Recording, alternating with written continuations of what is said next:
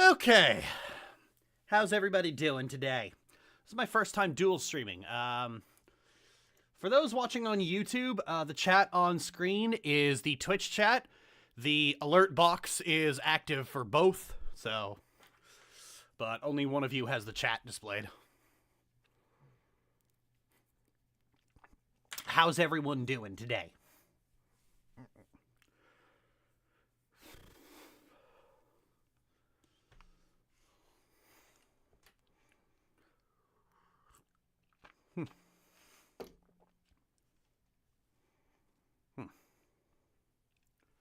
I was about to wash my head.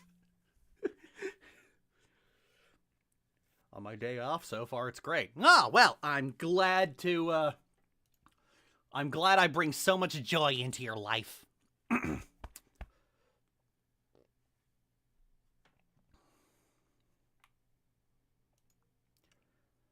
Okay. I hope it's alright with you, but I'm probably not going to be using my broadcast voice all that much this stream. I am actually quite sick, and so maintaining that cadence is very difficult.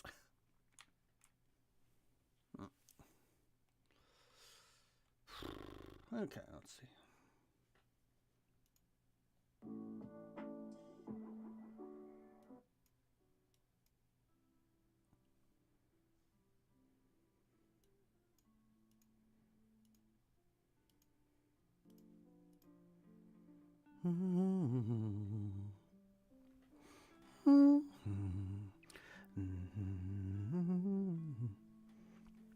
Yeah, for those who aren't aware, because I'm getting a lot more comments to that regard, this is actually a lot closer to how I speak in real life. It's a little softer in real life. I'm at least still trying to project enough to be heard on the mic, because it's not a very loud mic. The voice you hear in my videos, where I'm talking closer to this, I do that deliberately, and I do this on stream a lot. Ow. The problem is, it's really hard to maintain that when I'm not feeling very well. Yes, I'm very whisper-talky in real life, like a lot of other trans women. I'm sorry to disappoint you. I prefer your natural cadence anyway. I actually prefer it too. It's just the problem is that doing a recording with this voice is actually quite difficult. I'm not so good with the audio design.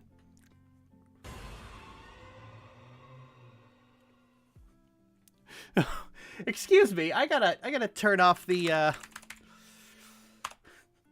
gotta turn off the jump scare. I'm sorry about that. Lord. I had that on for the Halloween stream and I keep forgetting to turn it off.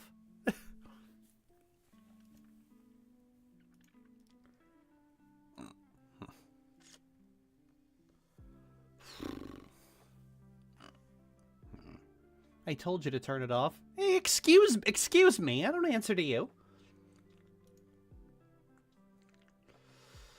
Okay, let's see. Super chats. There we go. Let's turn jump scare off. Let's turn... oh, yeah, save changes. Let's turn regular on. Regular on. Whose gender is this? Thank you for the super chat. That's very sweet of you.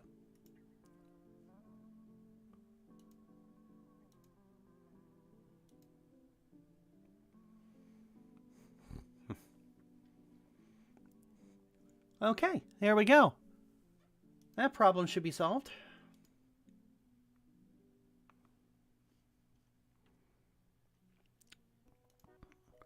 So we have a few more things here.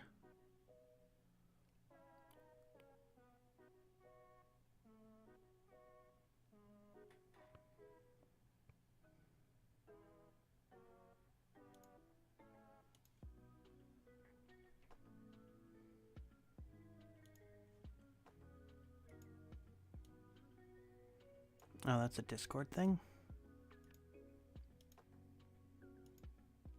Okay, it's... huh. I don't have YouTube viewers on the thing. Oh well. Alright, we'll just turn off the Twitch viewers then.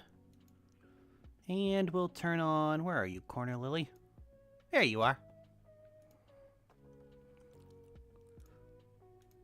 happy little gremlin.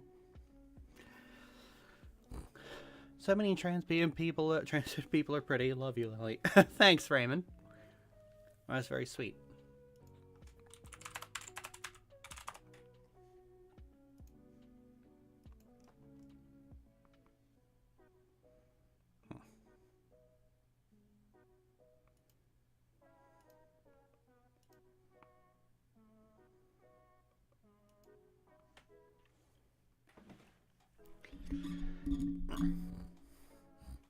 Yay, she back. Yeah, I'm back. I know I was supposed to be streaming on Monday, but who is that in the green hood right next to Ari? That's Kevin.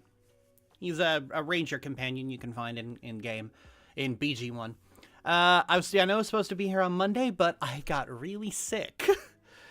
And I actually slept most of Monday and most of Tuesday. Like, I would sleep, I would get up, and then I would, like, conk right back out again. It was horrible.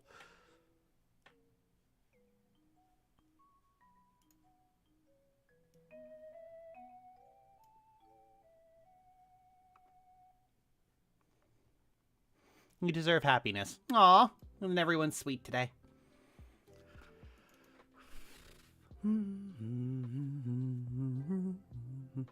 Sounds like your body needs... If you don't mind me asking, have you ever listened to Epic the Musical? I have not. Let's turn off that corner lily, and we'll turn on the other corner lily, and move you underneath everything else, so that you aren't blocking the alert box. Actually, I suppose it would just make more sense to move the alert boxes over here. But no, I actually don't listen to a whole lot of musicals. I've never been a big musical person. It's no particular reason. I just don't really like stage theater.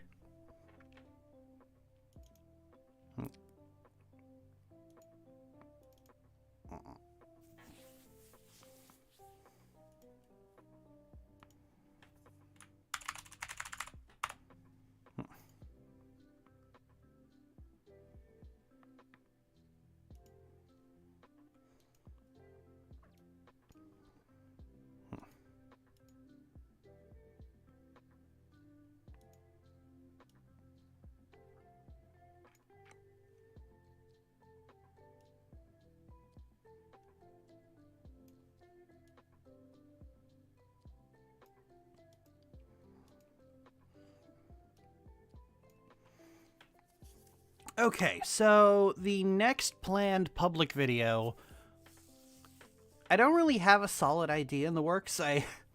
Admittedly, I kind of put all my eggs in the Dragon Age basket, and I didn't really think about what I was going to do after that. I expected it to take longer, honestly, but it didn't, mostly because I kind of realized doing Origins is that I didn't really know what I wanted to talk about when I started doing Origins. And so I ended up doing a lot more in that game than I actually needed to before I realized, you know, I could talk about the companion quests, but the problem I'm having immediately, immediately apparent, and it affects the rest of the game, is that the game's not about anything. Like, it just isn't. It's not about anything, and it's not interesting, and it's got this big problem of, you know, you've got all this interesting stuff with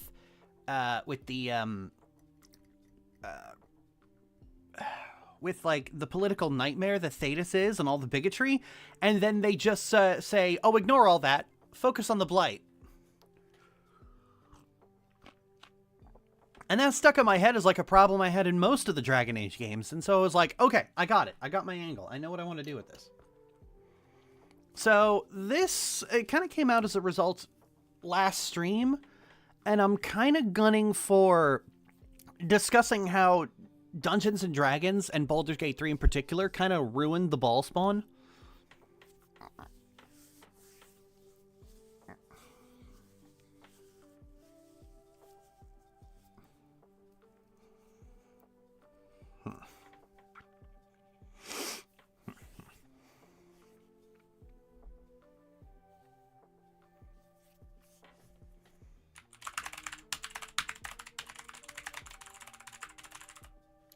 Oh, actually, what I'm going to do, I'm going to open this up in Q10.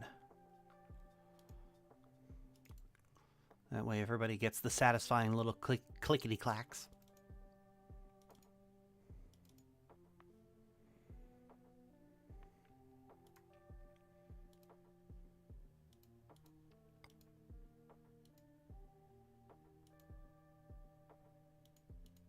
Come on.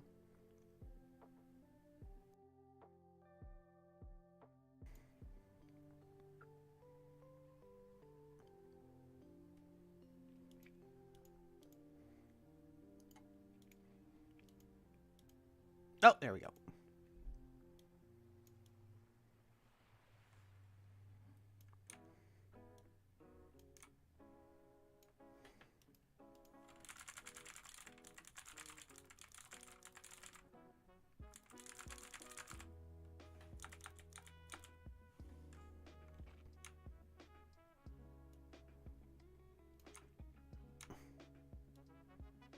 There we go.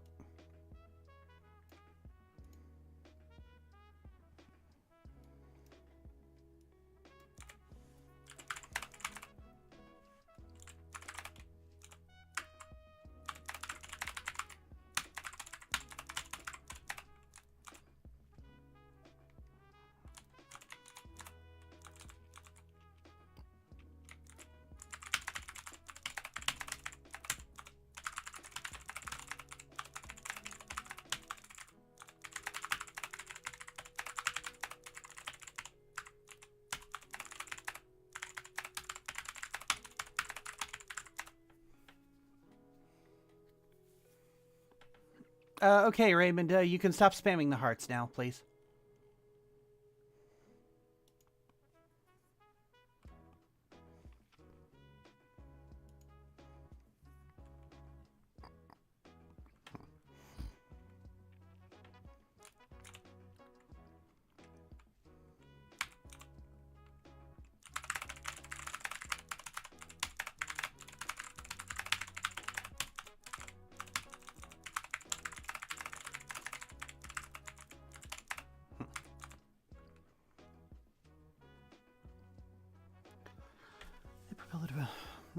Oh, right. I need my Adderall. Oh,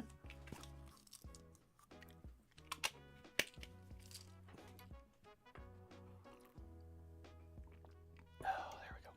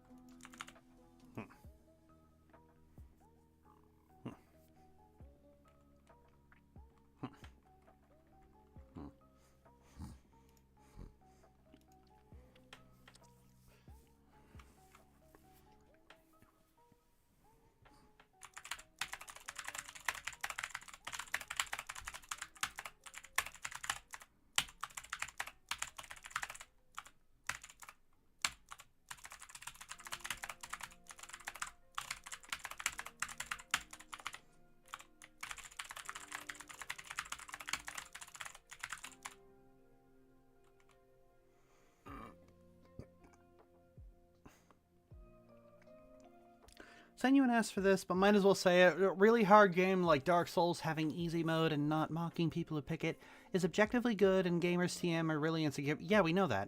We know that. Honestly, difficulty settings are such a bare minimum standard, I immediately look down on any developer who doesn't have them.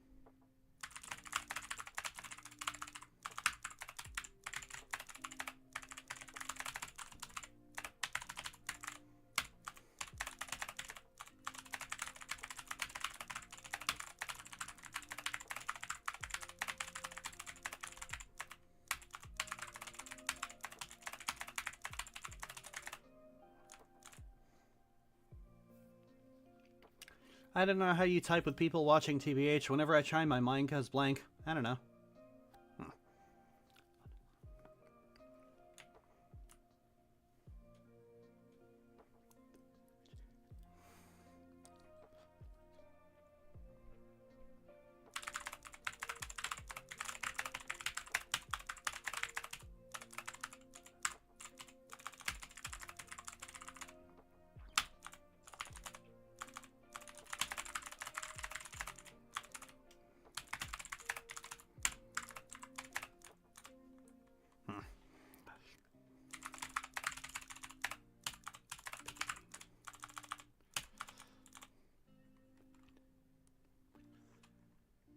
And then there was Baldur's Gate 3, which was a game. Which was... And then there was Baldur's Gate 3, which was... Then there was Baldur's...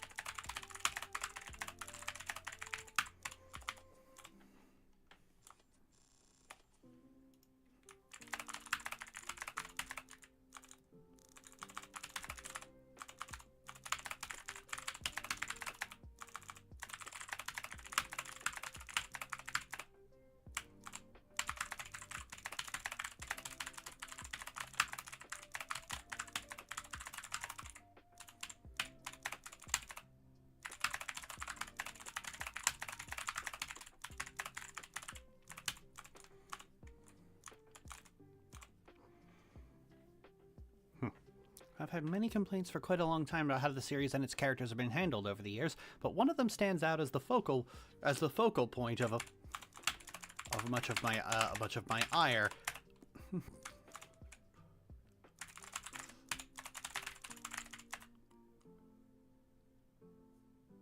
Great and distinctive writing style. Aw, thanks.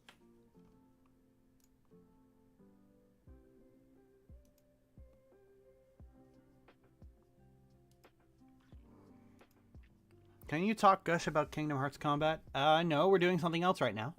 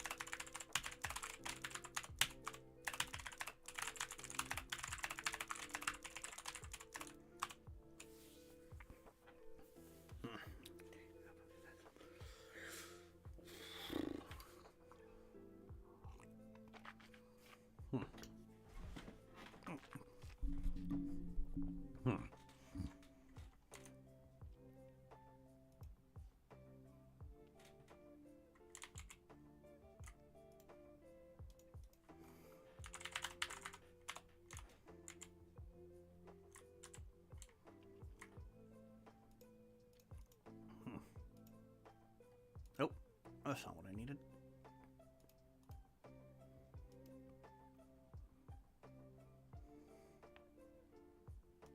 There we go.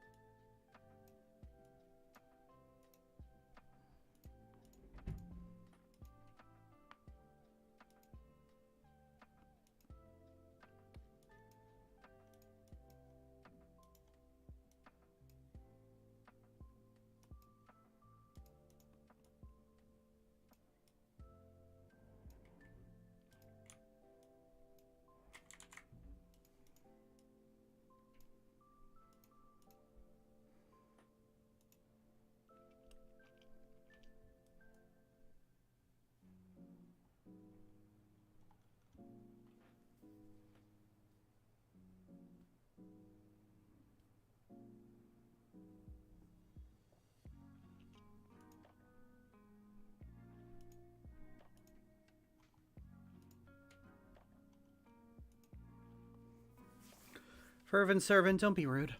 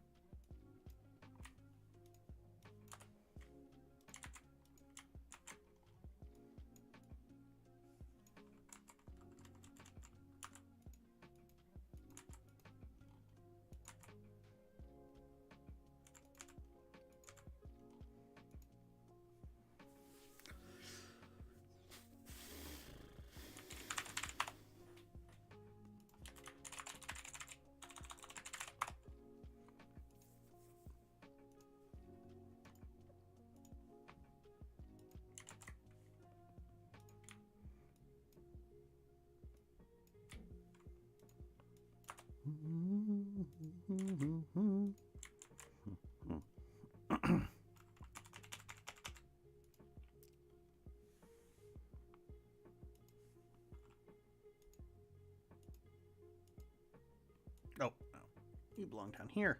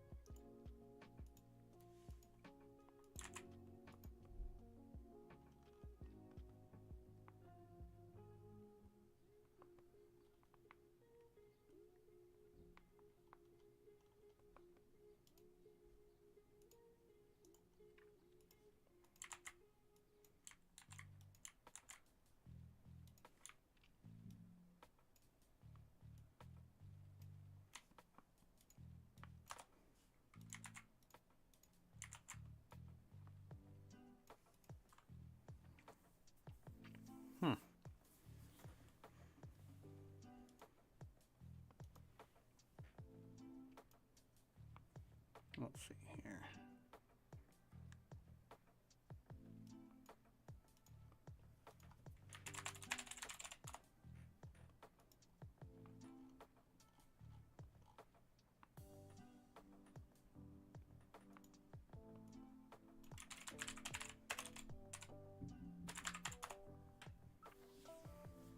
Well, Ariana, live a successful life. You saved the world and were trying to shape your best friend. You willingly give your divine essence, and your actions will land by your sheer existence, and your action will have consequences many years in the future. Here at the end of all things, as you look back on your life, is there anything you probably would have done different? I probably would have spared the chinchilla.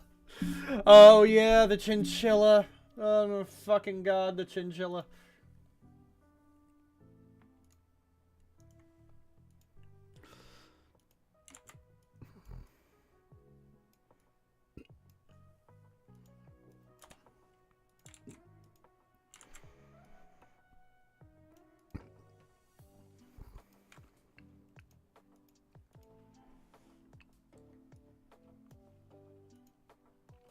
Never forget the chinchilla.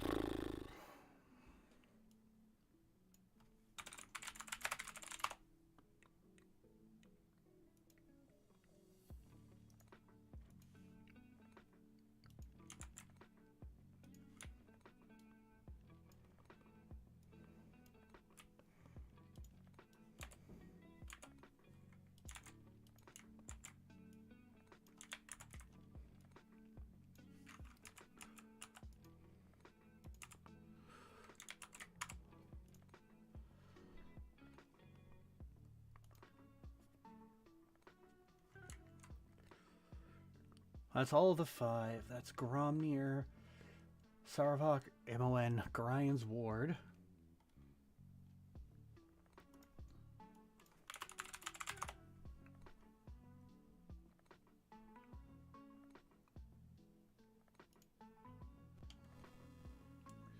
Gavid.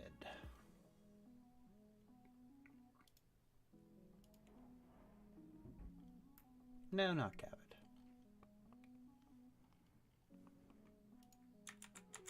Okay, I know what I'll do.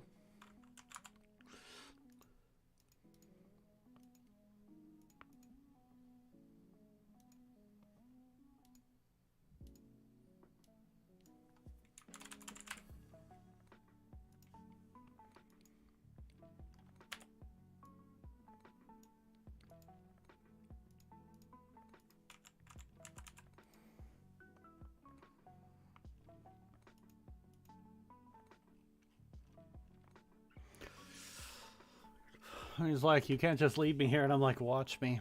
Oh, hey, I didn't know Americanized Jesus was a ball spawn. As a Yagashura, a fire giant. Let's see.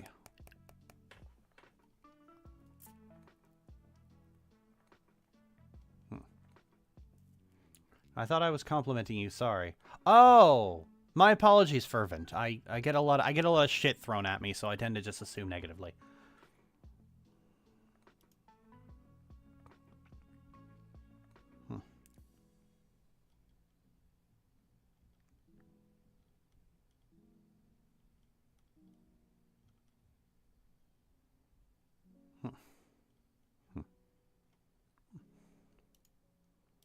Let's see here.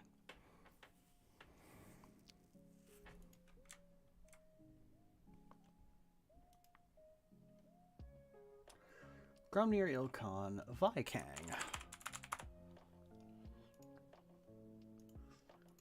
Yeah, sure, that'll work. Thank you, portraits everywhere.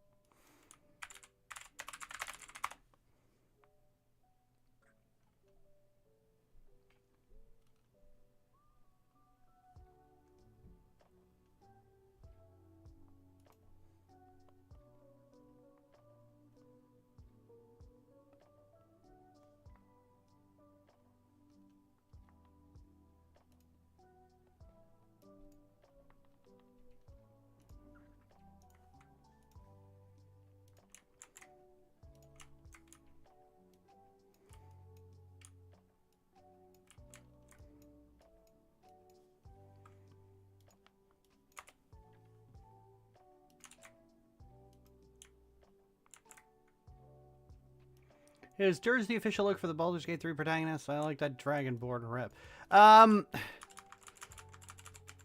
The Dark Urge being the protagonist of BG3 is like, yes, they are the protagonist, and yes, that is the official look, but at the same time, people will argue with you about whether or not they're the actual protagonist.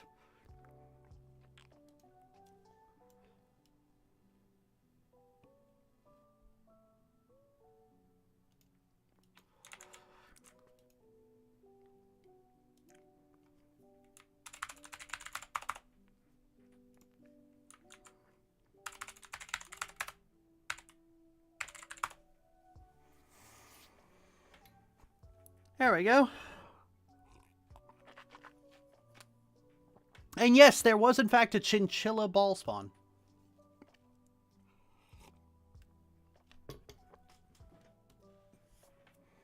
Ball really saw a chinchilla and thought, gotta get me a piece of that.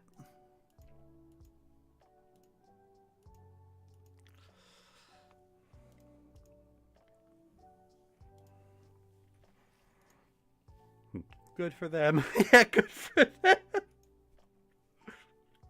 Do you have any idea how small a chinchilla is?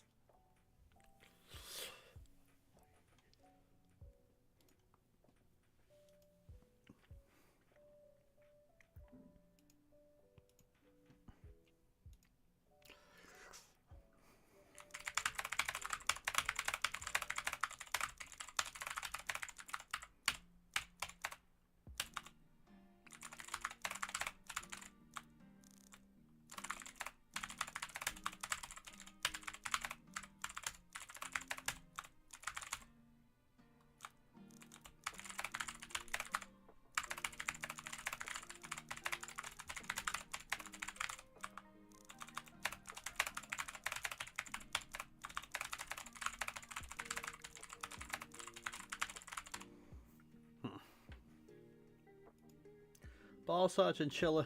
Like, AutoMod for some reason is expiring messages automatically.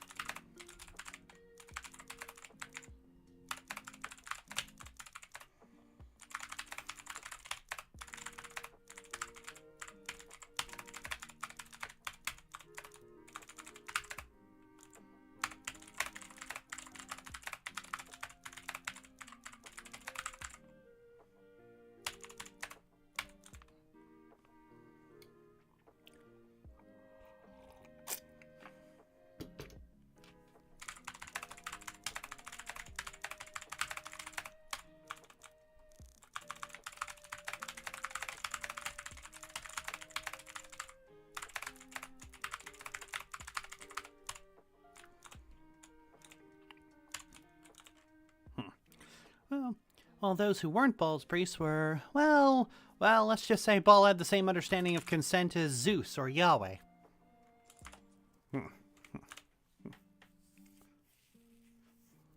Let's realize the stream is also on YouTube. Hi, YouTube. Oh, yeah, I'm dual streaming.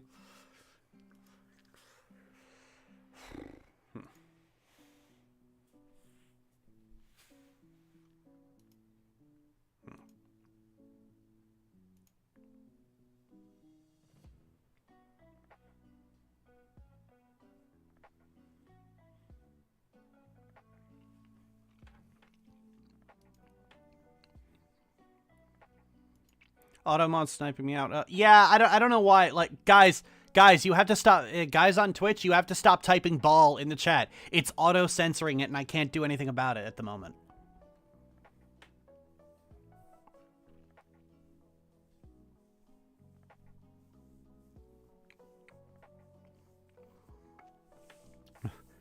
Also, Lily being bold, putting the actual name of the Lord in the script. Hey, I'm not of that religion. It's not a crime for me to use the name in vain.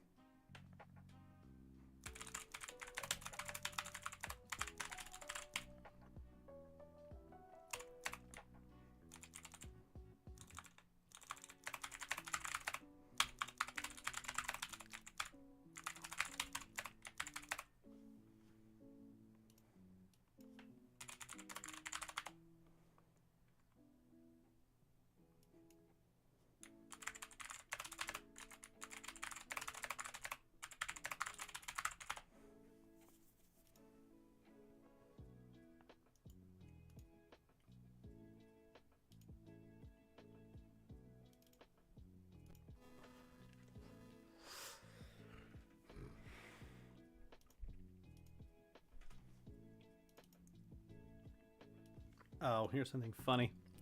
So the ball spawn who were born to, basically the idea was that, with the ball spawn who were born outside of Ball's priests, the idea is that they would be immediately killed by the fearful and ignorant villagers because they were abominations. The only problem is that in the vast majority of cases, well, a lot of ball spawns survive because... hang on a second.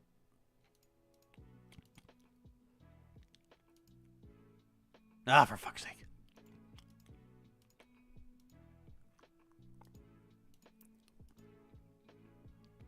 Okay. Fuck it. Display capture. Well, you look at that. You look at that and try. You look at that and try and hold a weapon to it. Look at him. Look at him. You're so baby. There, you cutest little things.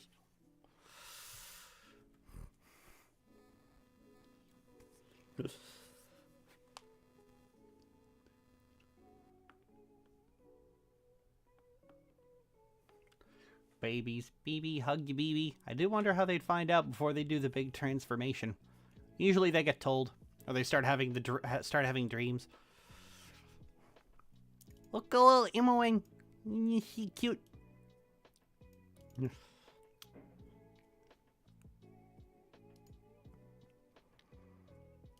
Absolutely perfect BBs.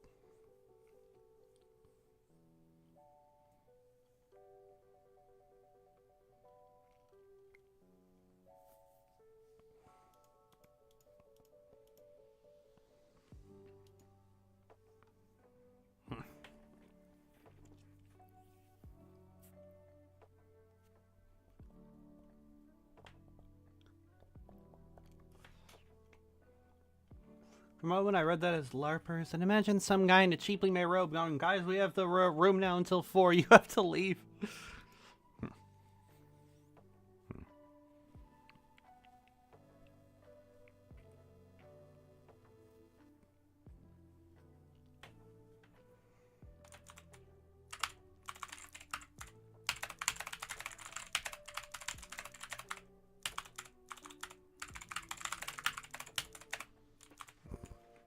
While others embrace it, believing they can.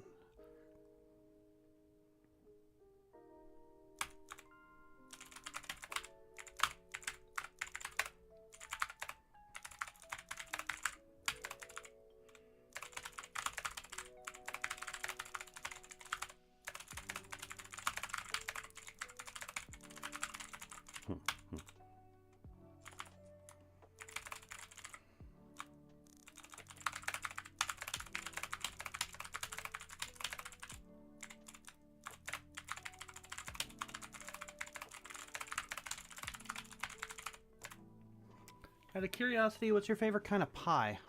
I don't know.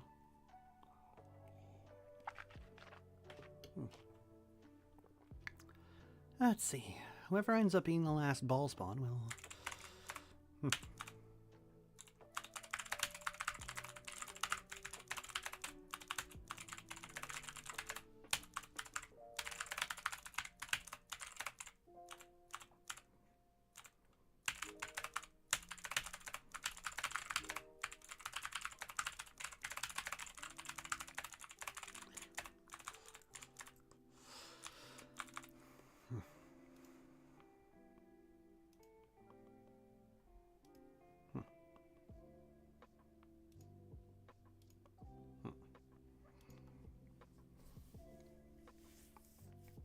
have their identity erased and overtaken by him.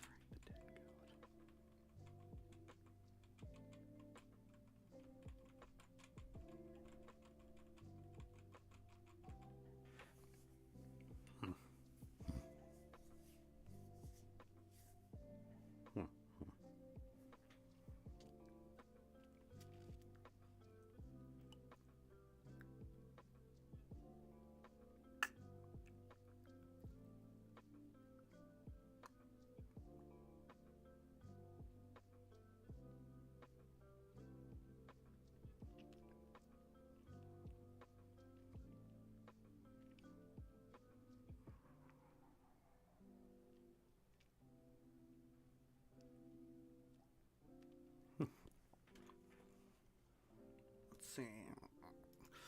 Ball's lingering priest who would seek to resurrect the dead god.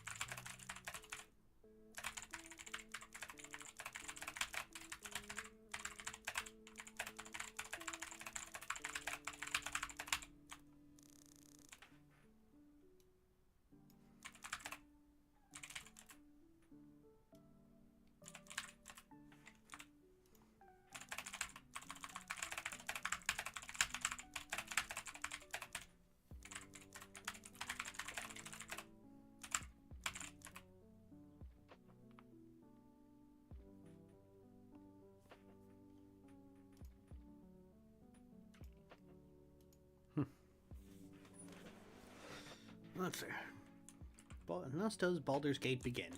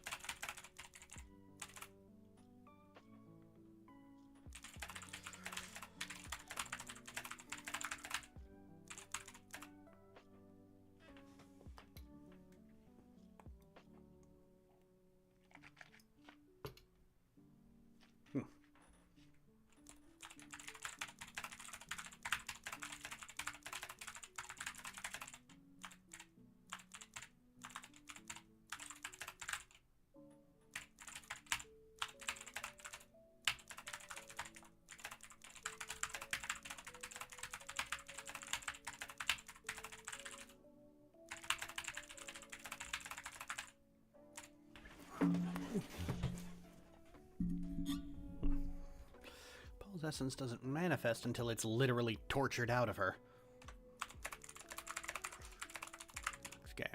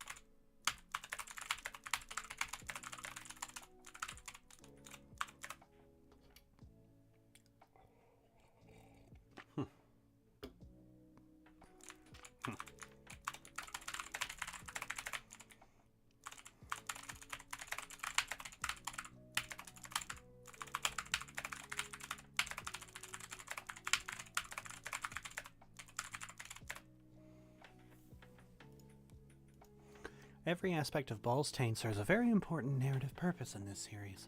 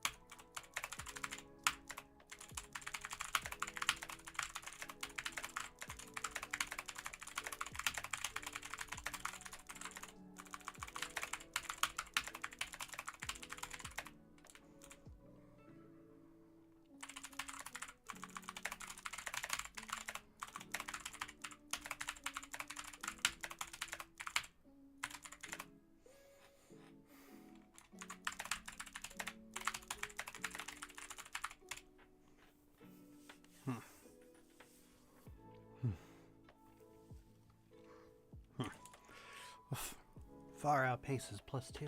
Far outpaces plus 2 extra thaco or strength.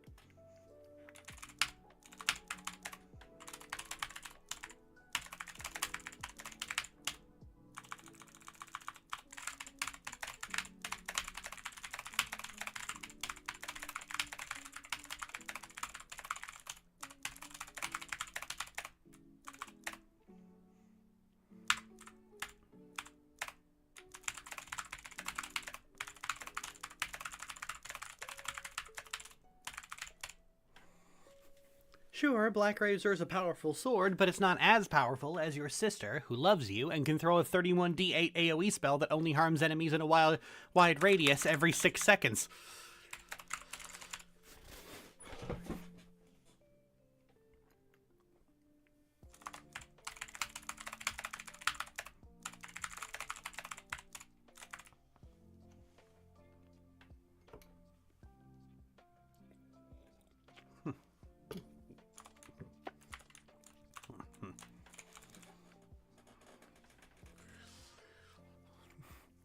Sure, Black Razor is a powerful sword, but it's not as powerful as your sister, who loves you and can throw a 31d8 AoE spell that only harms enemies in a wide radius.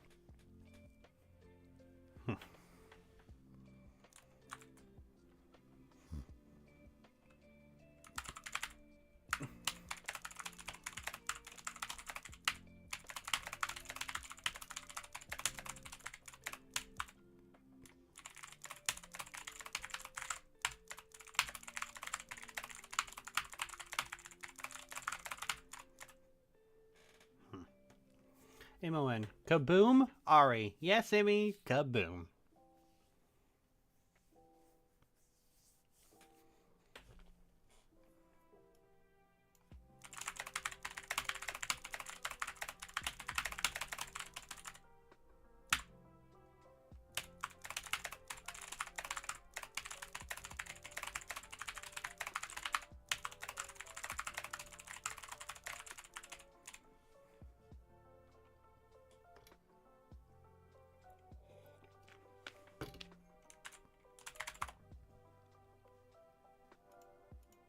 Oh, right.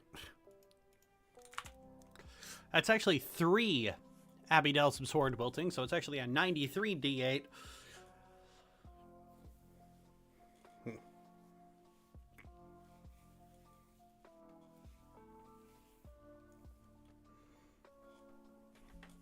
Boom, boom, boom. I watch you in my room. Yeah, that's pretty much how your interactions with MON go.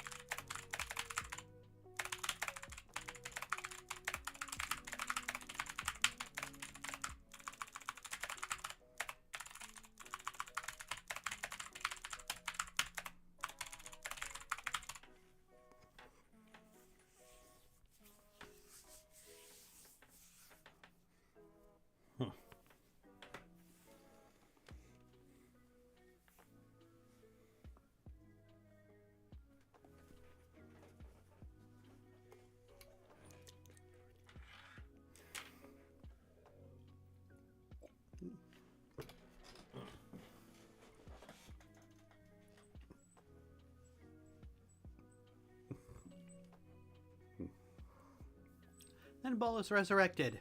Somehow.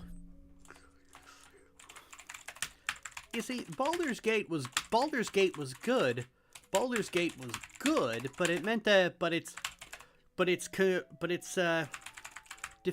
definitive ending meant that Wizards of the Coast couldn't bring the ball spawn back for future editions, and the ball spawn are the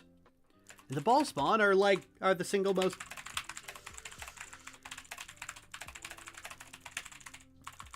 The Baldur's Gate series, so fuck the idea of a good story. A good story, let's just bring them back. But you already see the problem. Bring them back, and bring Ball back, because he's the only god that ever had an interesting story.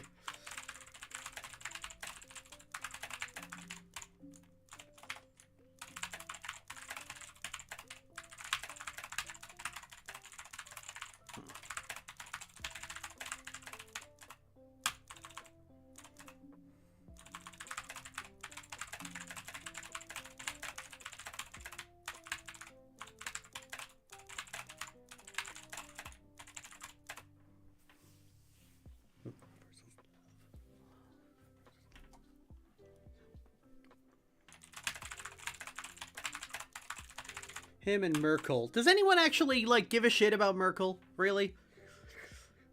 Lexer, I told you stop, the auto mod censors the word ball. Like, I can't do anything, and I can't do anything about it, so you gotta stop using the term.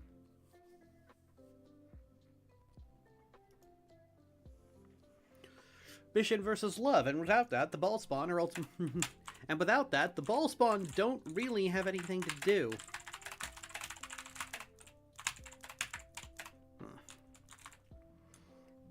And without that, the ball spawn don't really have anything to do.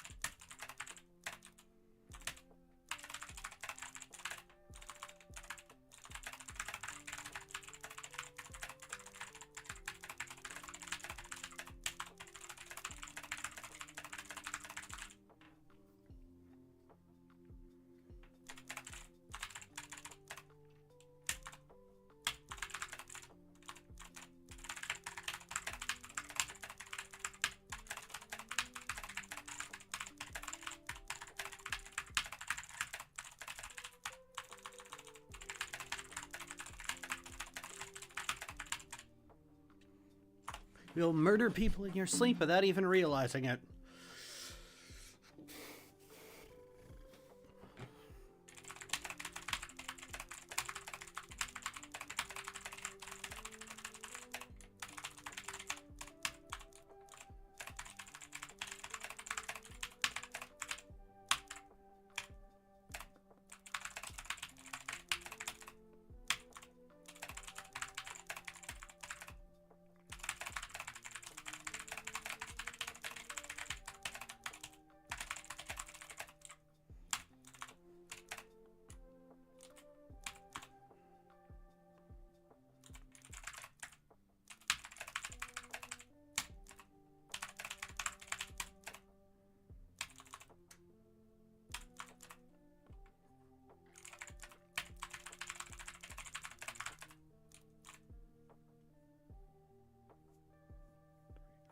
The Dark Urge is an amnesiac who struggles with violent thoughts. Actively becomes aroused by the smell of rotting bodies. Murders people instinctively without any self-control.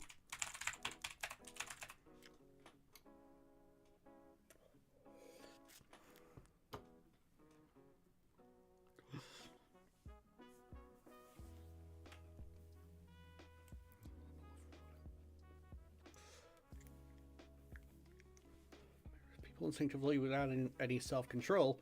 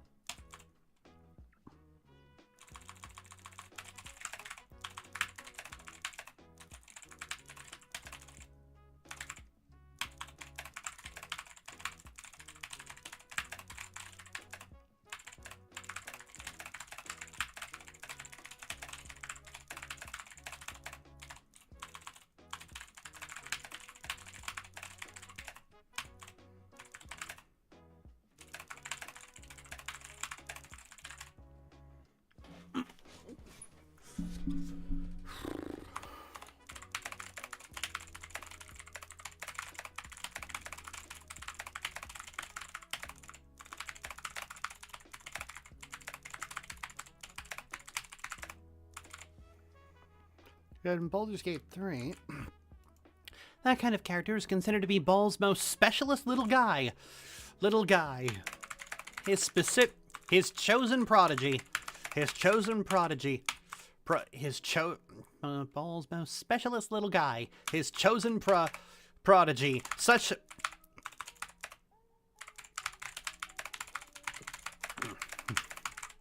that he gets to be the favorite son. This guy would not last 2 seconds with the ward and Imoen, let alone both of them. This is the most flanderized idea of a ball spawn ever seen.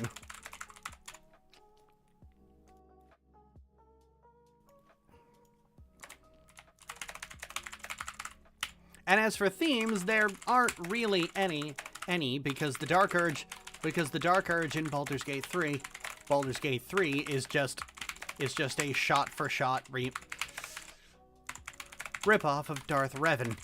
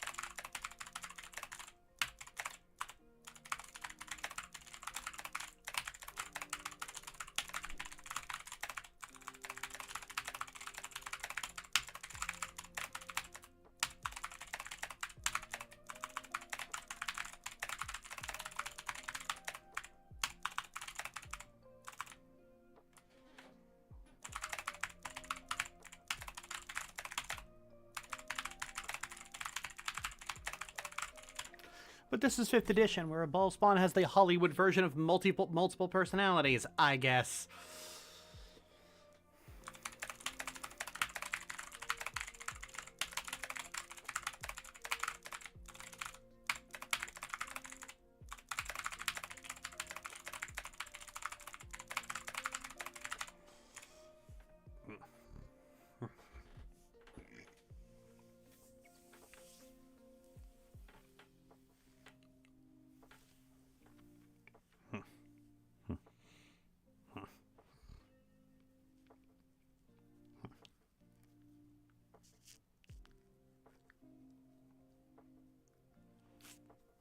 and can be completely possessed and overtaken by the thing to the point their lover has to straight up tie them down.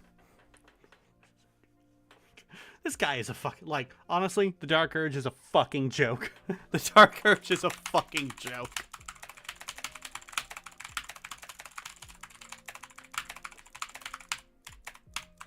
Like, holy shit. Did, like, nobody, like... Holy shit. Like, did nobody at WotC or Larian ever play the original games? Like, because...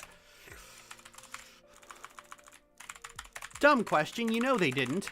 If they had, making Baldur's Gate 3 at all would have been immediately off the table.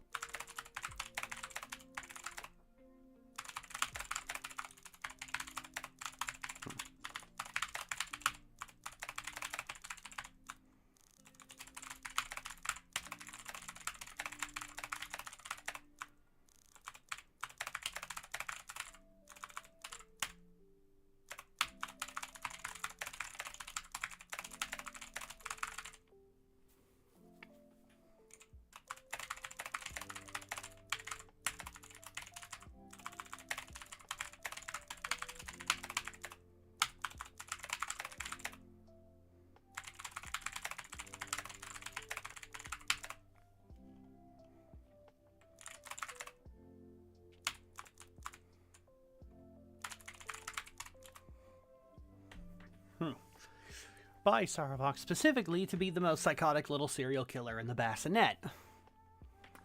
Now, Sarevok is back, but instead of bastard with no love for Ball other than the power he can seize for himself. He is apparently now a devout follower of Ball, and has weird pure blood attitudes about Ball spawn blood. Apparently, again, it's like I don't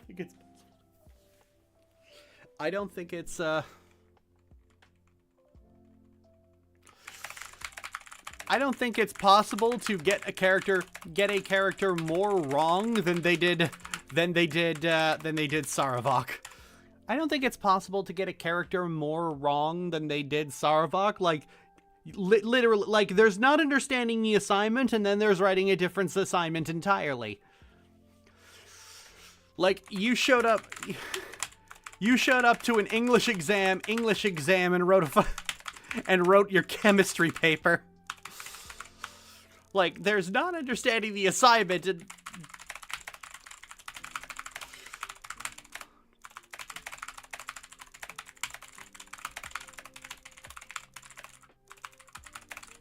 even in to begin with, this is like you showed up to an English exam with a chemistry paper.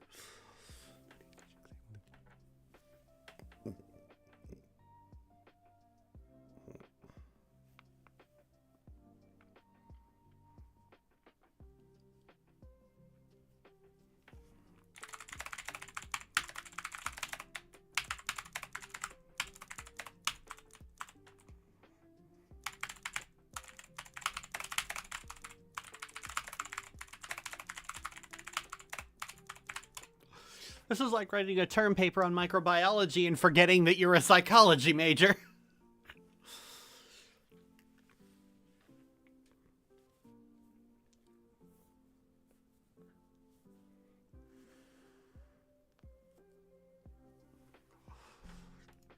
Oh my god.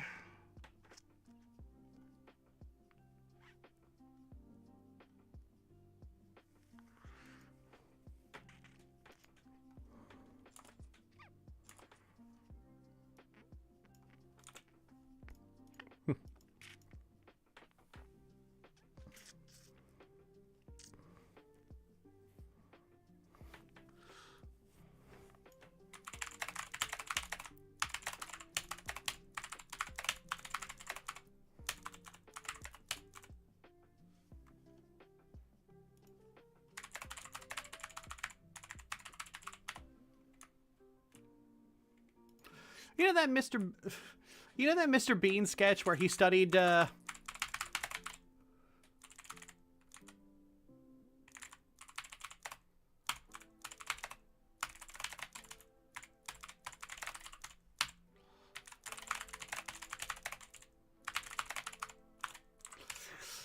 know that Mr. Bean sketch where he studied trigonometry but got a calculus test? Yeah, that's Larian writing PG3.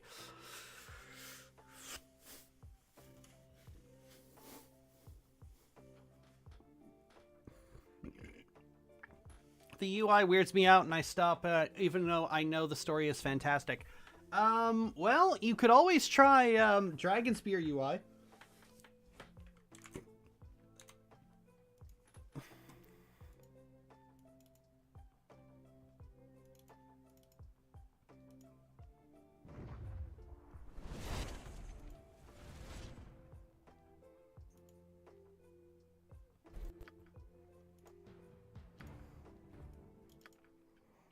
It is done. This is what my UI looks like.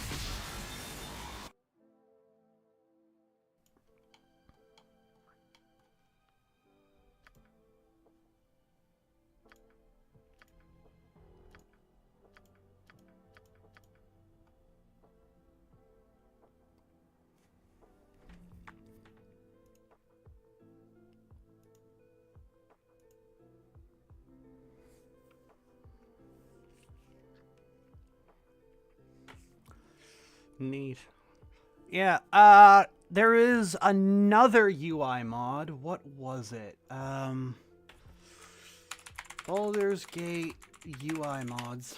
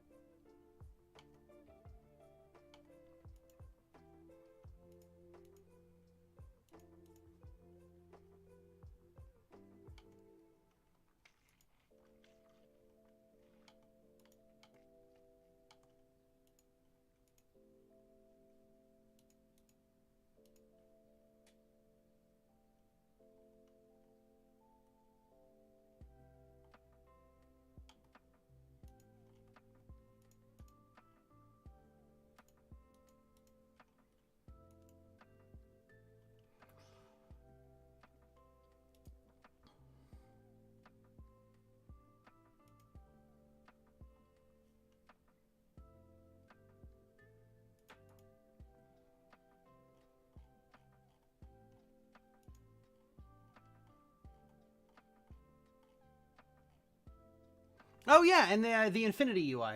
One sec. This is what the Infinity UI looks like. This was the other one I was looking for. It's very reminiscent of Pillars of Eternity.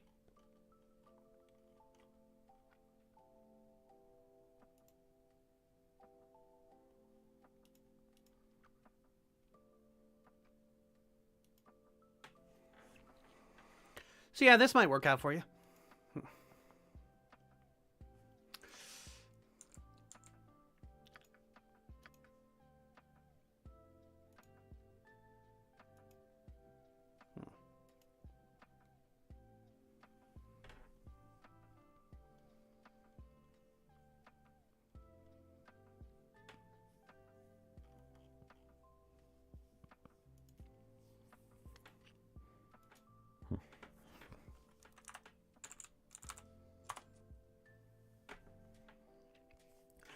You know that, like, there's not understanding the assignment, and then there's not realizing what class you're even in to begin with. You know that Mr. Bean sketch where he studied trigonometry but had a calculus test? That's Larian writing PG3. That's Larian writing everything, really. I do use the Dragon Spear UI, and I still find myself dying to basic encounters and having no clue where to go. Oh, yeah, you gotta read your journal. Your journal doesn't really, like... Your journal is written like actual journal entries, so you kind of gotta, like, work with it to a certain... You gotta... It'll tell you where you need to go, and then you gotta kind of sort it out from there. It's a very old-fashioned game. There are a bunch of guides by Deveorn. They're intended for people who are playing hardcore Sword Coast Stratagems, which is a difficulty mod, but they're good for all difficulties. Most people, myself included, generally got a better understanding of the game by watching his guides. He goes through everything. He's got a whole series going through every spell and ranking them, every class and ranking them, every companion and ranking them, and the entire way through, he's explaining a lot of concepts to you. It's actually very informative.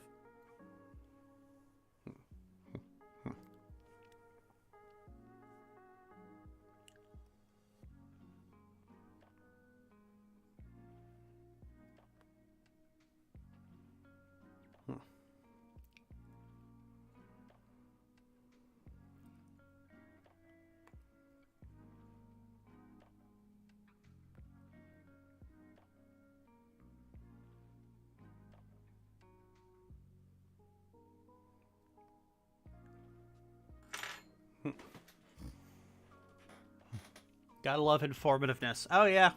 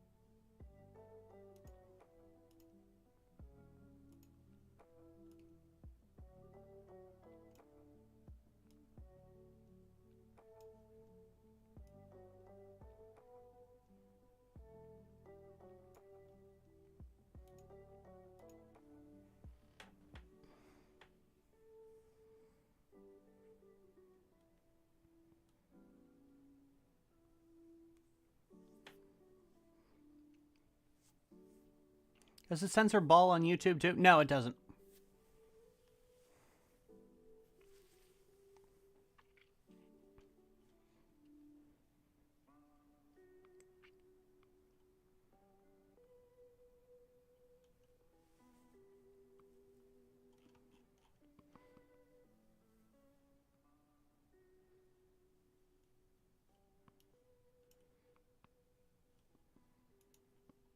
Wrestle the 13-year-old in my brain to the ground who wants keys jangled in their face at all time. Oh, yeah. Baldur's Gate is a slow story. Like, with the exception of Siege of Dragonspear,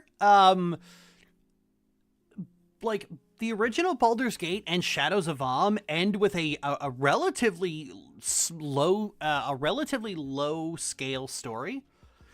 Like, you do save the elven city of Soldanesalar in the second game, but that's largely kind of aside to the fact that you're just getting revenge on somebody who hurt you and your friend.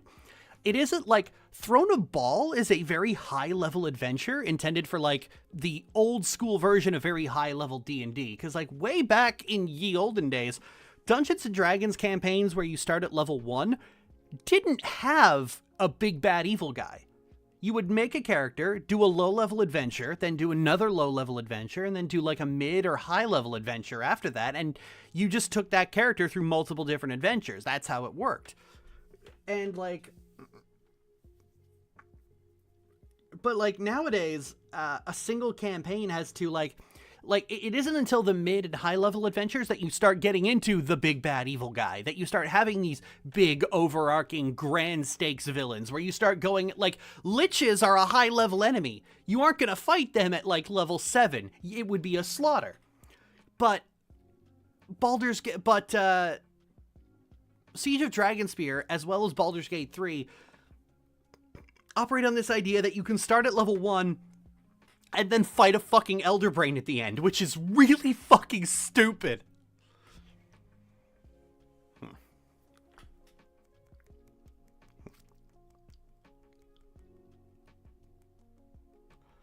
So I don't really blame people who have, like, a 13-year-old in their brain who wants keys jangled in their face all the time, because that's what media's been doing for years. It's just been jangling increasingly elaborate keys in people's faces and making them just so adrenaline poisoned that they can't appreciate a smaller story, which is what Baldur's Gate 1 is. Baldur's Gate 1 involves a political conspiracy. That's how that ends.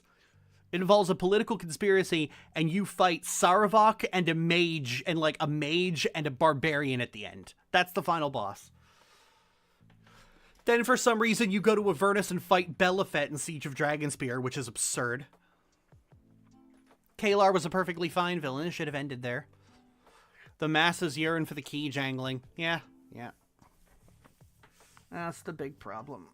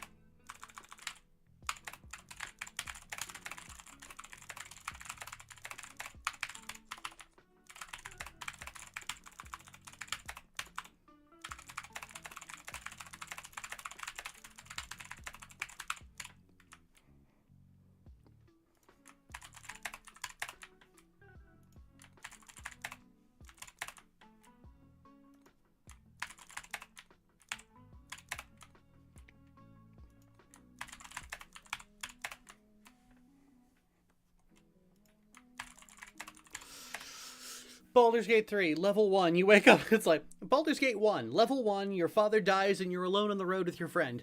Siege of Dragonspear, level 6, you're hunting the last of Sarevok's followers who have hidden away in a crypt. Baldur's Gate 2, level 9, you wake up in a mage's torture dungeon and your friend breaks you out of your cell. Throne of Ball, level 18, you go to a ritual site to listen to Alondo's prophecy and then fight another ball spawn. Baldur's Gate 3, level 1, you wake up on a crashing Mind Flayer spaceship after having been abducted and a tadpole shoved in your brain, and the ship is being beset by Cambion, and you have to fight your way through to get the ship back to the material plane, where it crashes in a fiery explosion and leaves you washing up on shore. Well, I know which of you didn't take your Adderall today. Well, I know which of you didn't take your Adderall today.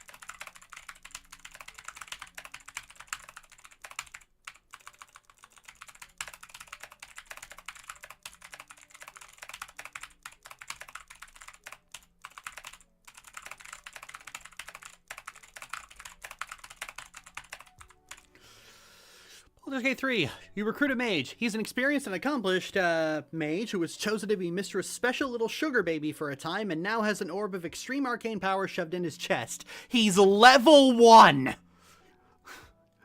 Level 1!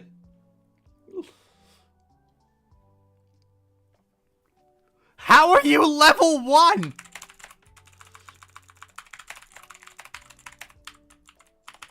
Oh, well, you see, Lily.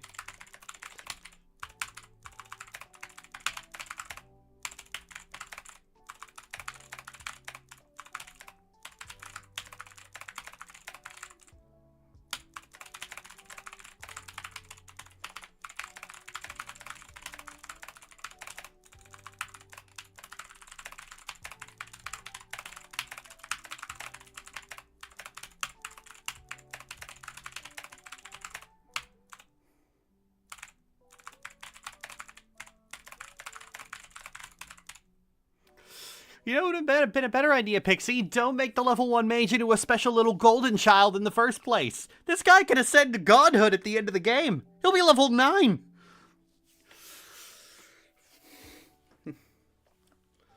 You know what would have been a better idea, Pixie? Don't make the level 1 mage into a special little golden child in the first place. That's a problem with pretty much all the companions.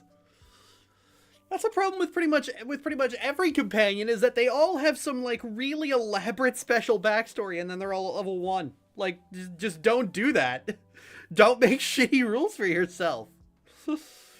You know what would have been a better idea, Pixie? Don't make the level 1 mage into a special little golden child in the first place. You know, one of the best companions in Baldur's Gate 2, literally one of the most powerful fighters you could recruit.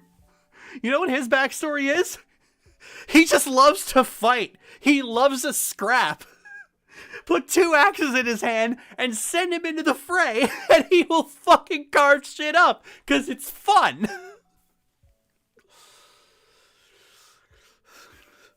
Power, it made him weaker. You know what would have been a better idea, Pixie? Don't make the level 1 mage into a special little golden child in the first place. Don't.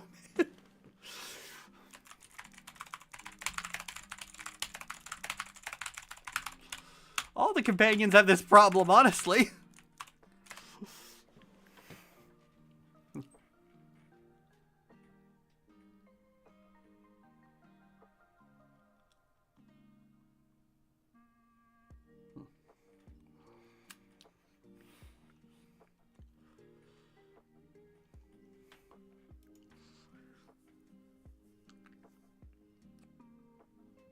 Thought you were building up Wilson. No, Wilson's just kind of a... Wilson's funny, but he's actually a shit companion, honestly. He's actually really bad.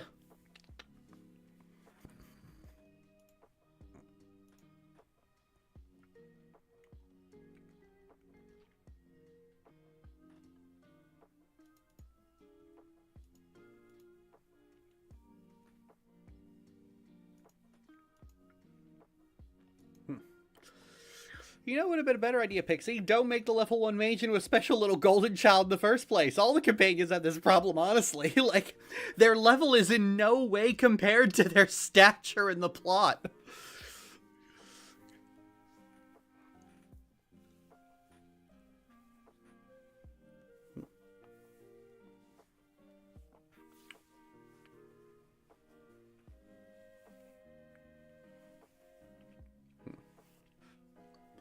You're out of ice. You can't be out of ice. I thought you used the water in the air. There is no water in this air. What's your fault? You run out of muscle?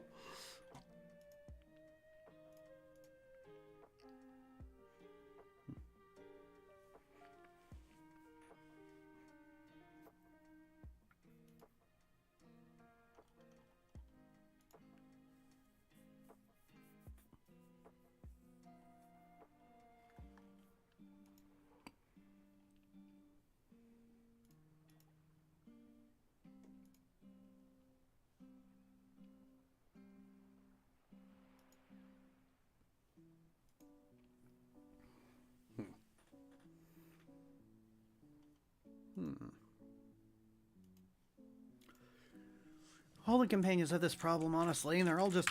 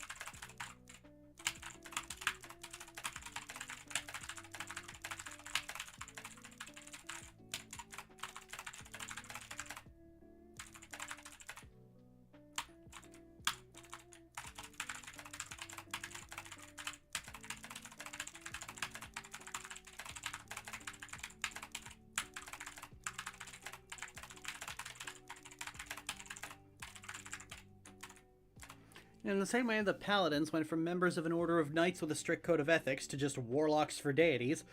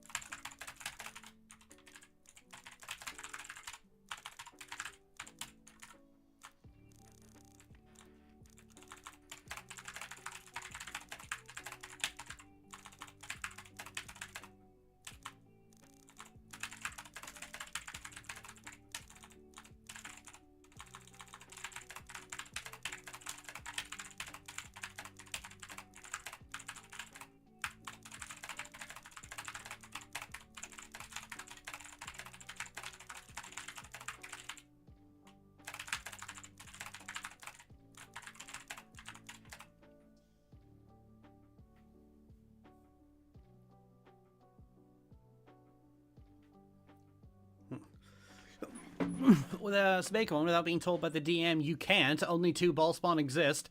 Only 2 ball spawns still exist. They're both named and they're both lore NPCs. Lore NPCs on the level of Elminster, and they're both level 40. I don't even think 5th edition goes that high, honestly.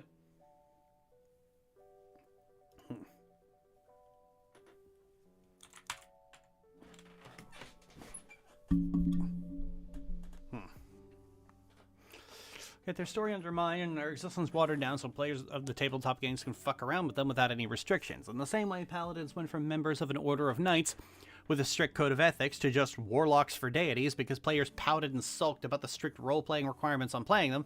The ball spawn were broken and twisted into knots so that players could make one without being told by the DM you can't. Only 2 ball spawns still exist. They're both lore NPCs on the level of Drizzt or Elminster, and they're both level 40. 5th edition only goes to level 20. Yeah.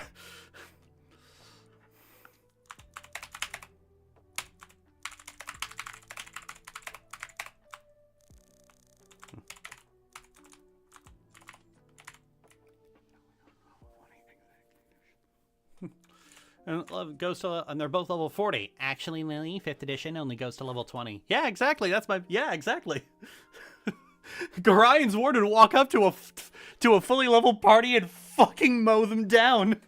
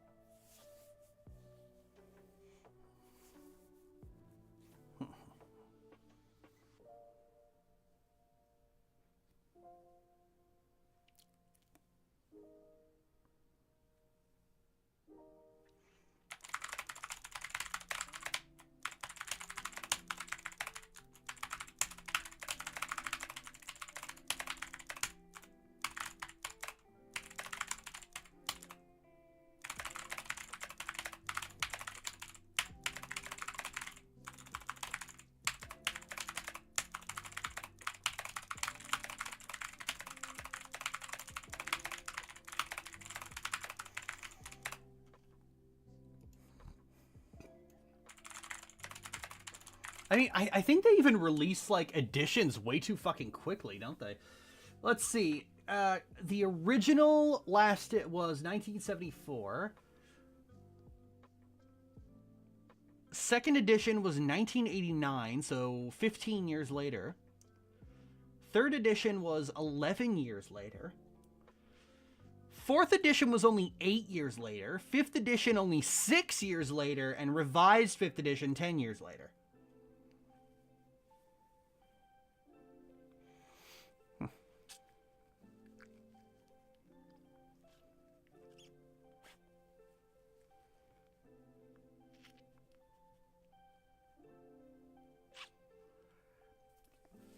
it's so crazy that, like, between, like, the time between 3rd edition and 5th edition was the time between the 1st edition and 2nd edition.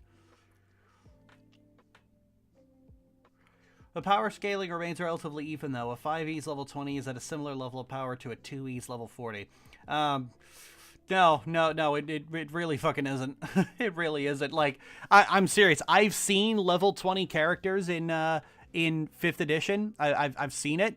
And again, a fully leveled ball spawn would fucking destroy them.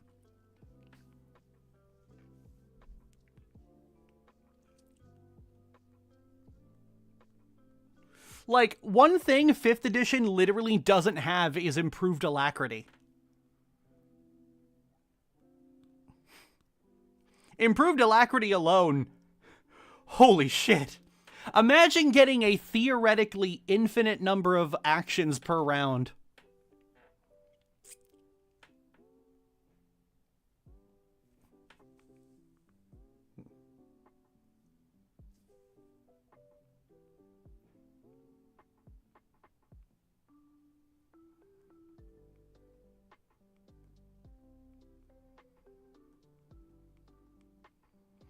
Really? Huh. Interesting. Oh, yeah.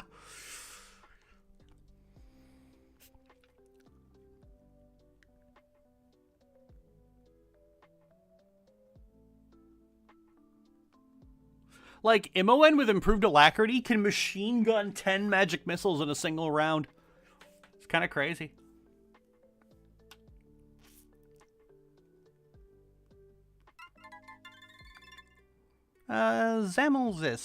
Zamolxis using. Thanks for following.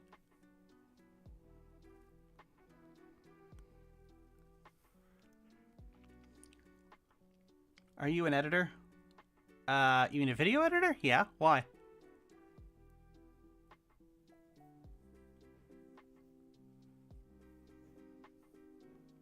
Have you used...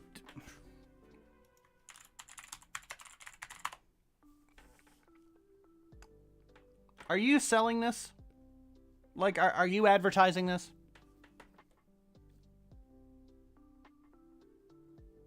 No. Okay. I have not used it. And I don't care to.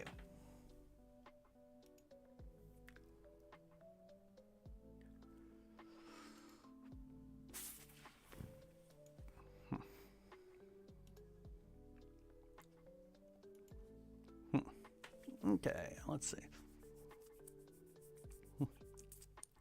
And things like that are why you shouldn't DM a high-level D&D campaign. Oh, I'd...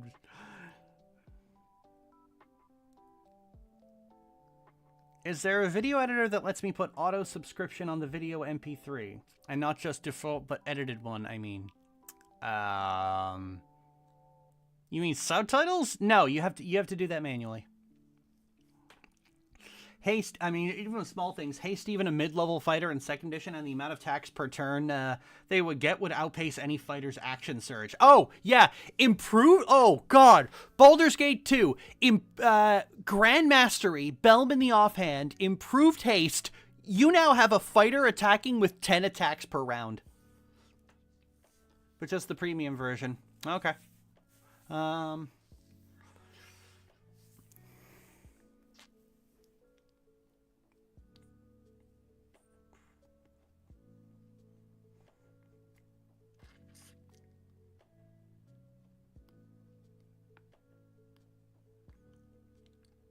I'll go and keep search.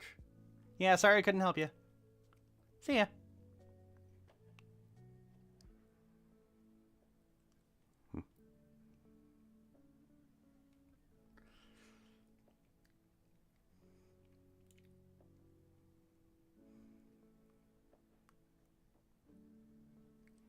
Furthermore, it's not just that, like, dropping the level, like, that's the thing, dropping the level cap affects a lot of things, like, Abby Dalzim's horrid wilting is so much more powerful in in Baldur's Gate 2, just by virtue of the fact that, like, it deals 1d8 damage per level of the caster. So at level 20, you're dealing 20d8. At level 38, you're dealing 38d8. which is a big fucking difference.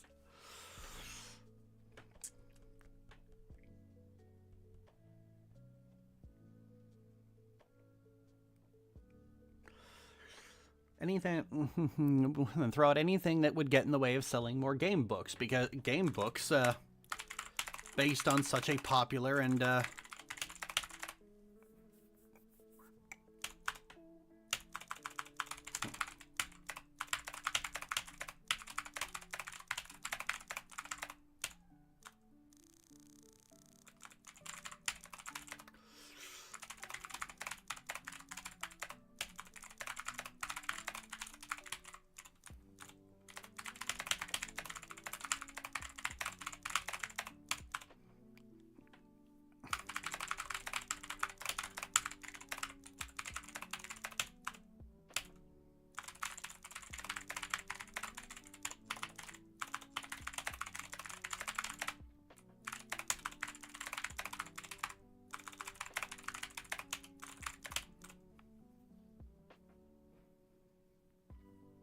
did you know that in order to chuck Minsk from 2nd edition,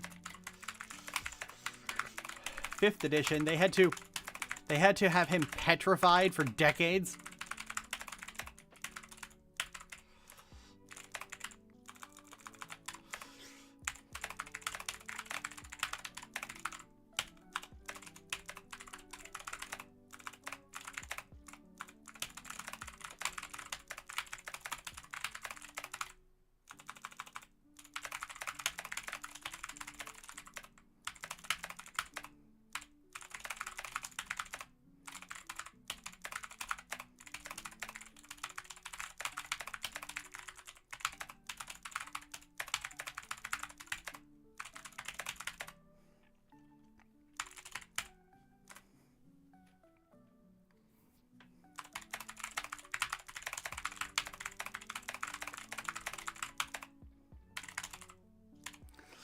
Which is an organization that is completely anathema to Imoen's ideals and morals. But Imoen's a thief, so put her in the thief place, I guess. Never mind the fact that she's a fucking archmage.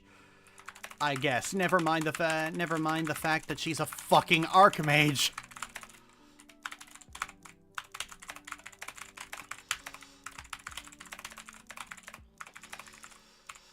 Never mind the fact that she's a fucking archmage who could give Elminster a run for his money.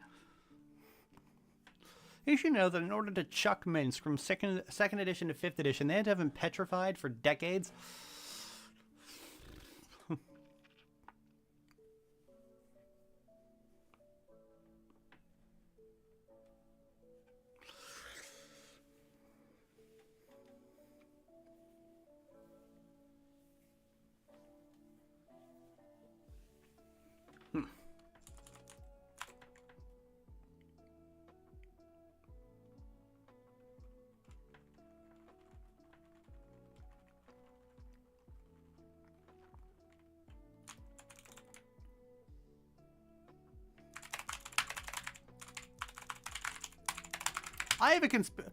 I have a theory that is complete theory that has absolutely nothing to support it. Nothing to support it. That the real reason the DLC for Baldur's Gate 3 was canceled was because people reacted was because the DLC was going to feature Imoen, and people reacted so badly.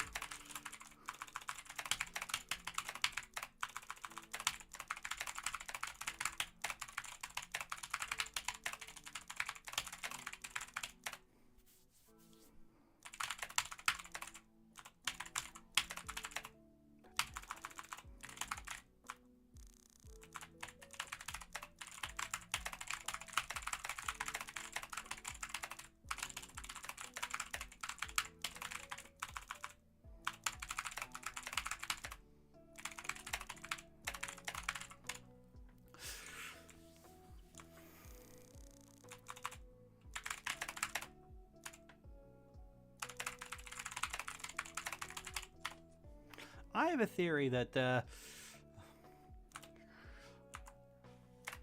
this theory has absolutely nothing to support it. This theory has absolutely nothing to support it. nothing to support it, but I'm going to support it. But I'm going to present it as fact anyway. But I'm going to present it as fact anyway. I'm going to present it as fact anyway. Anyway, because it's... Anyway, because sometimes you have to make reality more fun.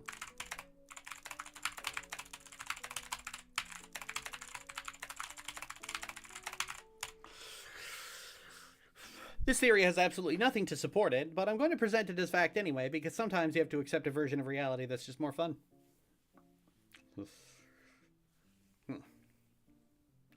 The people said no to vampire Imoen. They were right to do so. I'm going to present it as fact anyway, because it's funnier.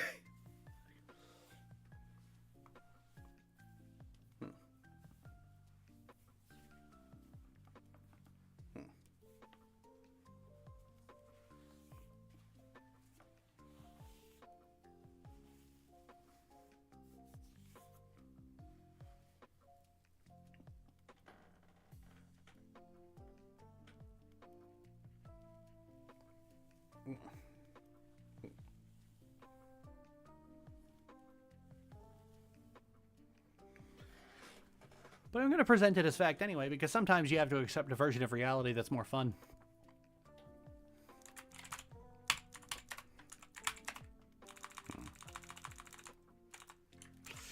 Alright, I think that's good for now. I still have to find a way to wrap all this up, and I kind of I have to expand on a lot of the things I'm presenting here, but that's pretty good for a first draft.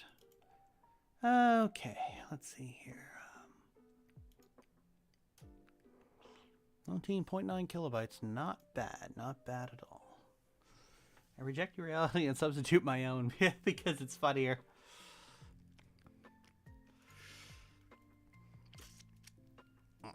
Now, let's see, I could start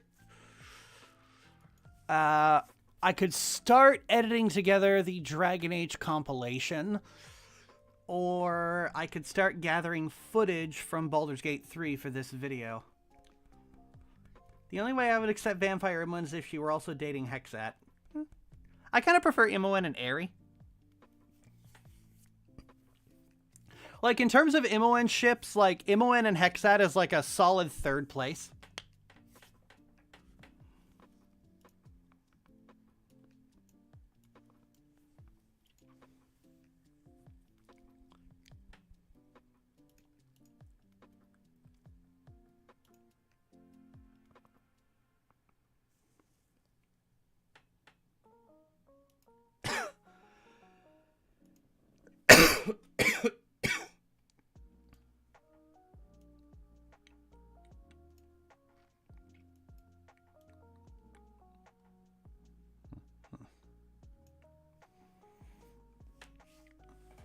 How'd you sleep, honey?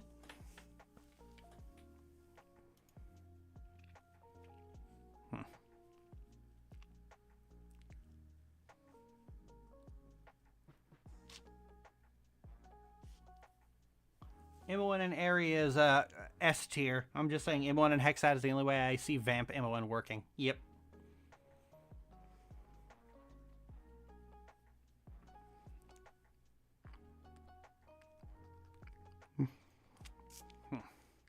I slept okay, very cold. Oh, cold rooms are the best.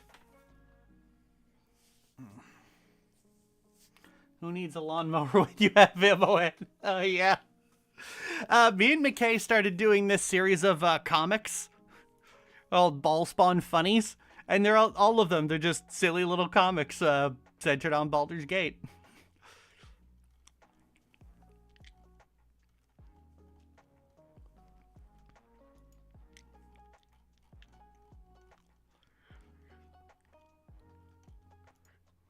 Huh, so that's how I'd look with an overbite. Art thou as proud of yours as I am of mine? Mm-hmm. Of course, the stealth one. Oh, and this one, Ari's having a ball dream in Baldur's Gate 1, and Imoen, like, wakes up and is like,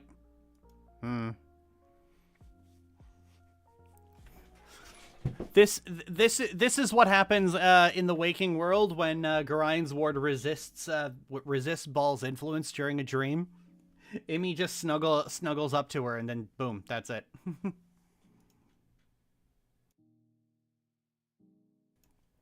Ball never stood a chance. And this is fucking great.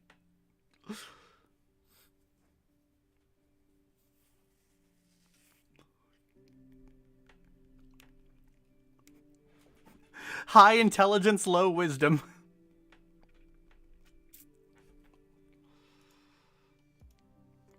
I thank you again for your assistance against those thugs. Our pleasure, Mr. Drizzit. Drizzed. Drizz? Drizzed.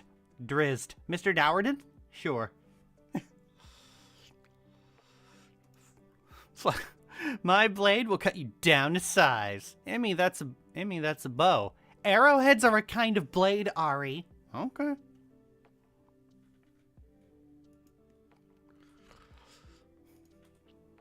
Ducks. I don't know, for some reason we just decided Imoen likes ducks. It just kind of came up randomly. Oh, I know how it was. We started writing hand in hand, and the prologue involves, like, Imoen saying that one day, like, little baby Imoen saying one day she'll have a castle and the flag will have a duck on it. And then it morphed into, like, when she was 7, she made Gorian's Ward, she made Ari, she carved, very crudely carved a wooden duck for her birthday, which Ari still has. It just morphed into, yeah, she likes ducks. Never get between a ball spawn and her ducks. Oh yeah, the bandit scalp quest. Wow, Officer Vi is one sick bastard. Remember, child, men are pathetic, brittle, and greedy creatures, and you shouldn't let them within a yard of you, much less your bed. And if I don't have interest in men at all, ha, you're a quick learner. Oh, careful, Ari. There's a trap right there. There's a secret door back there. Amy, how are you doing that thing with the colors? I think this is my favorite, like, drawing of Gorian's Ward. My favorite drawing of Ari. I just love it. It's like bemused surprise, but also it's just, Amy, how are you doing that thing with the colors? And of course, Imoen's frog pose is perfect.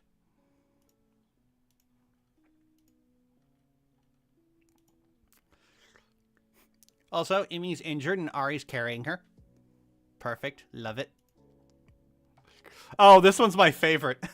BG3. Oh ho ho, we're definitely the most depraved RPG. You can fuck an evil drow lady, you can fuck a mind flayer, you can fuck a bear.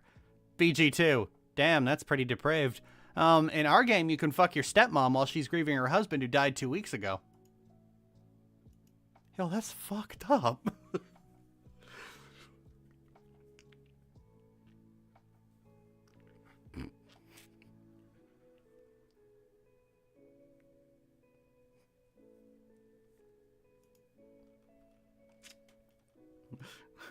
A little help here. In a minute, Chihiro, we're sleuthing. Noob Lord, knock that off.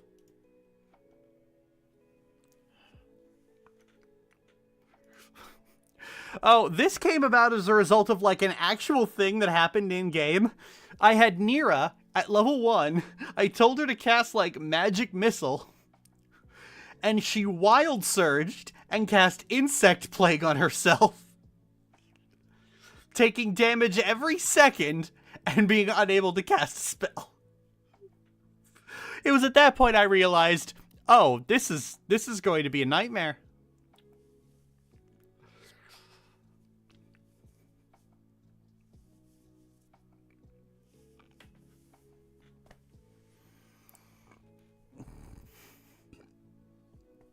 I will literally never play or have a wild mage in my party in one of these games, because Nal's Reckless Dweomer has a 100% chance to Wild Surge, and a wild mage's regular casts has a 5% chance to Wild Surge. So it's like you literally critical miss a spell and you'll Wild Surge.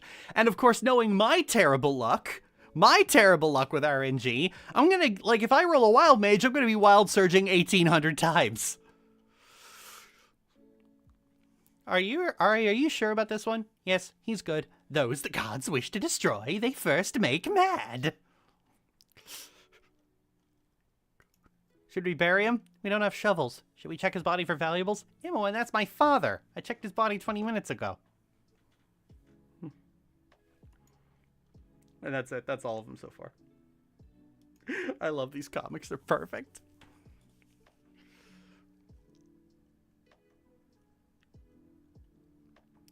Michaela's art is very reminiscent of Peanuts. I love that. Oh, McKay actually did a Peanut-style drawing about Revolutionary Girl Utena.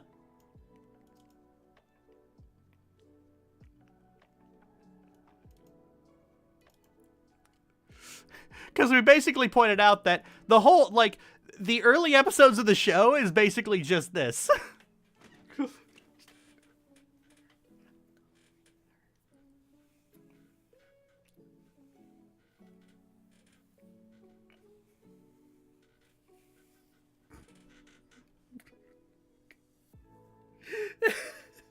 They're literally just Peppermint Patty and Marcy.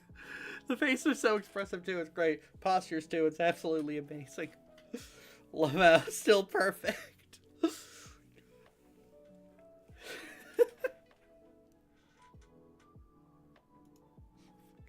Yeah, it's fucking great.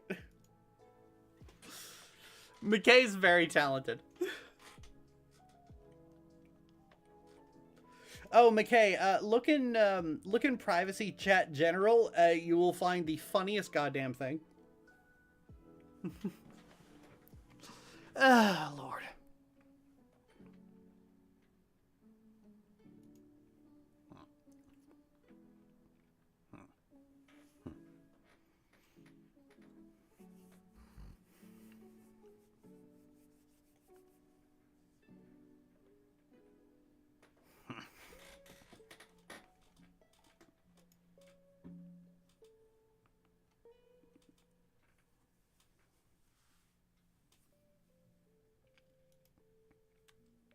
Contrary to popular belief, Ari and Emmy do spread chaos across the realms, but it's the funny kind. Yeah, it is the funny kind.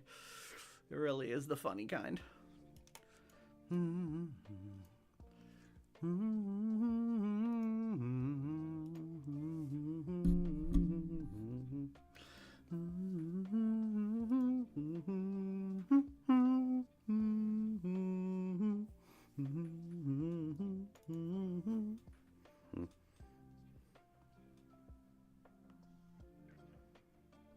Well, these anons are desperate. Oh, yeah, they are absurd.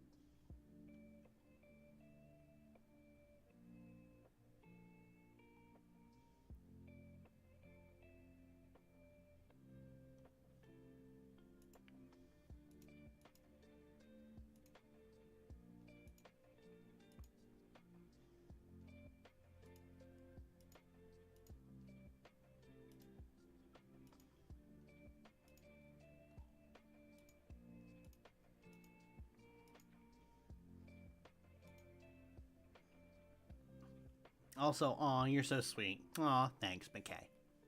I love you so much. You are the cutest. Oh, we are so damn close to you being here in Canada for good. So fucking close.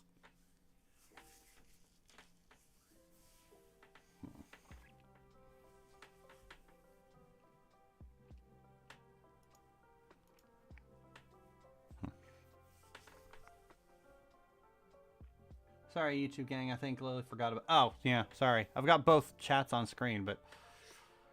Tell McKay YouTube says hi. YouTube says hi, McKay. The sillies, the duckies get wrecked, bull.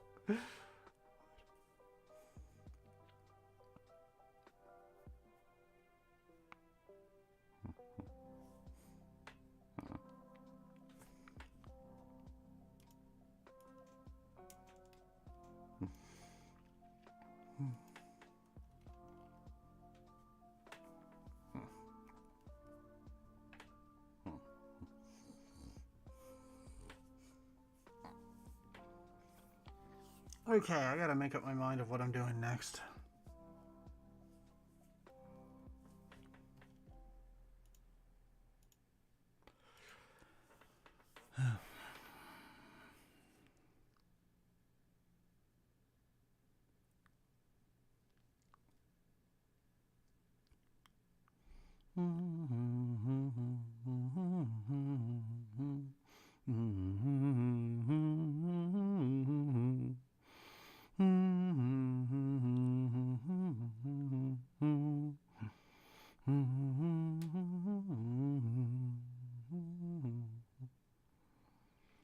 So yes, I hope you all have as much fun as we did. Yeah, YouTube chat isn't very active, but they're doing fine. Let's see here.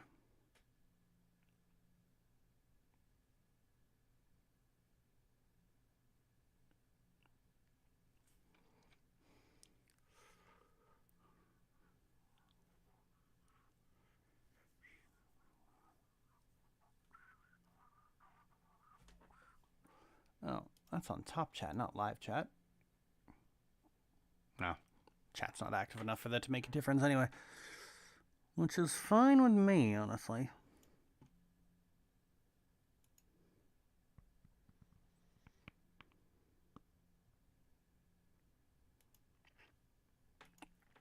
Okay, yeah, so I think the next video is going to be... Yeah, the next video is going to be about the ball spawn, because I got a pretty good draft going there. The next patron exclusive video is also a Baldur's Gate video, so that all works out. I'm not going to be working on that script on a stream that's also going up on YouTube, so... It might be just me now. Let's see here. Oh, there's 3 people in the chat. How are there participants in the? How are there so few participants in the chat? But there's like 25 concurrent viewers. It's so weird.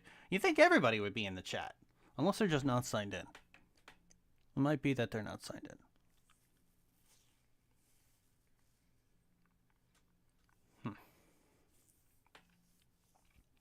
Yeah, the majority of viewers don't take part in the chat, which is a shame because like the interaction is why I do these streams. Some people get on my case, like, you know, I get hyper scrutinized for like fucking everything, but some people get on my case for like having dead air on my streams a lot. But it's like, honey, like we do a chill, relax kind of vibe here. It's what we've always done. It's not constant movement and engagement. It's a very chill, relaxed workaday vibe.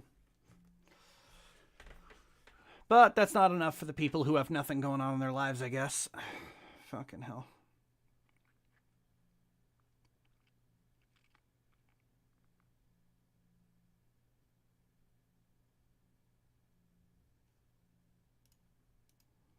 Or they left your stream on and forgot about it. But I mean, like, they would still be registered as, like, a viewer in the chat, right? I don't know. I don't know what the difference is between a, I vote gathering BG3 footage. Then again, I'm working. I'm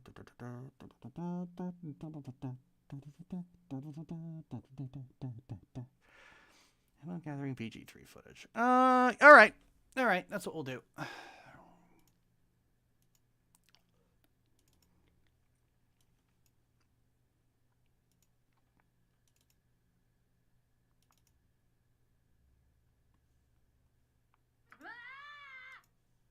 One second, I'm just checking.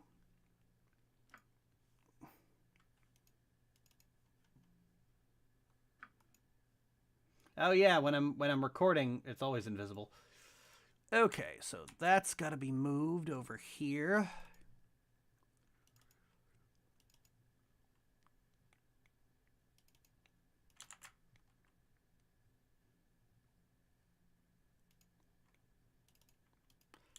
And that's got to be moved just into the root folder. Yeah, that'll do.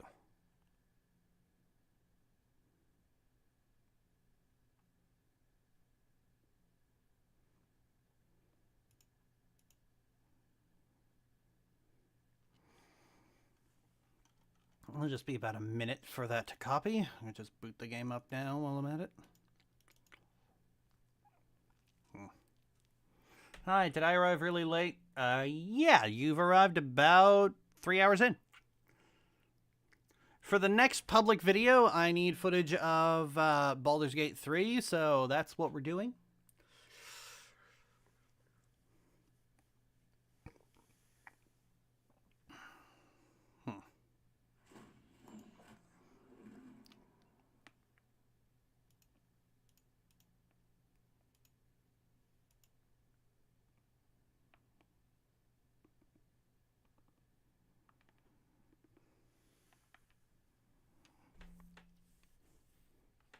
The Baldur's Gate video, absolutely lovely. Yeah, it's based on, I'm discussing the ball spawn. I don't like what D&D and Baldur's Gate 3 in particular do with the ball spawn. I think it's actually quite crap.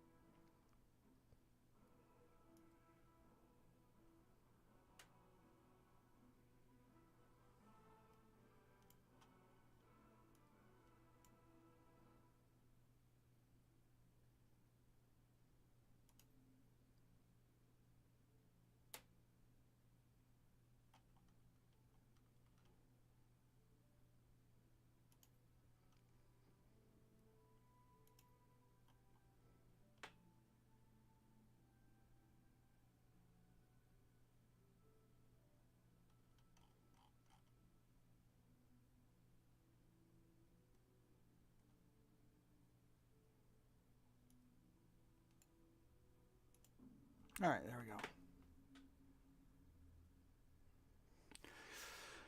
we go. Okay.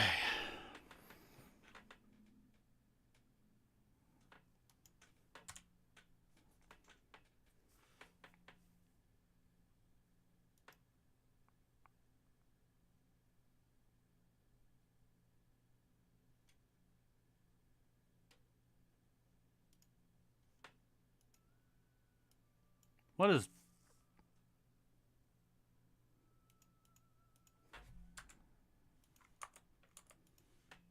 No, there we go.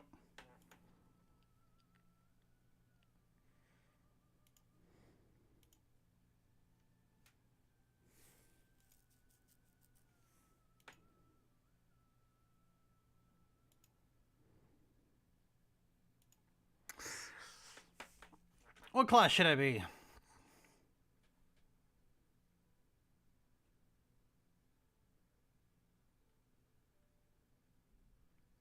You think he's the main character or the deuteragonist? Yeah, that's because the actual main character, Tav, is just...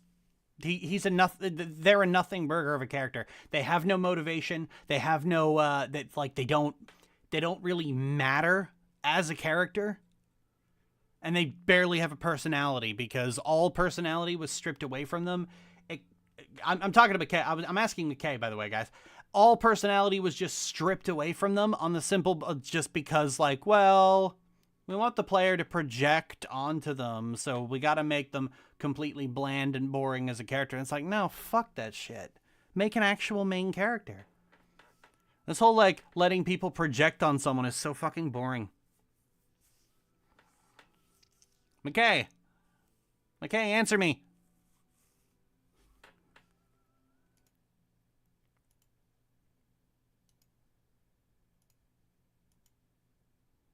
Where is... Oh, there you are. Oh, there we go. Archer. Archer? Okay. Well, we could do that as a fighter or as a ranger.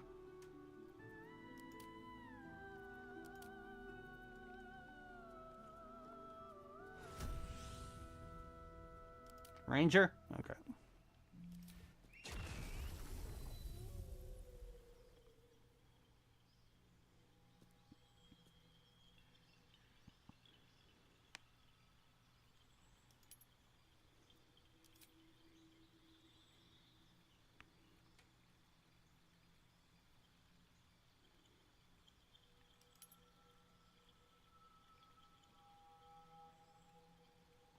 No, I don't want to play as a ranger. Fuck that. One thing this game really just this game really does that is in keeping in line with Baldur's Gate 1 and 2 is that the ranger fucking sucks.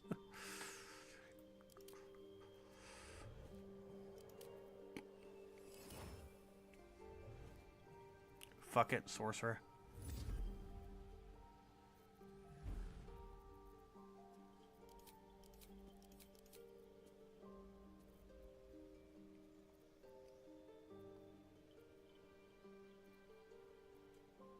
Bone chill, light, blade ward.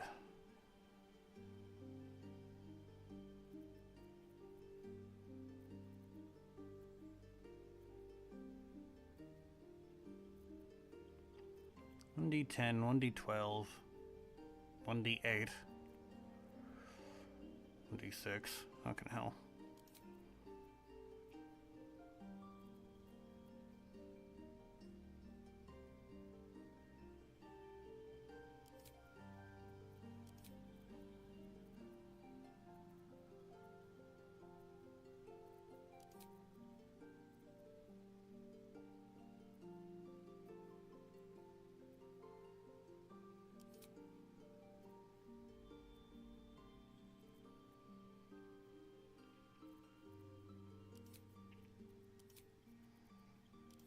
Okay, now for spells. What are we doing here? Magic missile, obviously.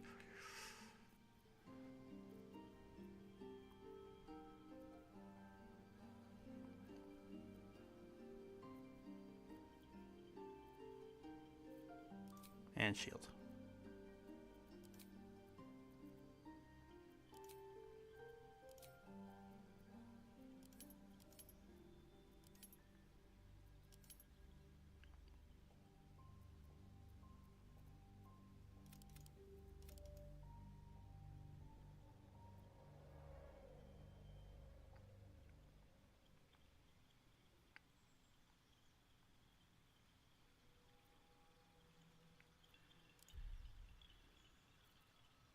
What the?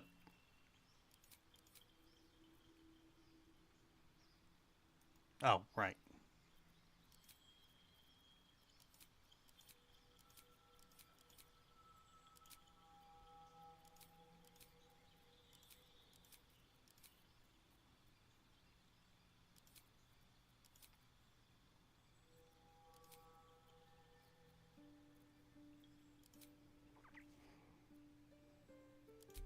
Edit appearance. There we go.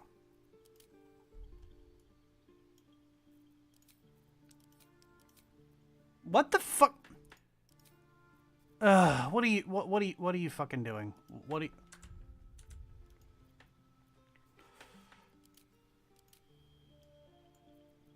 Where to next? What was that?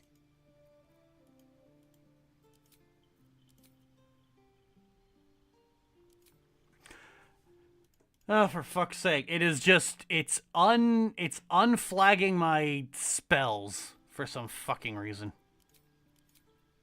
Why are you like this?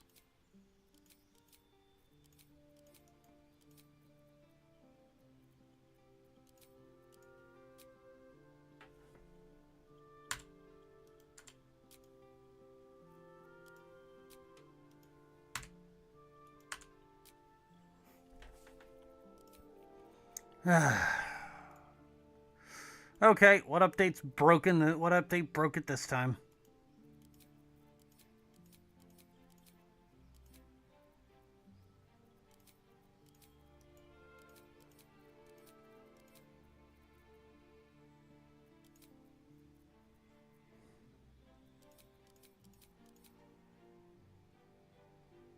Okay, I guess. Let's Hells. Something. be wary. It's opened. I wonder what's back there.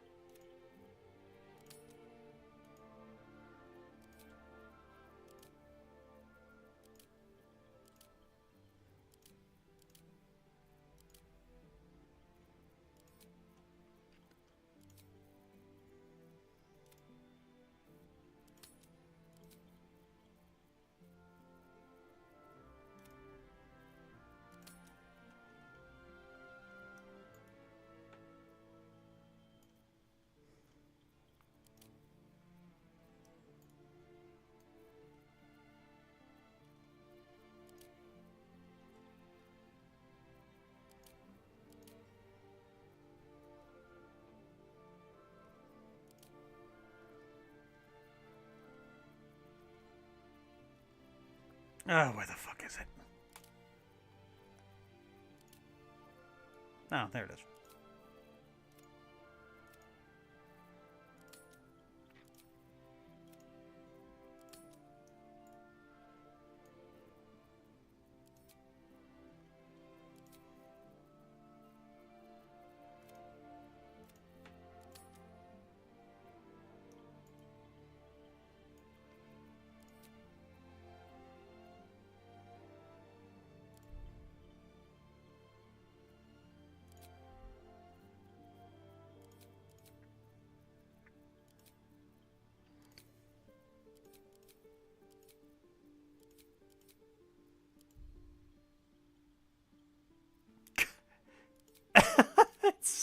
This is so dumb.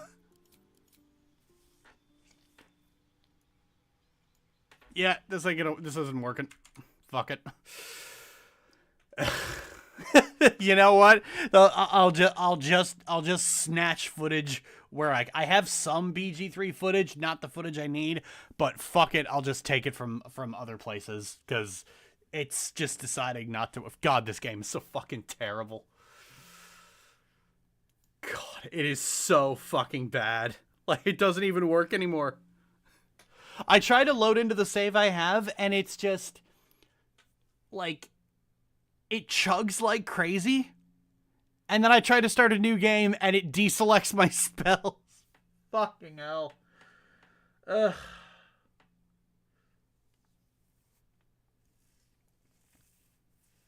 Knows you're about to trash it, doesn't want to take part in it. I wouldn't be surprised if that's what one of the recent unnecessary updates it's had is about.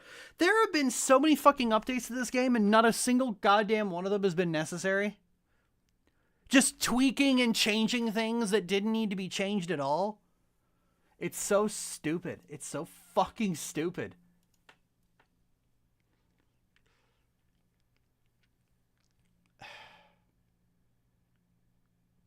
God,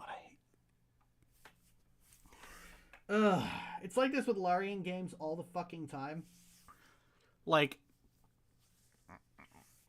it's funny, people say that people are saying Baldur's Gate 3 is like this raised standard and will cause a sea change for the games industry. But the funny thing is Larian did do that before. Larian did do that before, because they released Divinity Original Sin 2, and it had full voice acting. And as a result, a bunch of other CRPGs that were coming out at the time, like Pillars of Eternity, Deadfire, decided, oh, I guess we should do full voice acting as well. And then they did, and it was such a huge expense. And Pillars of Eternity is a niche game in a niche genre. It was such a huge fucking expense. And the Divinity games, they were crowdfunded. So it didn't matter. They were fucking crowdfunded. But they felt pressured to do it, so they did it.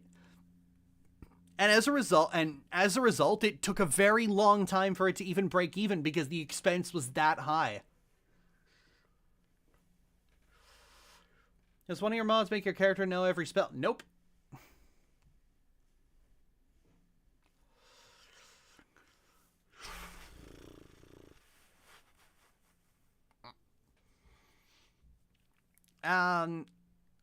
Pillars of Eternity Deadfire also wasted development time by including you can swap between Pillars of Eternity Deadfire also hamstrings itself because it copies Larian's four-player party for no goddamn reason.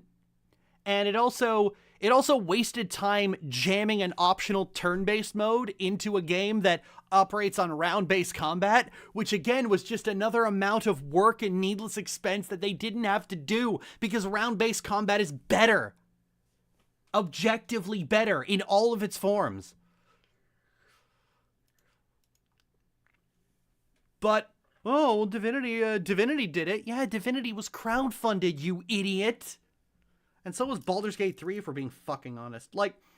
That's the part of the whole thing that always bothers me when people say, oh, this is a raised standard for RPGs. No, it's not.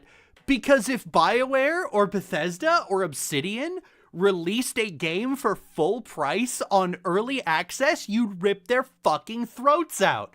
Everyone talking about a raised standard would rip their fucking throats out instantly.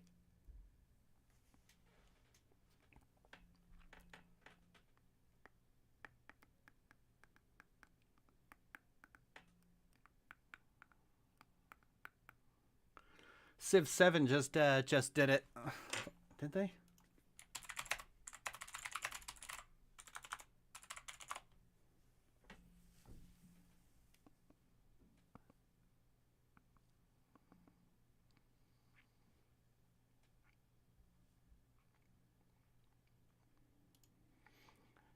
Okay, cool, but I mean, that's still developed by Firaxis, isn't it?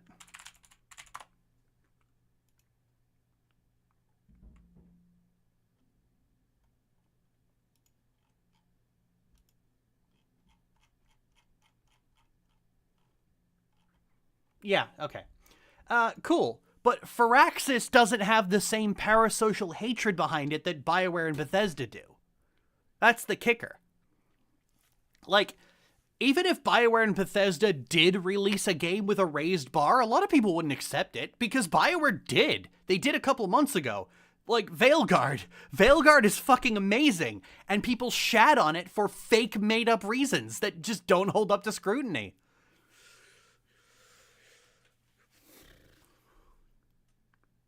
Like, the public is fickle, and they won't hold two devs to the same standards. And the gamers have always been like this. You know, Valve can do no wrong, despite being literally the worst fucking company in the industry right now.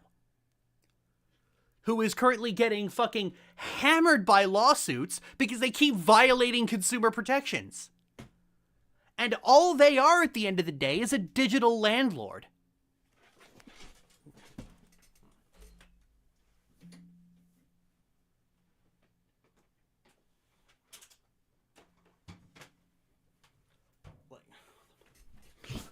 Love-hate relationship with, we hate them, but also cannot, what the hell? Lawsuits? Wow, gotta check them. Oh, yeah. Yeah, Valve's been getting hit with lawsuit after lawsuit lately. Maybe early access submits no to this point. Like, Minecraft was available since before alpha. Early access was always a terrible idea and never should have gone through. Like, the fact that Steam allows this to happen is fucking ridiculous. Like, I've been told before that I can't judge a game because it's on early access. You know, we had this when Baldur's Gate 3 was in early access. I bought it, I played it, I refunded it an hour later because it was fucking awful. And I had people say, well, it's in early access. And the same thing happened with Coffin of Andy and Lele. I trashed the story because it's terrible. And people are like, well, it's not finished, it's in early access. Here's the thing, though. If you're in early access, and you have a price tag, no, you're not. If you are charging money, that is a full release. I don't give a fuck what you say.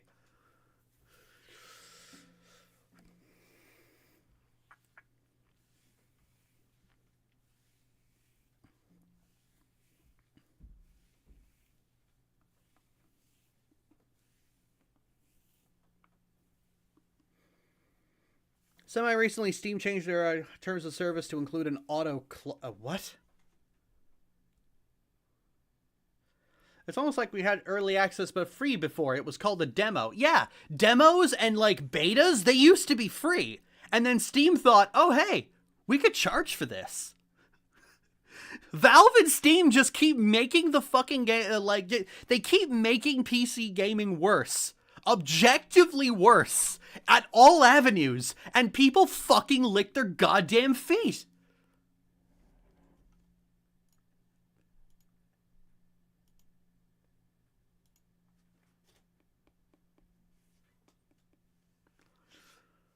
Helps you from doing a lawsuit and forces you to settle. Oh yeah, an anti-class action clause.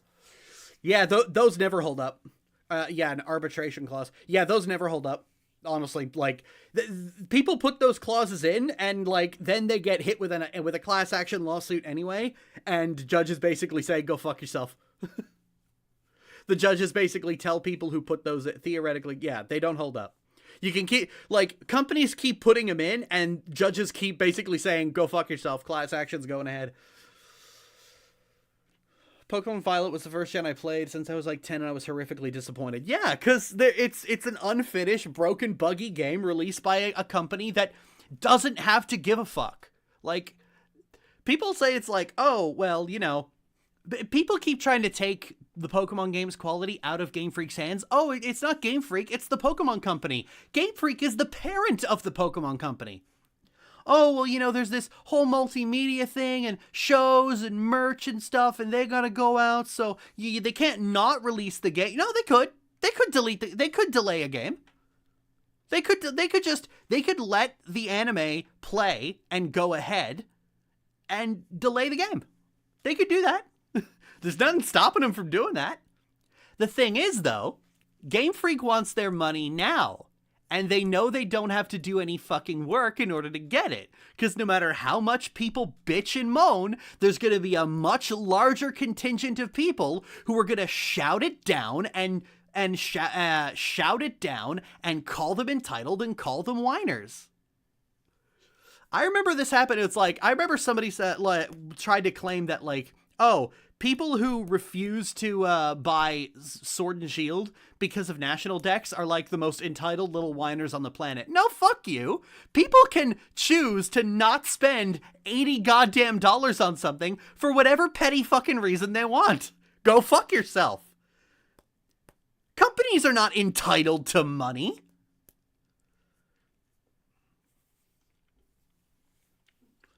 And that's the problem. Game Freak knows that the majority of Pokemon's fan base will just buy it up and love it uncritically. And they will praise it just to prove that they're better than the haters. And it's what they'll always do. It's what they've always done. And it's always happened. And as a result, Pokemon games will be getting progressively worse and worse every single fucking generation.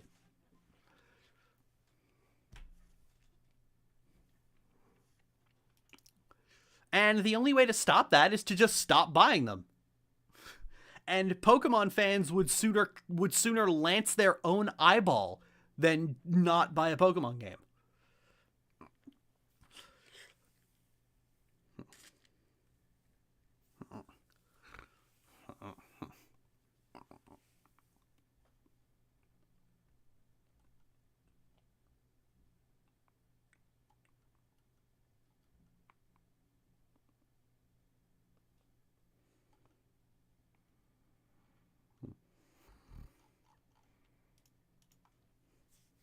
It's so fucking ridiculous. And Valve is treated the same way. Valve will add something to PC gaming that is objectively worse for everyone involved, and they'll get praised for it. Early access is the biggest fucking scam in the goddamn world. Because again, playing a game as a beta and beta testing it before release used to be free.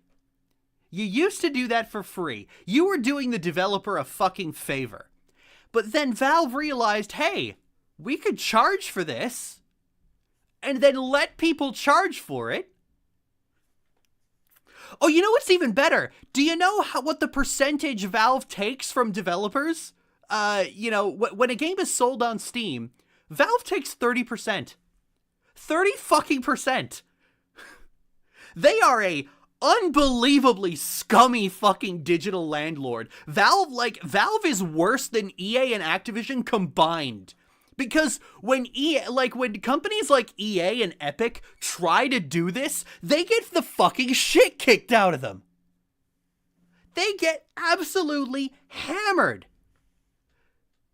Valve gets to get away with some of the worst fucking business practices in this entire goddamn industry just because of the meme of Gaben. That's it. Just because Newell said like 20 fucking years ago that, oh, piracy is a service problem. Popularizing loot boxes with CS. Oh, yeah. People say like, oh, Overwatch created loot boxes. Nope. CSGO did. Team Fortress 2 did. But that's not counted because it's Valve and that's different somehow. This is just how the gaming gamers have always been. They've always been this way. A lot of it is also sunk cost, in my opinion. Yep, yeah. Like, a lot of PC gamers have all their games on Steam, and they get cranky when they have to download another storefront or open up a second program. They bitch about it so fucking much.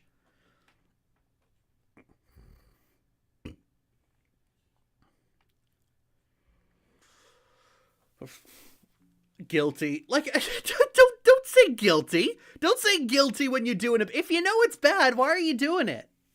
Fucking hell. Steam is awful. Like, I consider Steam to be fucking malware. I have long considered Steam to be fucking malware. And it's DRM. That's the kicker. Steam is also DRM. You need, like, if you have a game that you bought on Steam, you need Steam running in order to play it. It is always online DRM. If your internet goes out and you didn't yet click, people say, oh, well, you can go offline. Yeah, if you remember to hit go offline before your internet goes out. But in the big firestorm about DRM back in the early 2010s, Steam was always conveniently left out. Oh, that's different. That's different because reasons. That's different for reasons that I can't explain, but rest assured, they are very different. Stupid fucking shit. All this goddamn, just the fucking zealotry. Like, the way fans, like, honestly, fandoms for anything are fucking stupid as shit, but Valve fans are some of the dumbest motherfuckers. They are getting scammed like crazy, and they are thanking Valve for the privilege. Like, let's be honest here. How many of you have bought a game on a Steam sale that you never played? How many of you? Just raise your hand if you did.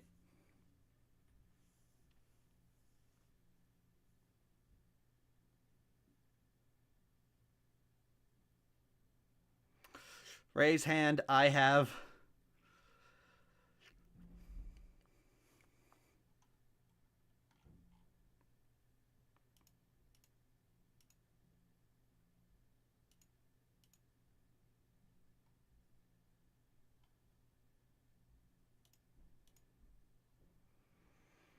Does it count if it was a bundle with games that...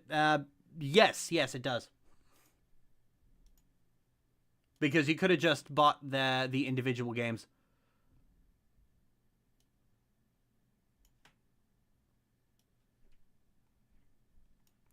Sadly, yes. Then yes. Double for... Yeah. There you go. You got scammed. You gave your money to a company, and you got nothing in return. Nothing you've made any use of. They sold you a game you had no intention on playing just because it was on sale. You got scammed. You were never going to play that game. You just bought it just in case. Like, as if you were going to play that game, you would have already played it. And yet people buy up games on sale on the basis that, well, if I don't get it now, I'll lose it. And then they never play them because they didn't want them in the first place. But because they're on sale, there's this... Some people are just like, I gotta. It's on sale. How can you pass up a bargain? It's like, but you hate those kind of games. But it's on sale. I'm pretty religious about Steam sales, too. It runs on FOMO plus other... Yeah, FOMO power. Like, no, here's the thing. The great thing about FOMO is you could just not. You could just fucking not. There's nothing... Like, you're not missing out on anything. The game will always be there. Fucking hell. The game will, it's always going to be there. So it's unlike buying books to not read them. Yeah, I don't know why anyone would buy a book and not read it. Because why would you buy a book if you didn't want to read it? Why would you buy a game? Even if it's on sale for like $2, why would you buy it if you didn't want to read it? If you didn't want to play it? It's like when people tell me, oh, Lily, Divinity Original Sin's on sale for like $5. Okay, good for Divinity Original Sin. I wouldn't play that game if it was free.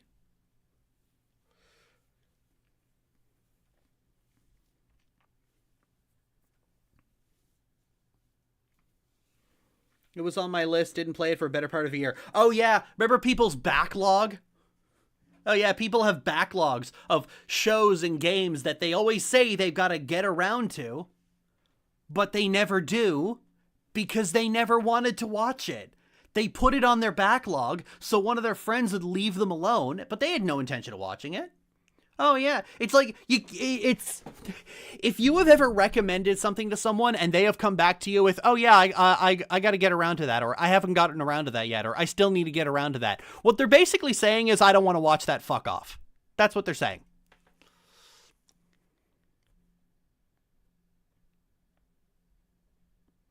The peer pressure is wild. Yeah. One of the main reasons I get harassed so much is because I don't say, oh, I got to get around to that. What I say is, that sounds awful. I don't want to watch that.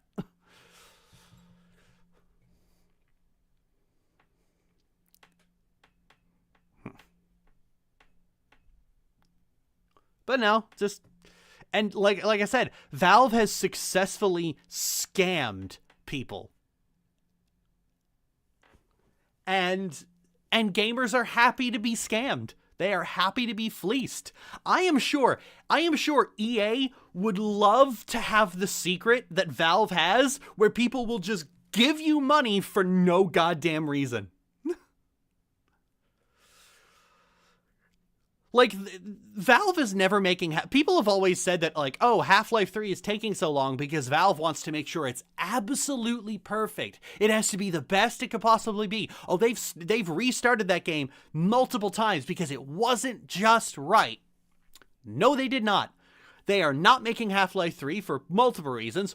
One, it would be work, and they don't like doing work. Valve is extremely averse to doing any work. Two, people have hyped themselves up about Half-Life 3 for so goddamn long that, Rixigar, whatever that is. How do you pronounce that? Thanks for following. People have hyped themselves up for Half-Life 3 so goddamn much that no game could live up to that hype. It will inevitably disappoint because the game you've made up in your head is unattainable. It's not possible to make. 3, Valve games were never that good to begin with. Half-Life is cute. Half-Life 2 is cute. Portal's good. Team Fortress 2 is kind of crap. And 3, Valve makes way more money doing fucking nothing. Valve makes 30% of the revenue off every single PC game sold today. Every single fucking one. Every goddamn one. There are people who bought the Kingdom Hearts PC ports on Epic Games who then bought them again on Steam so that they would have them on Steam. Even though you can add games to Steam. Valve makes money hand over fist by just being a parasite. That's what they are. They are a fucking parasite.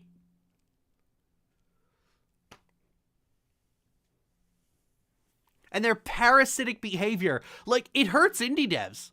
It really hurts indie devs because, like, for independent developers who are, like, trying to publish their first game, Valve asks a lot of you up front. They ask so goddamn much of indie devs up front. Not just 30% of their sales, but there's upfront costs to even get put on Steam. So before you've even sold a fucking game, you've probably paid like $5,000 to Valve for the privilege. Meanwhile, if you have a publisher, you just get on Steam no problem. For fuck's sake. And AAA publishers pay for front page privileges. You know, Steam used to have a reputation for, like, boosting indies. You know, oh, it's good for indie developers. No, it fucking isn't. And it never has been. It fleeces indie devs more than it does AAA. It is so fucking absurd how fucking awful Steam is for everyone. How absolutely fucking venomous it is to the entire industry. And it gets away with it. It just fucking gets away with it. It doesn't just get away with it. It is applauded for doing so. People get angry when Valve is expected to, like, people got angry when Valve started coming under fire for not having a refund policy. Origin instituted a refund policy, and then people looked at Steam and went, so, yeah, we should have a refund policy. And this was at the height of the asset flip. And then people got angry. Started screaming buyer beware because how dare you criticize Valve? How dare you say Steam needs to change? How dare you say Steam should stop selling broken, buggy games made from repurposed assets? How dare you even suggest that they did anything wrong? It is, and this is what I always come back to when I see people say, oh, Baldur's Gate 3 will change the standard in the industry. No, it fucking won't. Because Larian got to do things that no other dev would get away with. Because Larian is the current underdog darling. If BioWare released, like, their next game, or if BioWare released, like, the next Mass Effect on early access for full price, like Larian did for Baldur's Gate 3, people would fucking rip their goddamn throats out. It would be on clickbait thumbnails for a year. Right-wing YouTubers and right-wing chuds would have it in their clickbait thumbnails for a fucking year. Because BioWare can't get away with shit. Because people have this parasitic hatred of them. Some people, like, BioWare got a big name for being a progressive dev in the games industry, and Gamergate has not let it go since. And they scream and scream and scream and scream at every single game they fucking launch. And like, not only would they not get away with it, they would get hyper scrutinized for it to a level no other dev does. Like, if Bethesda or Obsidian released a game for full price on on early access, they'd get their throats ripped out. If BioWare did it, they get their throats ripped out and they piss on the corpse.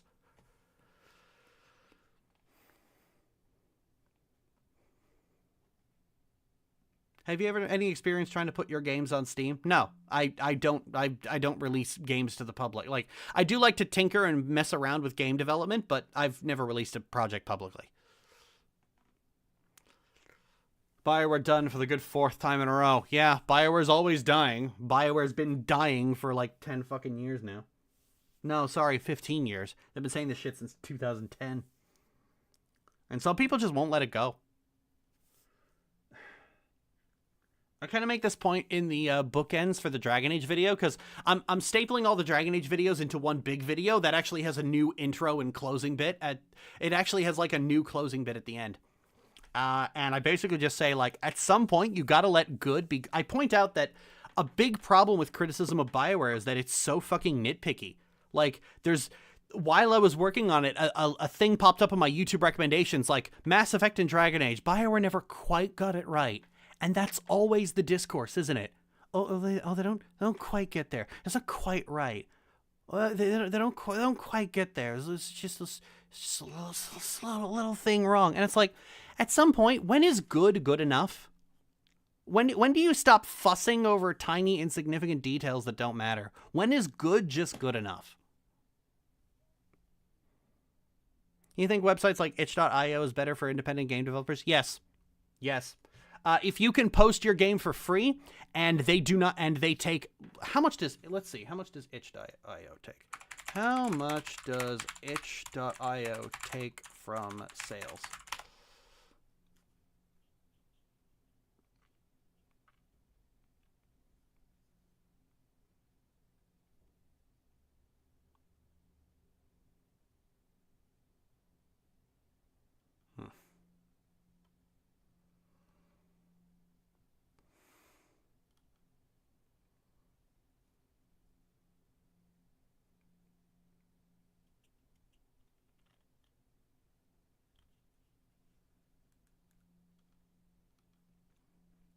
%. Okay.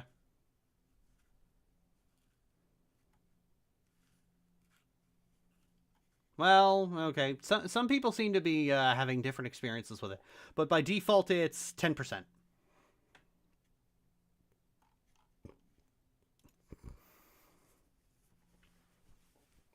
Perfection is the enemy of good. Yeah.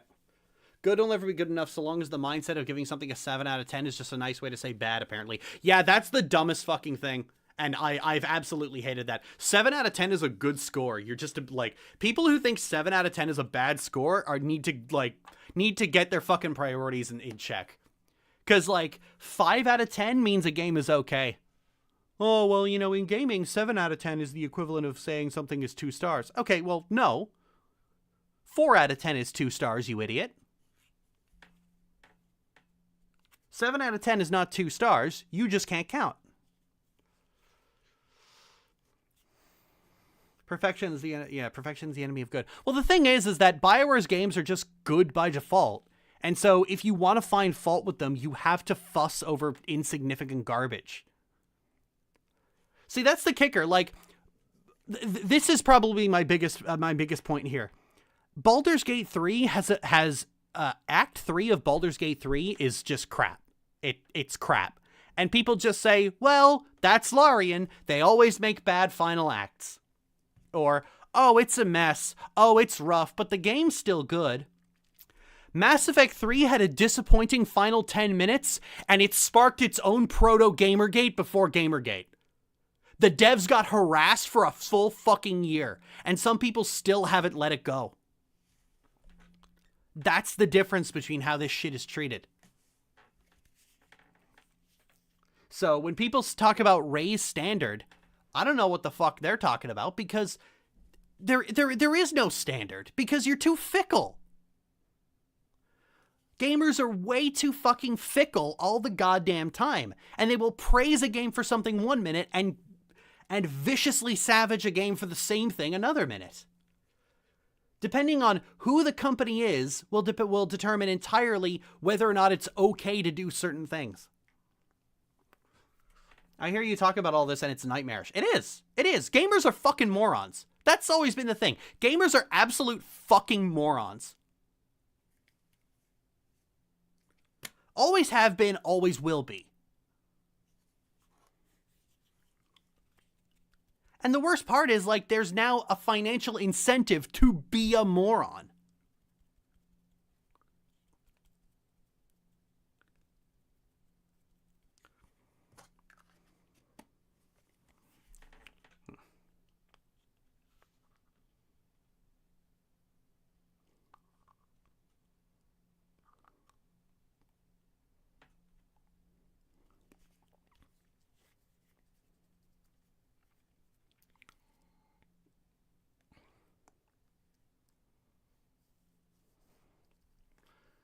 AFK.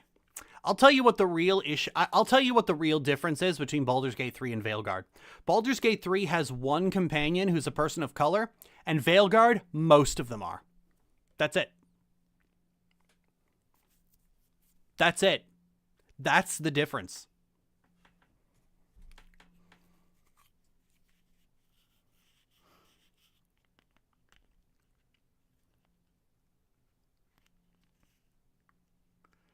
Oh, damn.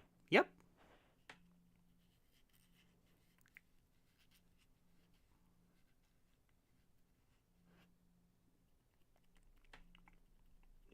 Yep. In Baldur's Gate 3, it's Will, who is coincidentally ignored by most of the fandom in favor of Astarion. And Veilguard has Belara, Davrin, Nev, Lucanus, Tosh, if you want to count them. That's 5 out of the 7 companions. Most of the NPCs you run into are also people of color. It's no wonder the gamer boys hate it so much and stopped bitching about Baldur's Gate 3 after like a month. And if like... And anyone who tries to argue with me any other way, I'm not even entertaining that. You're just getting banned, because that is it. That is the reason. It's not quality. Baldur's Gate 3 is fucking awful. Yeesh, no wonder. Yep. None of you noticed that? None of you noticed that? Like, in the early versions, like, I think Karlach was going to have a decidedly, like, non-white design in terms of like facial structure. And then they changed it. They changed it to make her look like a Barbie doll.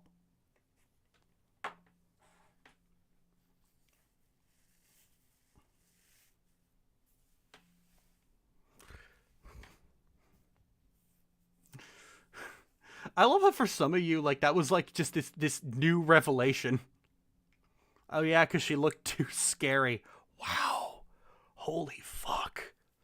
Most groups I'm in give me crap for Will being my favorite dude when the alternatives are literally an explosive sex pest and vampire Stewie Griffin. Yeah, like, they're just racist. That's the kicker. They're just racist. And there's really, like, I've said it before, I'll say it again, Astarion's a boring fucking character. He's, like, absolute garbage. And people only like him because he's white, he's pasty, and he's sassy. They changed it because gamers just killed her right out of the gate, so the story goes. Of course they fucking did. Of course they fucking did. Like, hey, you know what the solution is? Don't let them kill Karlach. Always loved Will at House Husband for him. Oh yeah, Will's like the best character. He's got like the best vocal performance. He's got the most interesting story. He's got some of the more interesting banter. There's a bit where you get him free from Mizora, and he says something to the effect of, "Well, now I'm free, thanks be to the Triad." Wait, no, scratch that. Thanks be to you. I love that. I don't know. I can't really explain why I love that bit so much. It's just great. It's just great. It's the closest a character gets to Baldur's Gate 2 quality.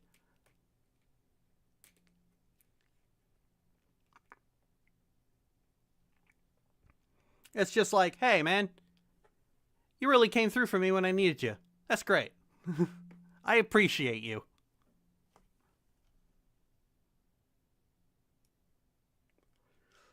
It brings me back to, you know what it brings me back to? It brings me back to Grunt at the end of Mass Effect 3 going, "Hey, Shepard, thanks for getting me out of that tank." Loved it. Good fucking God. Yeah, Astarion's fucking garbage. Like, he's every single, oh, I'm an abuse victim and I'm going to respond to it by just being worse. Except you see him being worse for about 25 fucking hours before you get the explanation. Like, people say, oh, he's a really good exploration of male abuse victims. No, he's not. He's not even the best exploration of a male abuse victim released in a video game that quarter.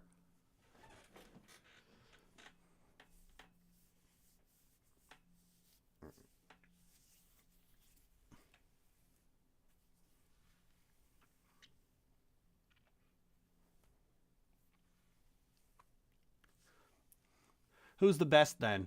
Well, Will. It's a footnote, not a thesis statement. Yeah. Yeah, it's a footnote. You learn about it so late.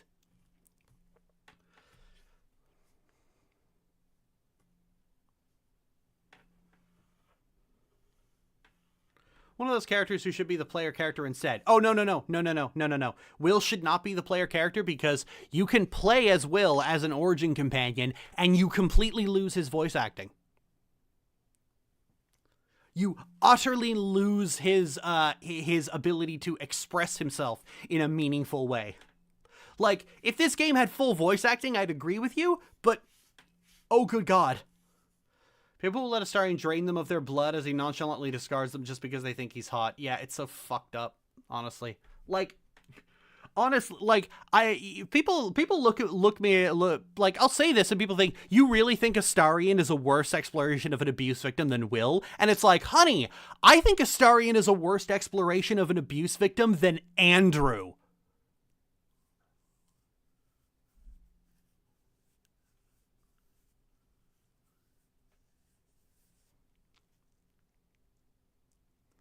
I knew that was going, lol.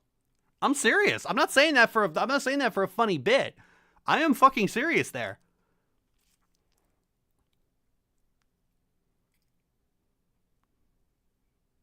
Cause like with Andrew, His abusive situation is literally the first fucking thing you see when you boot up the game. It's literally the first goddamn thing you see. And so starting from there, you immediately have context for everything he fucking does.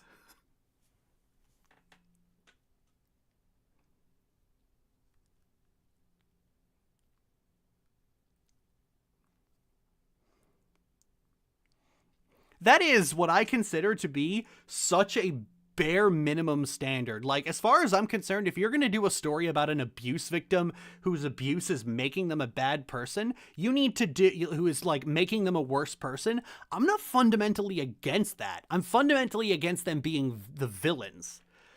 And yes, this is a story where he is explicitly a villain, but the fun thing about it is that it stumbles into a good framework for a story entirely by accident.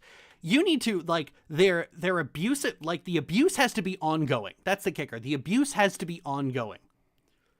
Because yes, abuse makes you a less friendly and less likable person while it's ongoing.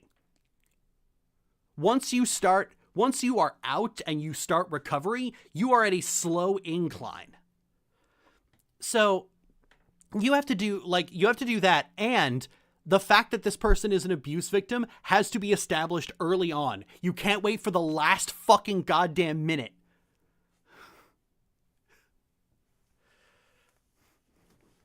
If you can't do that, you have a shit story as far as I'm concerned.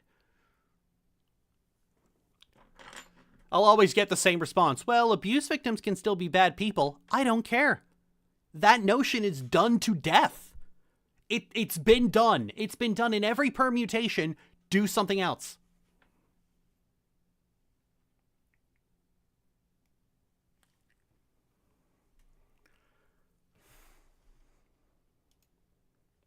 Who is Andrew again? Andrew Graves.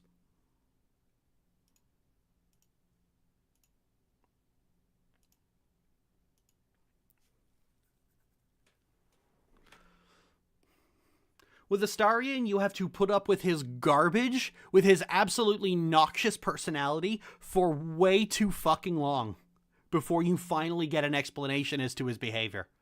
That does not work.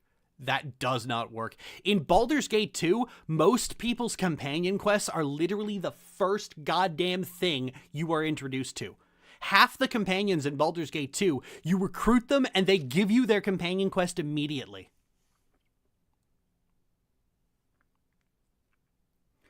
Isn't this like the 8th time you said that too? Don't keep the deeper motivations for your character until the 11th hour? Yes, but if you're still showing the symptoms, then keep taking your medicine, motherfucker. I'm not calling you a motherfucker, Rag. Just the hypothetical you.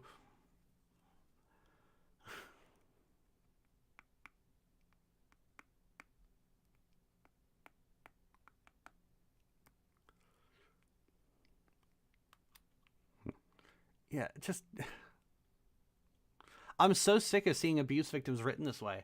I'm sick of it. It's boring. Like, that's the fundamental problem. Like, even if you could do... Like, even if it is true to life, which it's not, and even if you could do it well, like, it's not a matter of could. Nobody does. It's not that they can't... It's not that this idea can't be done well. It's that it isn't done well. It's that it's done so poorly every goddamn time. And every single motherfucker who thinks they can do it well never does. They never do it well. They just don't. Because they don't actually care. They don't really care about exploring the mind of an abuse victim. It's just that they think, oh, the victim has become the abuser. And they think that's like the greatest fucking idea that they're the first person to think of. It starts and ends with that. Like, it starts and ends with, now you've become the very thing you swore to destroy. And people won't let it go. And they just keep trying and keep forcing it in and keep forcing it in. And the truth is, it just doesn't fucking happen. It's not a real thing that fucking happens.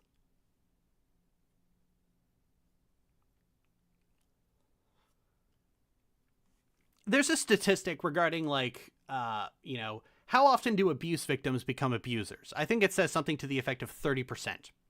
Now, putting aside the fact that that 30% is not the most that some people claim,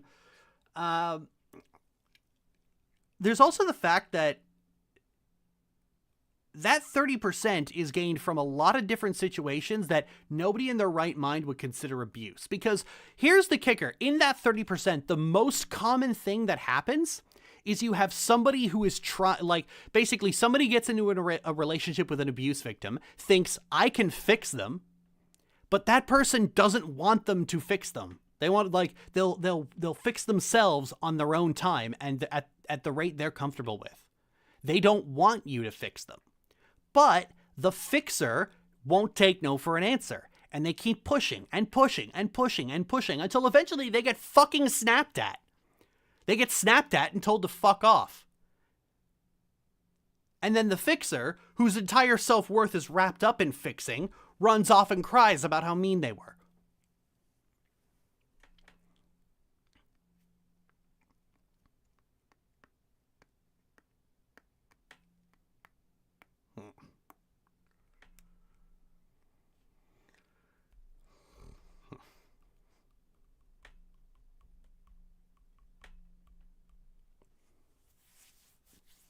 That's the most common instance in there.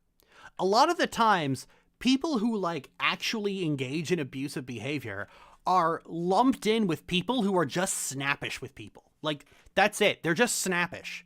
They snap at people when those people violate their boundaries. The amount of times I've been vilified for setting boundaries with people and getting angry when those boundaries are violated is absurd. I was about to bring that up. You can't fix them. The best you can do is provide comfort and safety while they fix themselves. Something I remember while my own past was being dealt with. Yeah. This was a problem I'd had in a couple of relationships where, like, I actually had one relationship break down because because that partner thought they needed to help me with my depression. And they weren't equipped to do it, and they kind of got overwhelmed. And we ended up having this conversation a couple of months after we broke up, and I said, honey, when I say it, like, you know what helps with my depression? You showing me, like, random shitpost memes you found. You showing me your little doodles of your OCs. Like, I'm not asking you to fix my, I'm not asking you to, you don't have to, like, be a therapist and, like, help me with my depression that way. You are just a delight to be around. And that in and of itself helps. And I explained this to them and they were like, oh, I completely misunderstood what I was trying to do. It's like, yeah. And nowadays I make that clear to both my friends and my partners. I make that clear to them all the time. It's like, yeah, I'm going through a lot of shit. I got a lot of trauma. I have a lot of trauma that I've dealt with and that I'm dealing with. And I don't want you to do anything other than spend quality time with me. That is all I want from you. I had a friend of mine who came to me, like, basically, like, how'd it go? Let's see. Basically, like, this was so polite. It's like asking, it's like, can I ask for some of your time and emotional/mental space? And I was like, absolutely. So then they told me about this problem they were having with their neighbors. I gave them the best advice I could possibly give them. And then toward the end, it was like, I'm sorry for dumping it all like this. I'm just sorry. And I was like, anytime, hun. I'm always here if you need to talk. It's like... And I was like, everything is so much, I got extremely overwhelmed. I'm sorry for taking your mental space, but thank you very much for being a shoulder when I need it. And I said this, you're very welcome. My mental space always has a seat reserved for you. And I think what they didn't realize was that, you know, as far as they were concerned, they were being an emotional burden, coming to me with with their problems and basically draining my time and energy. What they didn't realize is that any time spent with them, regardless of whether we're just shooting the shit or if we're just hanging out in a call in silence, or if I'm helping them deal with a problem that they're currently having, you know, they're having a problem, they come to me for advice and I help them deal with it. All of those things is quality time well spent. A lot of people think if you come to your friends with your problems that like, oh, you're being a burden, and that's something that they have to endure that in order to get you at the good parts of their of the friendship. But like, no. If you have a good friendship with someone, that stuff is the good parts. And that's always the case with me. Any time spent with the people I love, regardless of whether we're laughing and having a good time or one of us is consoling or giving advice to the other, any time spent with them is time well spent.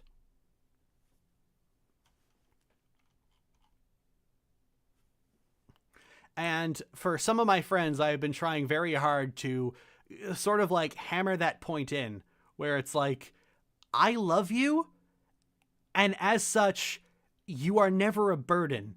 Even when even in situations where you think you are a burden, you are the highlight of my day.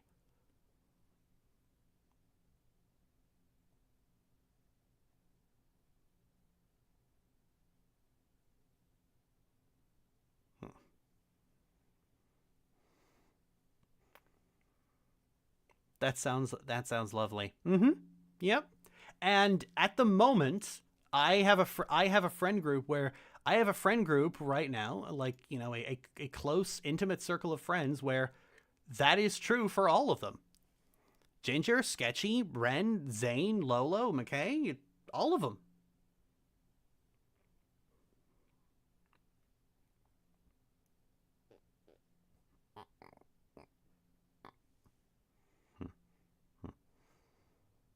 I had to tell my own sibling something like that. Oh yeah, my brother too. My brother doesn't usually call me unless he has a tech support issue. So he'll call me up with like, "Hey, my website went offline and it's just giving me this," and I'm just like, "Oh yeah, like it looks like your provider's down." Oh, well now I feel bad about bothering you.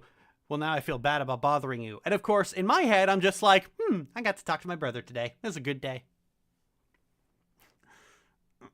I used to have really bad anger problems and I'm directed at them because, well, their father, who they're the spitting image of, was my abuser. That's really sweet and very reassuring that I'm maybe not as much of a burden as I thought I was. Oh yeah, here's the dirty secret of life. Not only do your friends love you, they secretly love you twice as much as they let on.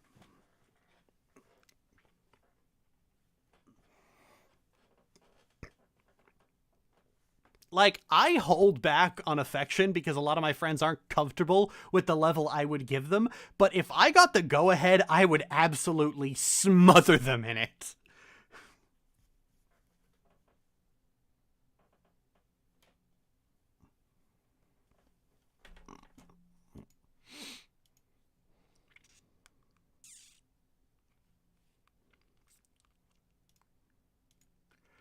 And it is, I think it's probably the hardest thing to get through to some of these people. Like, it's the hardest thing to get through to some of my friends, where it's like, you don't have to hide from me when you have a problem. Like, you having a problem or being in a bad space, like, it's still you. I think I made this point. I made this point earlier where I said that, you know, where was it?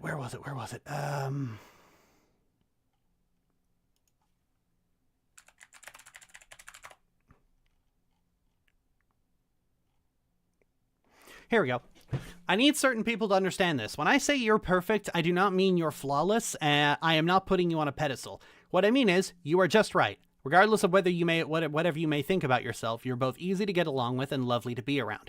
Time spent with you is time cherished. You will inevitably be the highlight of my day. You are a mug of hot chocolate with marshmallows in the middle of a blizzard. You are a thermostat set at exactly 19 degrees in the middle of autumn. You are shredded cheese melted into the chili.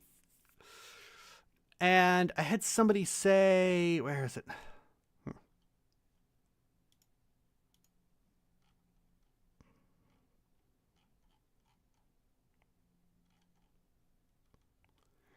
As sweet as this is, I honestly think that's still a pedestal. No one can be all those things all the time, and honestly, nor should they have to be. I don't think me or any of my friends are always easy to get along with, but if we have disputes, we work it out. I guess for me, a good relationship is one that makes me a little more the person that yada, yada, yada, yada. And then I went in, it's like, but if we have disputes, we work it out. And I said, that is being easy to get along with. No one can be all those things all the time. Never said that. Sometimes a post about appreciating the simple pleasure of a good friend is a post about appreciating the simple pleasure of a good friend. I think the hot chocolate metaphor works the best, because I had somebody say to me, well, you know, we can't always be hot chocolate with marshmallows in the middle of a blizzard. And I'm just like, honey, hot chocolate is hot chocolate, regardless of whether it's made with milk or water, if it's too creamy, if it's not creamy enough, if it's like too chocolatey or too sweet or too bitter, or the milk's a little sour, it's still hot chocolate. It's still great.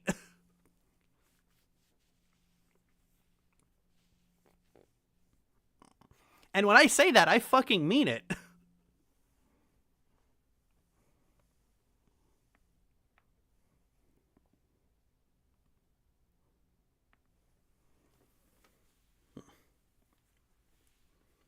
Oftentimes, the reason I've had a friendship fall apart is because that friend was going through a rough patch and responded to it by just completely ghosting everyone, just going off the grid completely and utterly, and not talking to anyone.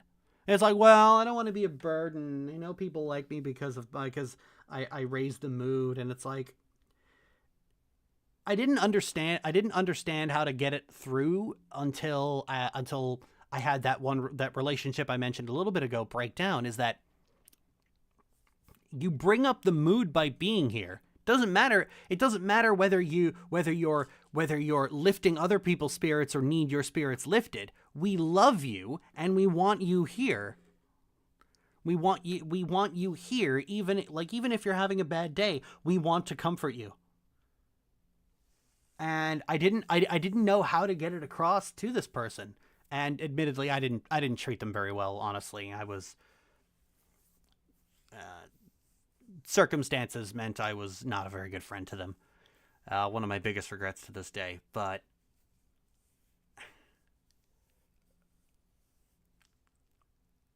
honestly, the hardest thing to get through to some people is like, no, you really aren't a burden. Even if you think you're being a burden, it's still quality time spent with you.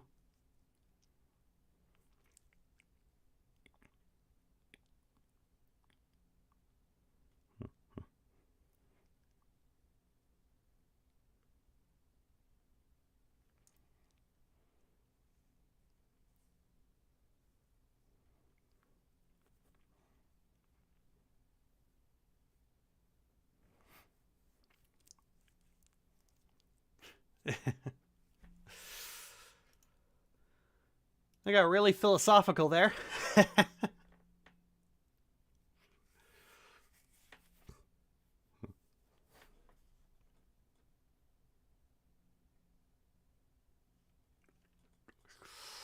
That's really well put, Lily. One of my biggest issues during therapy is accepting I was enough and worthy of love. It took a long time and a lot of work, but now I do believe it when people say they love me and they want me around, and it's such a freeing feeling. Sorry for anything, if I'm sorry for anything in our friendship, is that I'm not spending more time with you. Aw. You really don't get enough people seeking to be emotionally healthy in U.S. media. Yeah, especially now. Yeah, this is funny. Some people make me out to be this, horrible hyper abuser. But in reality, it's just I love my friends so goddamn much that even when they are going through an extremely rough patch and they need a shoulder to cry on, my thought process is just aw, I get to spend time with you.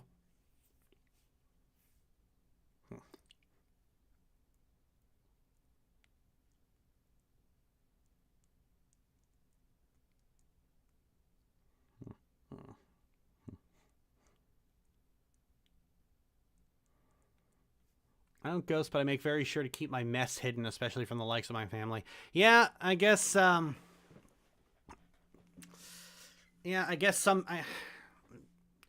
It's a hard habit to break for some people, I guess, but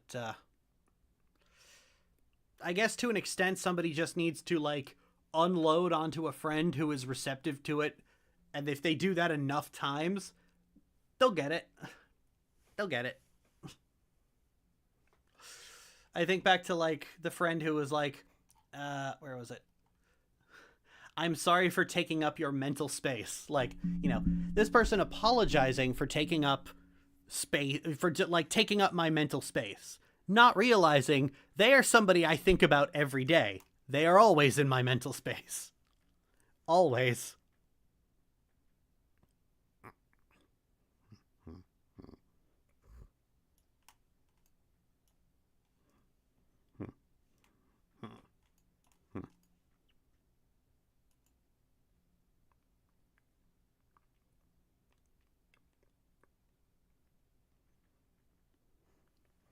Like, you aren't draining my energy, hon. You regenerate it.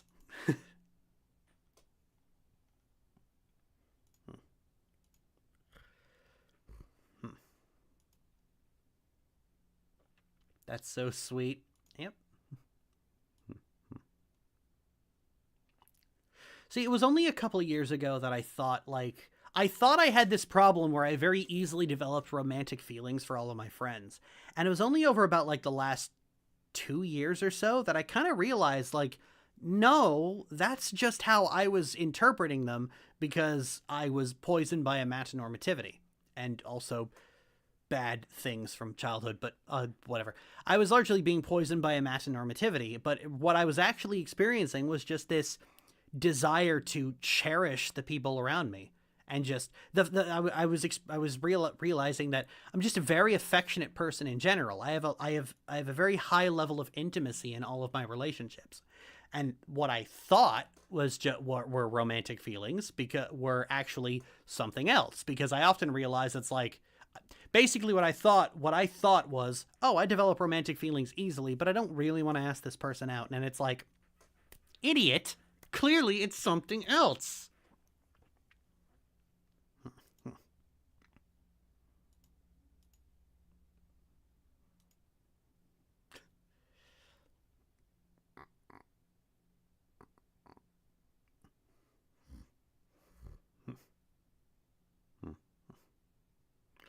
I'm the oldest brother. I'm supposed to take care of it. Always just taking care of it. It's really hard to ask for help because it goes against a very foundational aspect of my personality.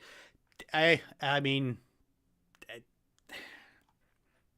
I don't know. I don't think you should internalize those kind of things as a part of your personality. It makes it harder to grow out of them. Like when we were kids, like when I was like 12, I had basically demonstrated to my brother that I was better with computers than him. And as a result, he doesn't hesitate to ask me about computer stuff.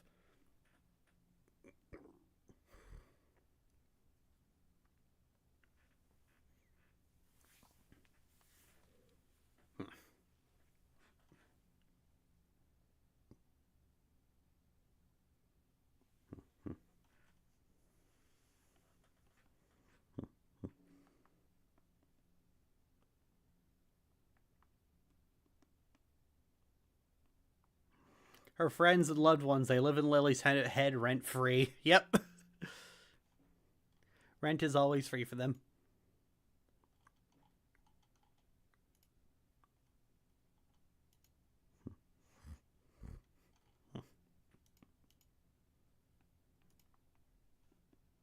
Having the same problem with the metanormativity, TBH. Yeah, yeah.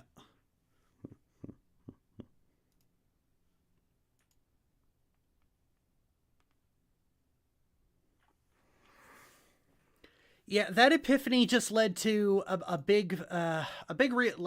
led to a big shift in my behavior toward people.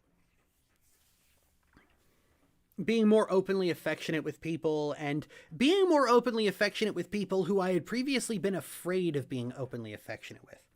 When you're stressed out and it might be hard for you to empathize with someone, who do you push through and still be there? Someone who do you push through and still be there for them? Yeah, I like, that's the thing. I don't experience that. I don't experience I am so stressed out that it's harder for me to empathize with people. Because Oh, how do you push through and still be well, I don't know. Like I said, I don't experience that. I've always been of the opinion that some people act like empathy is an innate quality. Like, oh, some people are empathetic, others are low empathy, and some are no empathy. No, empathy isn't something you are, it's something you practice. I have never experienced stress-related difficulties with empathy. Never have. I think what happens with a lot of people is that they're going through stress and choose not to be empathetic with people, which I can understand.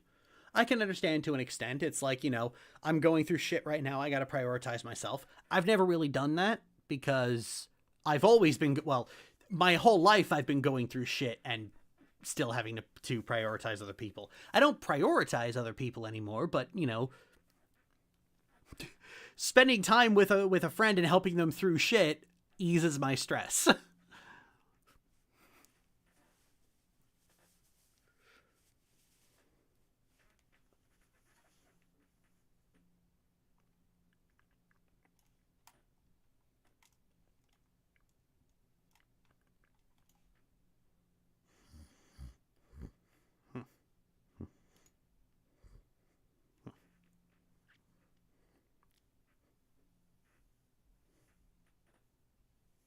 So, yeah, if I'm stressed and someone else is going through it and they need me to be a sounding board, it's like, oh, great. A method of stress relief just offered itself. It's perfect. Absolutely perfect.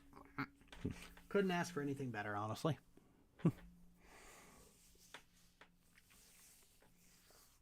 I understand I'm kind of an outlier with people. I have been through a lot of horrible shit and it has informed how I view relationships. And these days it's kind of informed it for the better.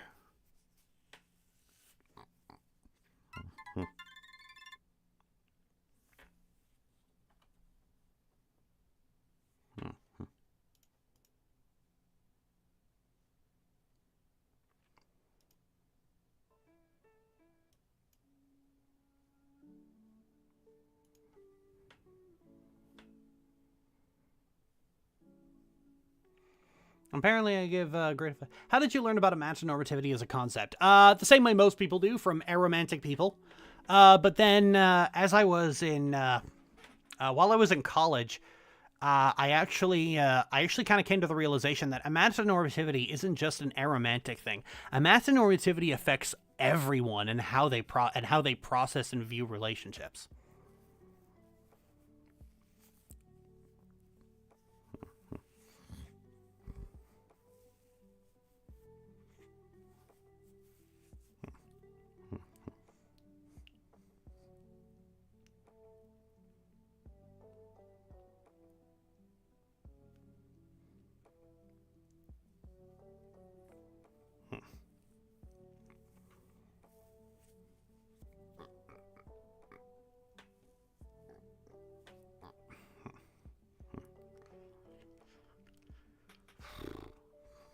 I think a lot of things that are kind of treated as exclusive to like ace and arrow people are a little more universal than people like to think. Like, being sex favorable versus sex repulsed versus like ambivalent. I had a whole thing. Where is it? Here we go.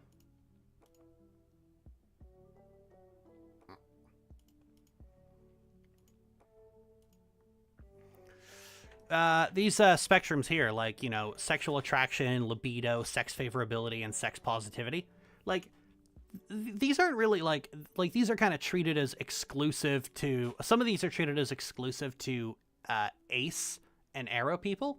They're really not, though. I don't think they are. I think this affects a lot of people to an extent. Like, funnily enough, like, this might be hard to believe given like some of the stuff I was doing on social media like just like 4 or 5 years ago, but I'm actually not all that sex favorable. Like, I don't really, most of my relationships have had a very infrequent sex life. It's good. I mean, it's fine, but I've never been one of those kind of people who likes to screw around multiple times a week. I just don't. Now, I am a sexual abuse survivor, so that's probably a significant contributor to it, but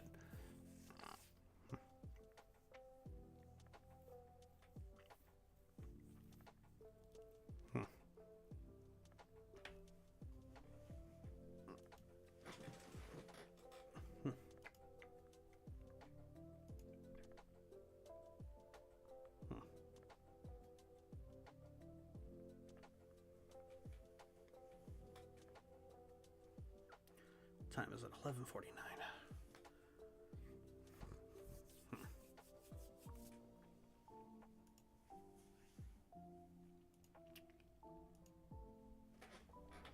Yeah, that's the kind of stuff I ruminate on.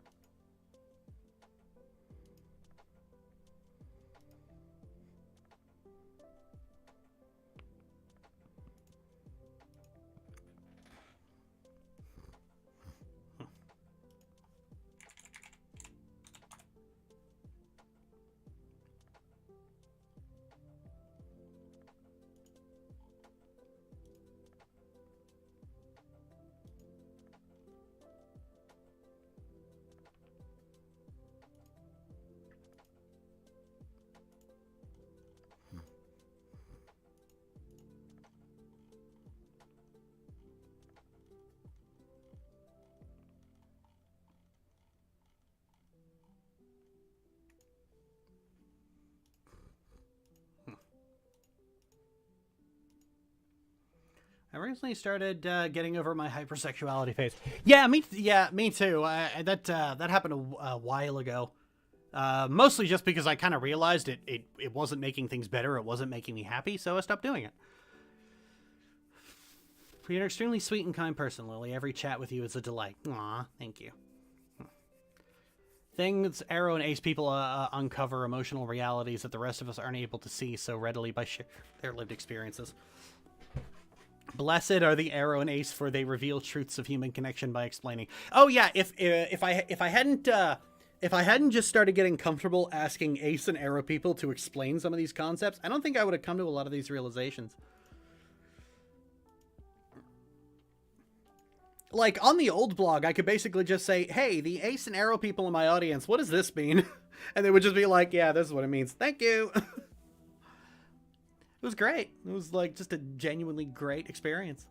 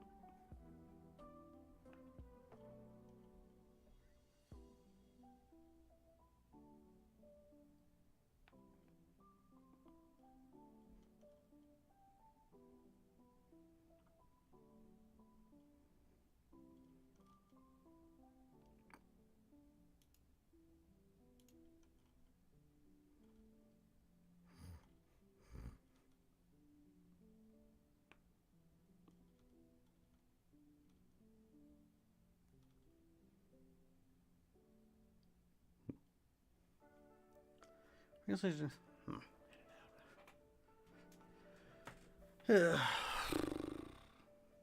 Empathy is a skill most of us have the hardware to begin practicing before we're out of diapers.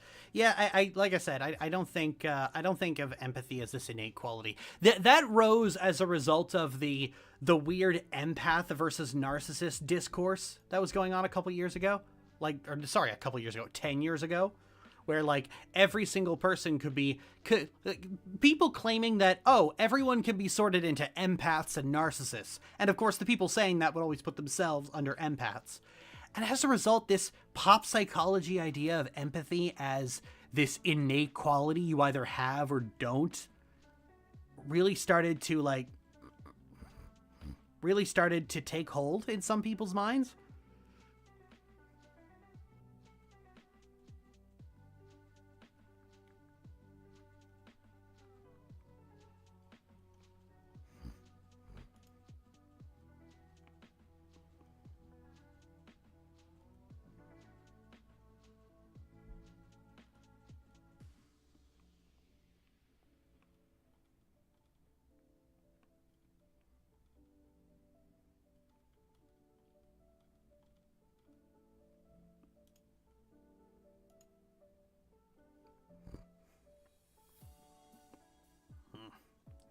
Questioning whether I'm arrow or not, but either way, I still have to work through imaginativity, making me feel like it's wrong to love my friends. Aw. Yeah, like, that's the thing. I did a whole video on it. It's not just... It doesn't just affect your relationship with your friends. It affects your relationship with everybody.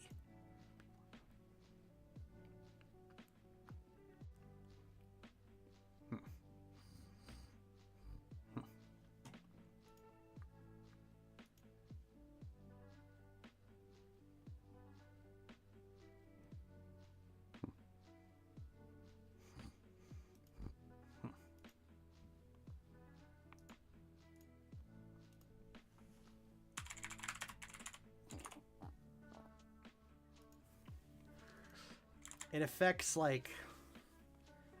Yeah, it affects everything. And it's terrible, honestly. Like, the way it affects people's relationships, it's absolutely terrible.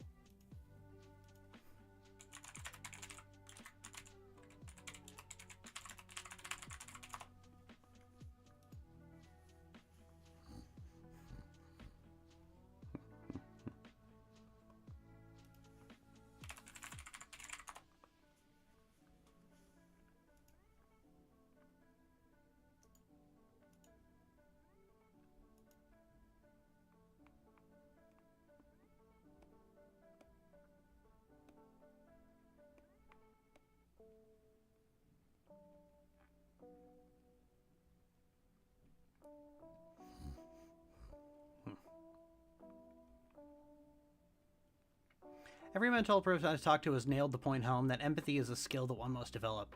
One was like, just take the time to be legitimately curious about others. Oh, yeah.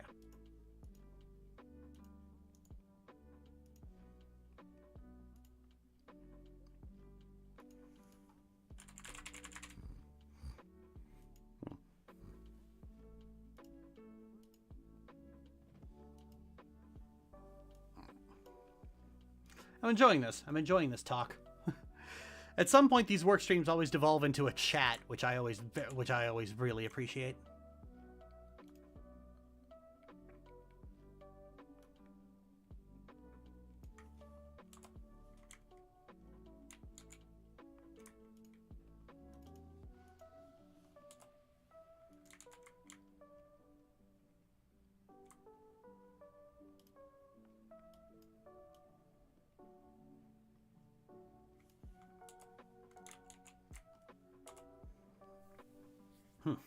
My comment get deleted?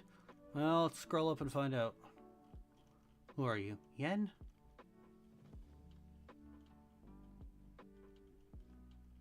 Well, I don't see a comment from you. Sorry. What did you say?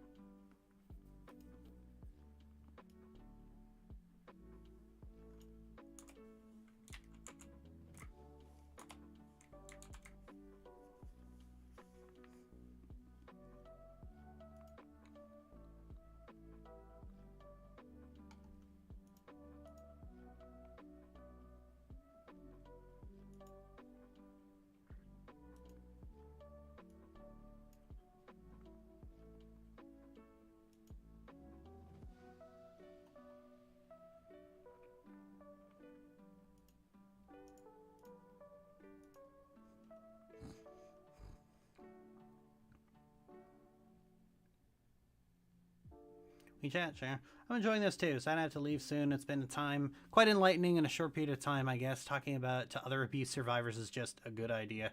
Oh yeah, yeah. I've always said that there's like phases of abuse recovery, like especially with regards to childhood trauma. Like, I don't really think anyone ever completely gets over childhood trauma. Not in just the fact that it like permanently scars you, but like your personality and the things you believe and your attitude toward relationships ends up forming around those things. They influence a lot of what you believe in some way at in different ways at different phases of recovery, but it's always there. I mean, it's called your formative years for a reason. This doesn't have to be a bad thing, honestly. Some people get it in their head that there's this like pristine version of them and they just need to like get past all their trauma and then everything will be fine. That's not really the case, and I don't think it's ever been the case. I think childhood trauma in general, like, it will influence a lot of your personality in ways that your personality you wouldn't be, in ways that would not have happened if you hadn't been traumatized to begin with. But everyone's experiences shape who they are.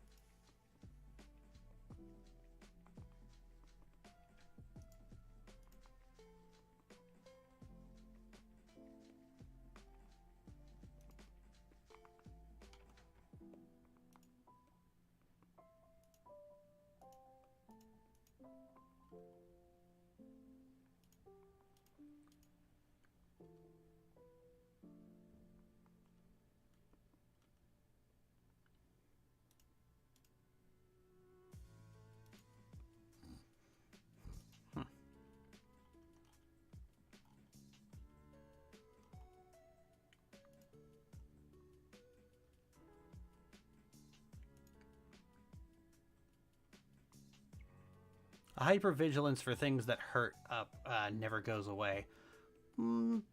I don't think I agree with that. I think to a certain extent, I think once for the things that hurt you never goes away.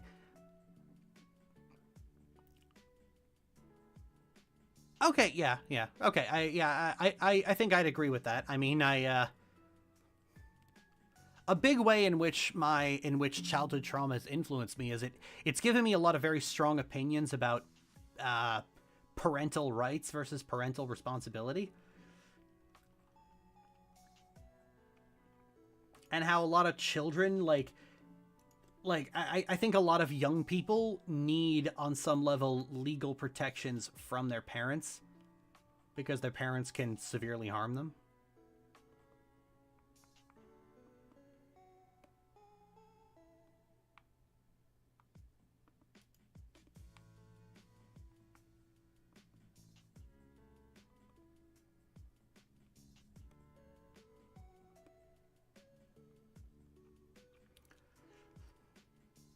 Friends thinking they're a burden. I have a number of friends who have a few niche interests that they can talk about hours about. They always apologize about rambling after, and like every time I have to tell them, I love listening to you talk about things you're passionate about. Stop apologizing for doing things I like. I don't even have to care about the subject. It makes them happy, so it makes me happy. Oh yeah, I'm the same way with McKay.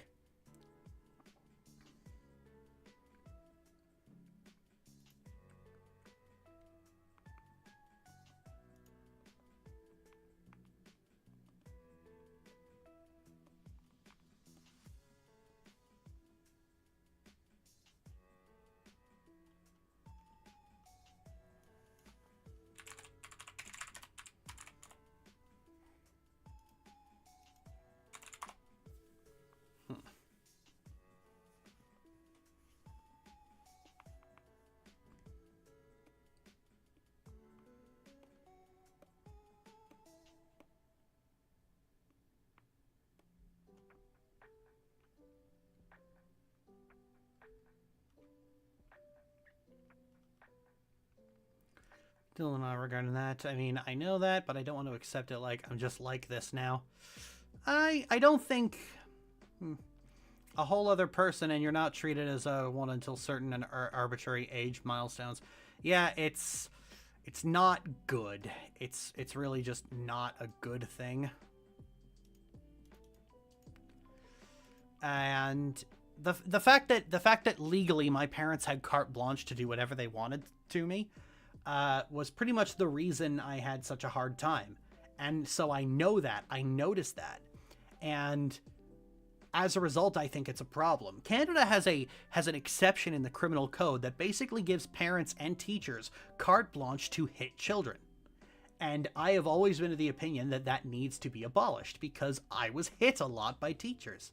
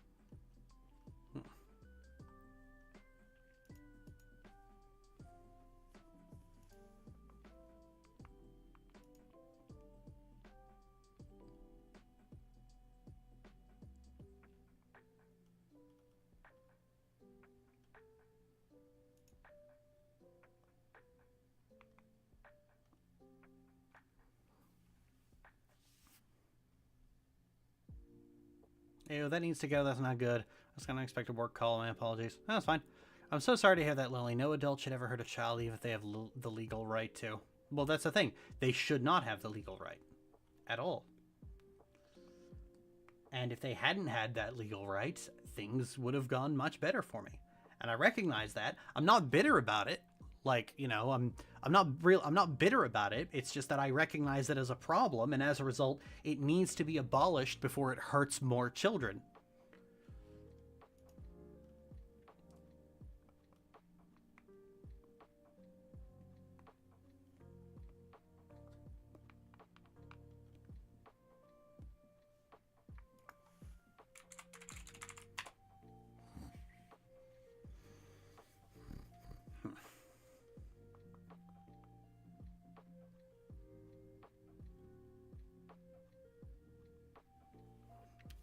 We vibing. Yep, we vibing.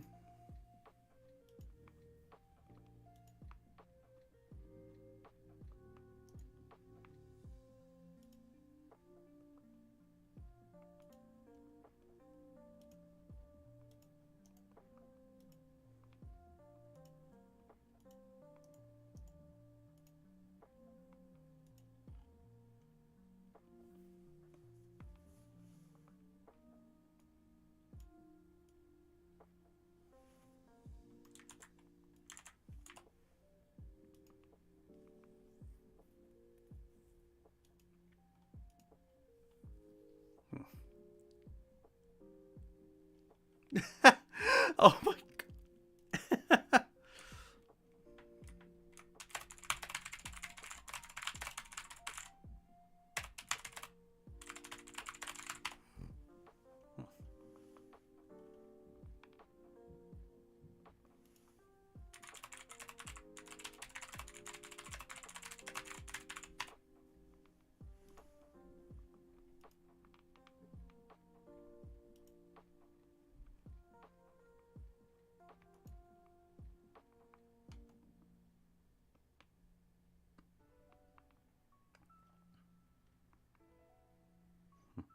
Hate the way children are seen as human beings with autonomy most of the time.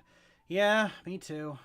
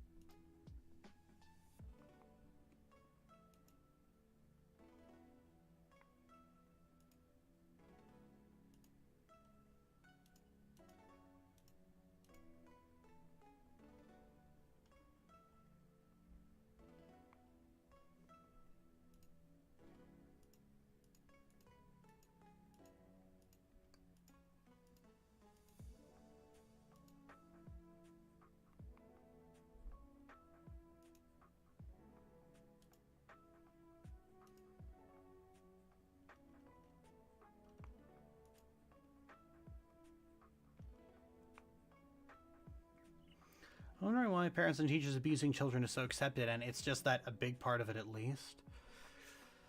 Hitting your kids, be them your children or students, is both counterproductive to child rearing goals and just plain harmful. Yeah, it is. I mean, it's been proven it's been proven time and time and time again that it doesn't do anything. It's not useful. It doesn't help educate children. It doesn't teach them anything other than to be afraid of pain. And yet it persists rather incessantly too. And it persists specifically because it lets it feeds into a very particular vice a lot of people in positions of authority over small children feel, and it lets them feel big and powerful. That's why it persists so much. It lets them feel powerful.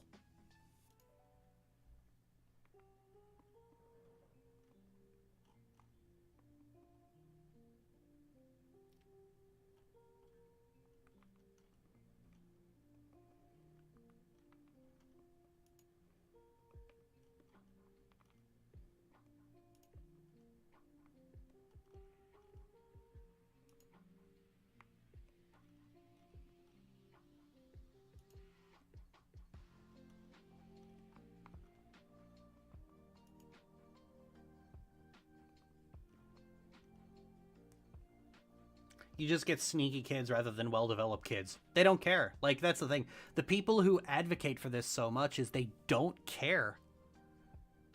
They get to feel big and powerful in the moment, and fuck the long-term consequences. They didn't think of the long-term consequences.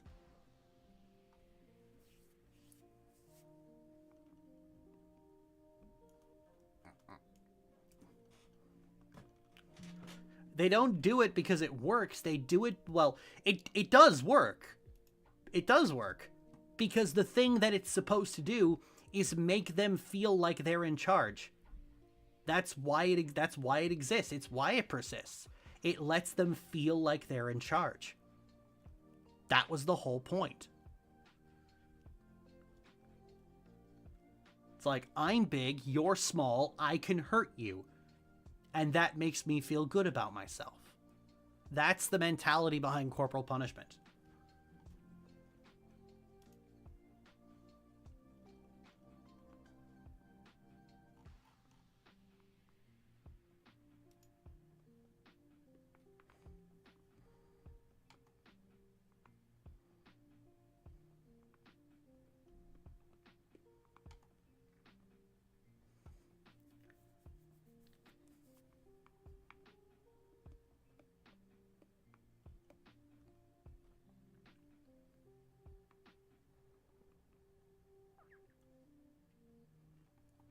Saying the subject, it's best to try to calmly explain to kids what they did wrong and how they might avoid making the same mistakes in the future. Yes, it would, but that would take a level of patience and understanding that and calm and rationality that a lot of these people just don't have. They don't have it.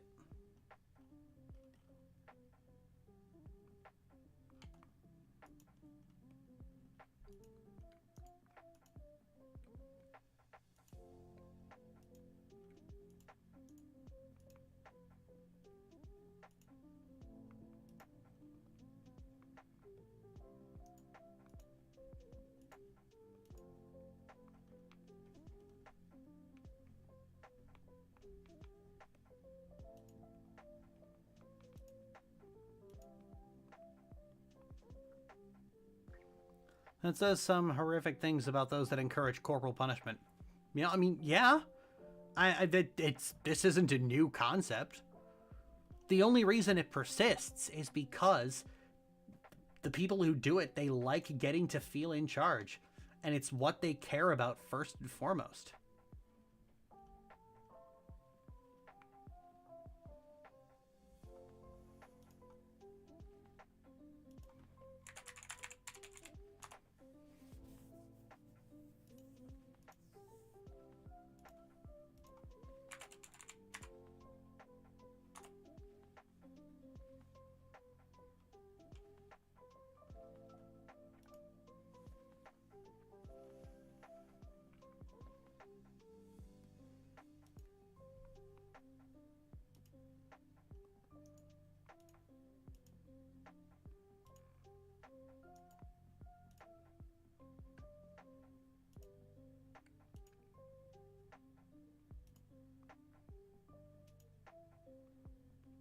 A lot of parents and teachers do not have the conflict resolution skills they should have, so they look for short-term solutions. Yeah, of course they don't. Like, you don't have to pass a test to have children.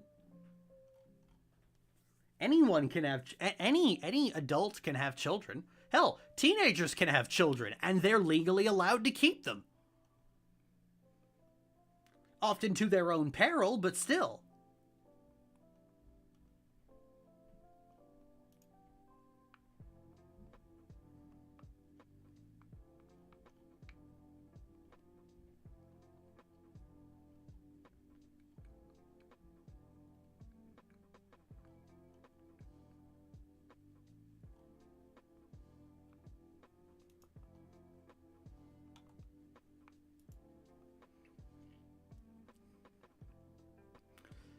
Let's see.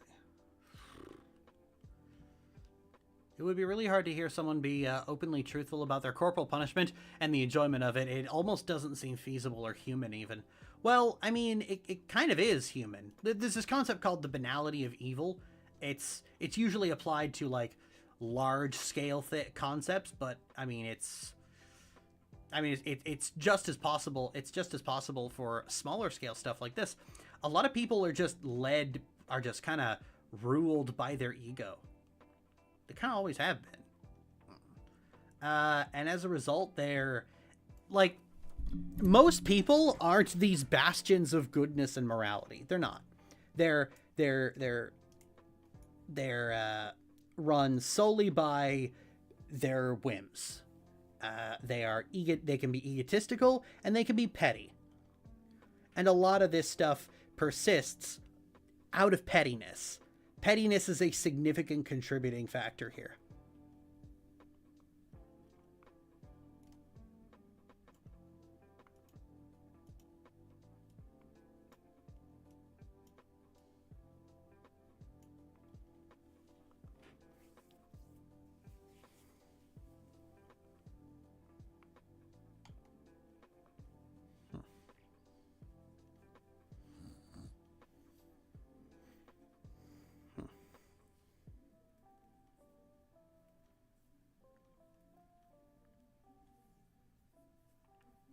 Having lots of kids per generation just means the job market will have future workers. Yep. This is why the full range of family planning services should be socialized. It would lesser or completely avert so much pain.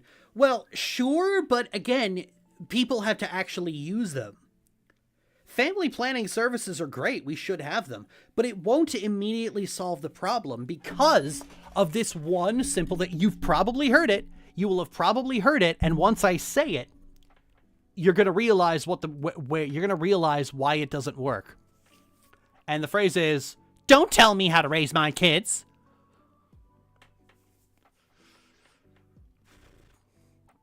Even if you've had children of your own, even if you've studied parenting as a subject, if you tell someone they're doing it wrong, they are going to bite your fucking head off. The thing is, the people who most need family planning are the ones who will refuse to use it.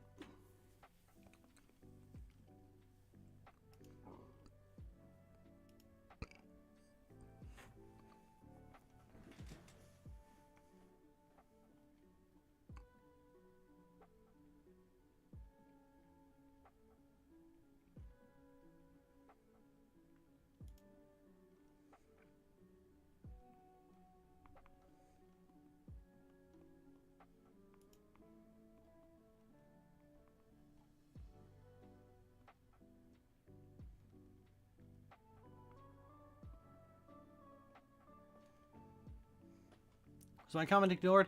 Let's see. Do you plan on addressing the videos made about you? I think it's important to hear every side, and I don't... Already did. I already have a video.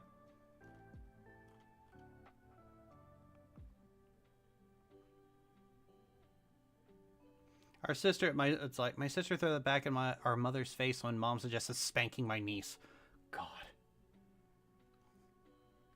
Like, people who spank their kids are bad enough. People who suggest other people should spank their kids are even worse.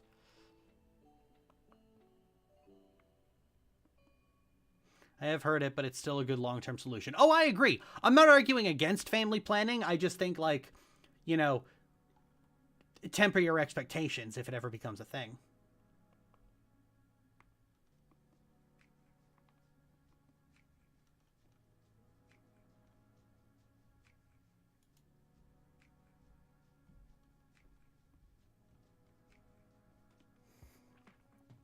Statistically, having lots of kids per generation just means the job market will have future... oh, I already read that.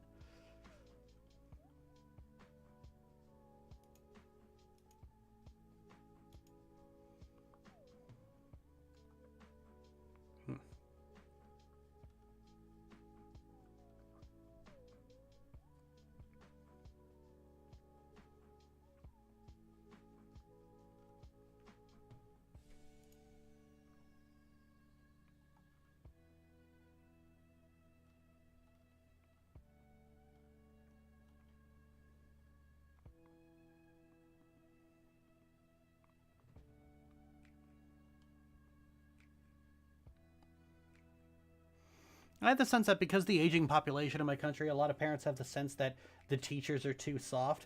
I think that has kind of been the dominant opinion of a lot of people, because generally standards and practices for teachers change with each new generation. And the people most likely to become teachers are the people who did not appreciate how they were treated and want things to be better. You know, my father used to tell stories about about students being physically assaulted by the Christian Brothers when he was in school. And I was like, okay, I don't know why you're telling me this. It sounds like that sounds like a pack of sociopaths. And they were.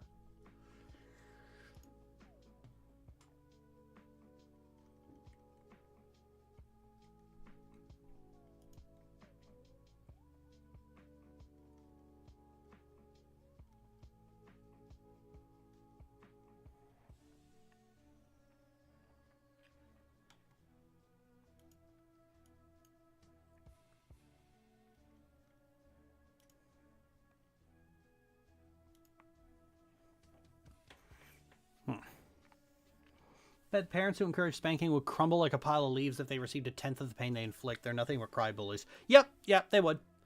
They would. When I was a kid, the thing that got my father to stop being physical with us was like me and my brother at different points in time, fighting back and hurting him. At that point, he never after my brother threw hands with him once, he never laid a hand on us again. And after I threw hands with him, he never laid a hand on me again. They only do it because they think there's no consequences. And this is how every bully thinks. Once you make them back the fuck off, they back the fuck off forever.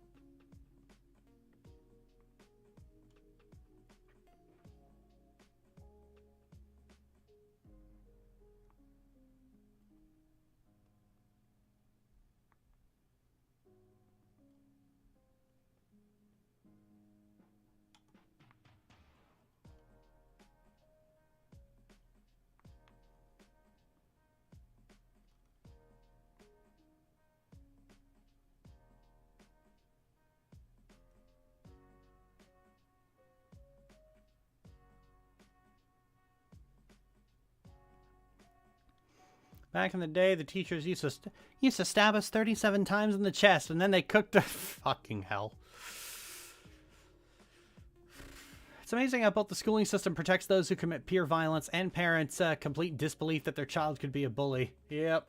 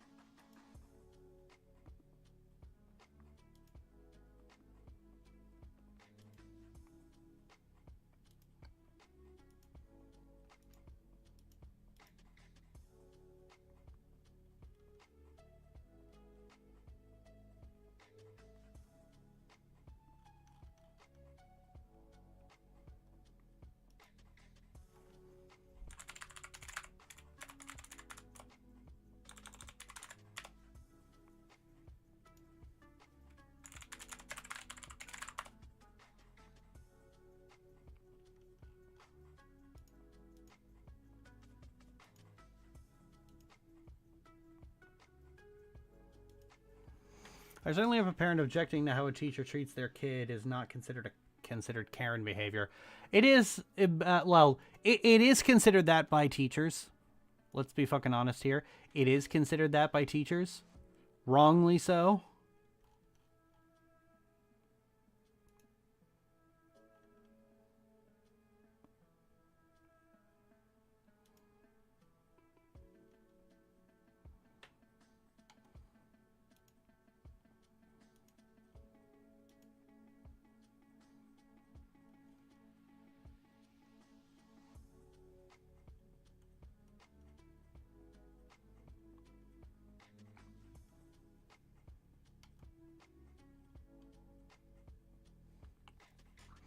Talking about shitty teachers again, mostly the ones who expect the schools to raise their kids. Yeah, a lot of parents, like, that's the problem. A lot of parents just don't give a fuck.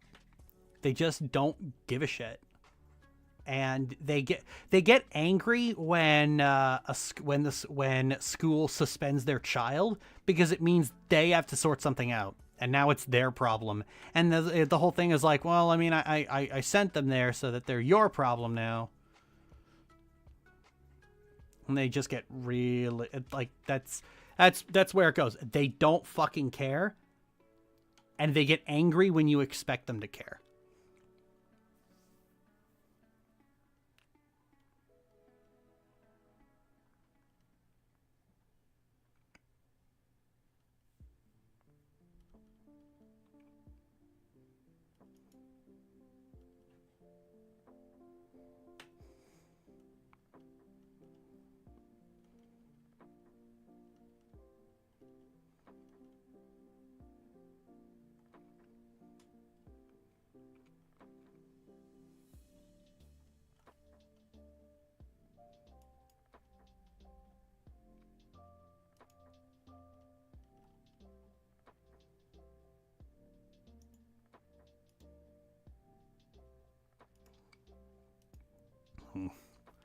It was weird to see the stereotype as Karen as some kind of justice for whatever. Then it embodied the usual and the aspects of a stereotype as a cudgel and a deflection.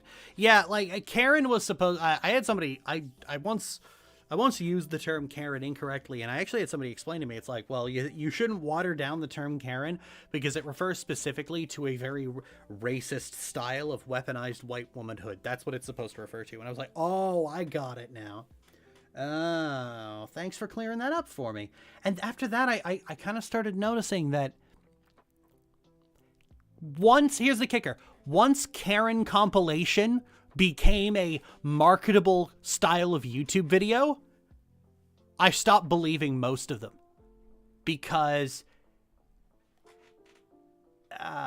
we'd experienced this before. You probably, I don't know if you remember them, but you probably heard of Chancey Binks or Big Red. There's this image of her, basically like mid-syllable, looking like she's making an aggravated face. And people use that as like an example of a triggered feminist.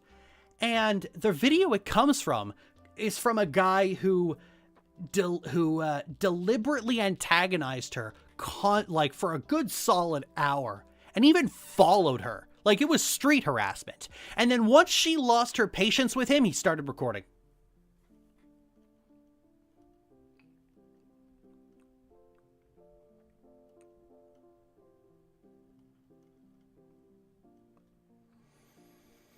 It was unequivocally one of the scummiest fucking things I'd ever seen someone do.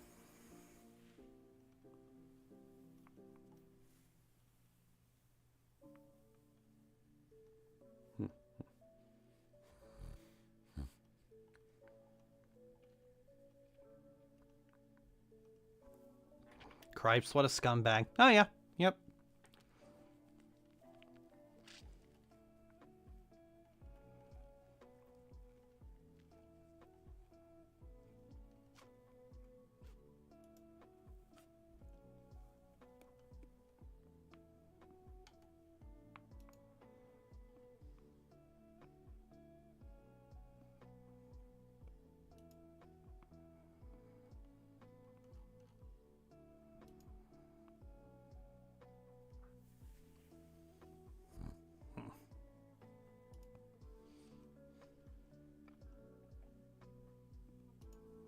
Let's see if I can find it.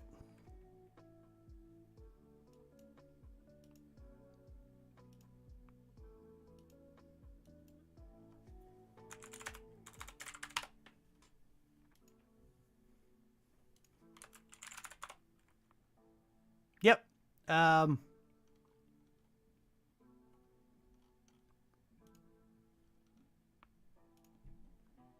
Yeah, there we go. If you were on YouTube at all in the late 2010s, you probably seen this picture. This is Chancey Binks. This is the person who was street harassed and then made a meme out of.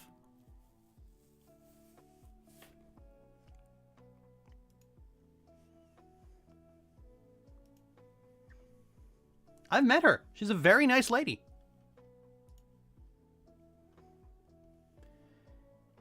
And she did not deserve the shit that gross men gave her. At all.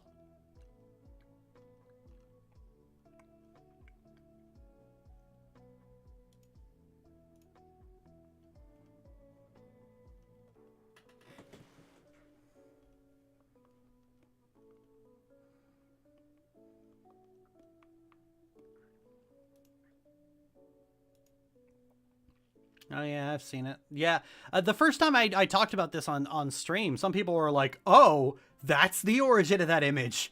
Yep. Yes, it is.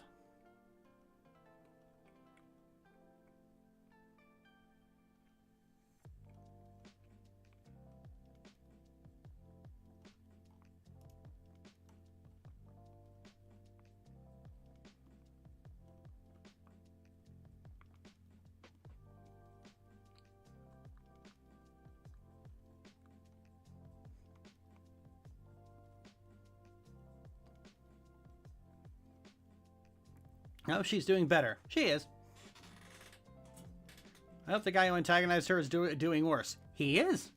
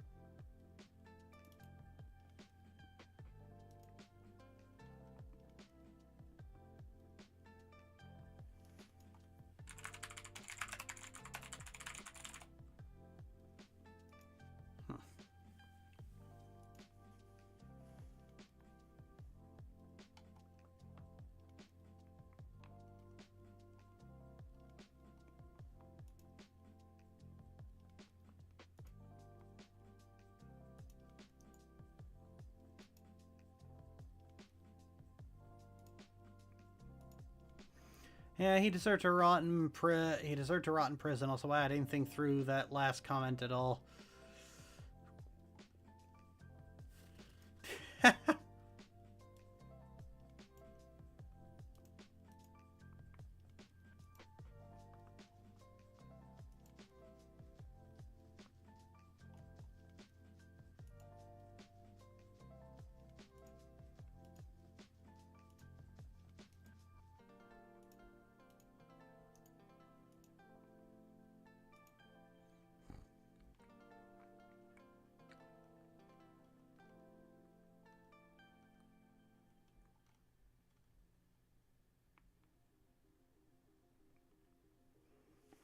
I still can't see how people could be so self-absorbed down across the Atlantic from where the right-wing pipeline is coming from. I somehow managed to fall into a specific YouTube rut for a couple of months before discovering H-Bomber Guy, and yet I still can't see how people could be so self-absorbed and downright stupid as to not see what these reactionary talking heads are doing. Well, what they're doing is they're feeding them a confirmation bias. Because that's the kicker. Like, that's the thing about capitalism.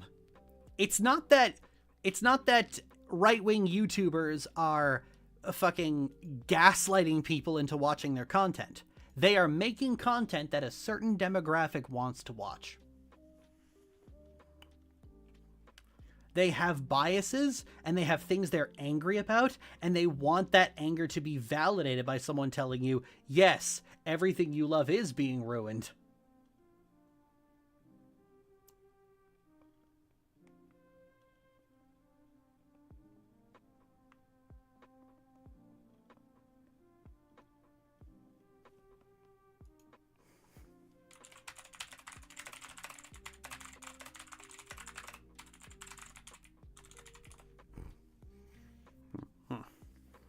Are we talking about karma doing its job today? We're talking about a lot of things.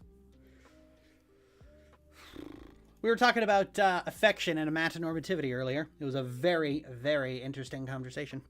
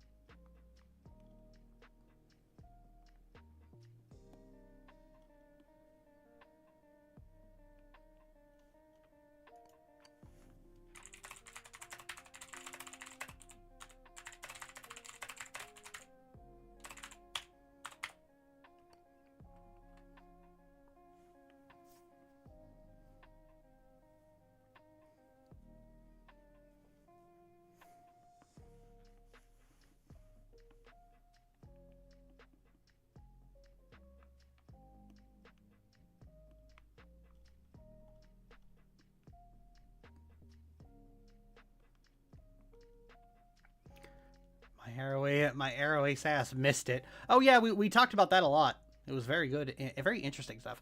Wouldn't bad parents fall into the effect that is the cause of heteronormativity? And I don't really think so. Some people say that like bad parents are the result of people who feel like feel like, you know, they're obligated to have children. I don't really think that's the case. I think a lot of people. Here's the thing. Everybody says, I want to have a baby. Nobody says, I want to have an opinionated teenager.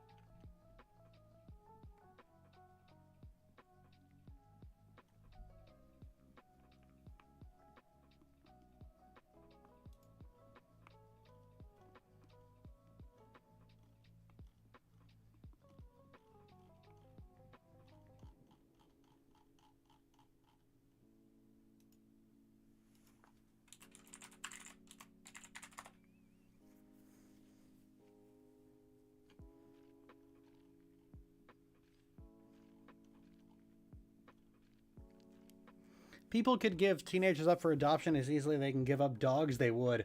Ooh, yep. They would. They would absolutely do that. That's another thing. Teenagers don't get adopted.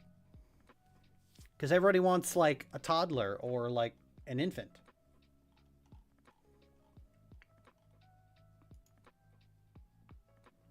A lot of people are dumb for that. With teenager, you can talk and get some interesting conversations going. What the fuck are you supposed to do with an infant? Well, that's the whole thing.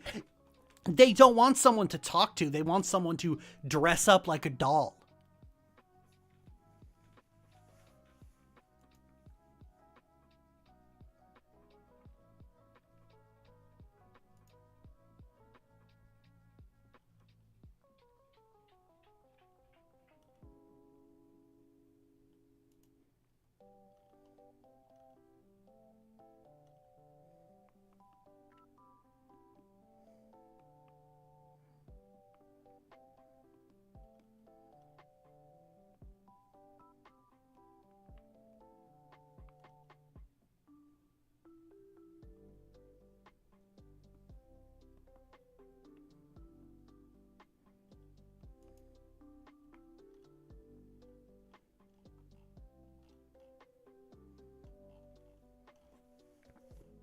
Like I said, a lot of people just don't give a fuck. And have never really given a fuck.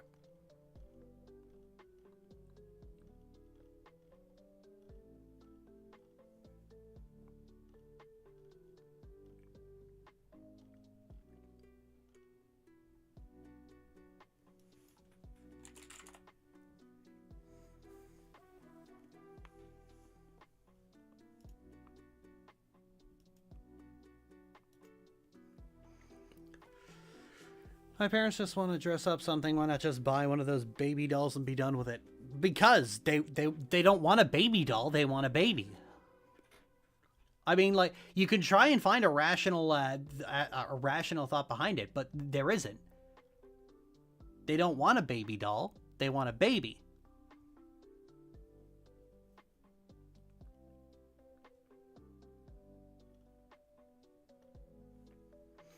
I feel like for a lot of people, I feel like one thing a lot of people tend to struggle with is the fact that a lot of people really do think on the basis of, I want this. Well, it's a bad idea to get, I want this because of this. Well, it's a bad idea to get that because of that. But I want it. And that's the logic they operate on. But I wanna is the logic most people work on. Is it rational? No. But it is, like I said, everyone wants a baby. Nobody wants an opinionated 13-year-old.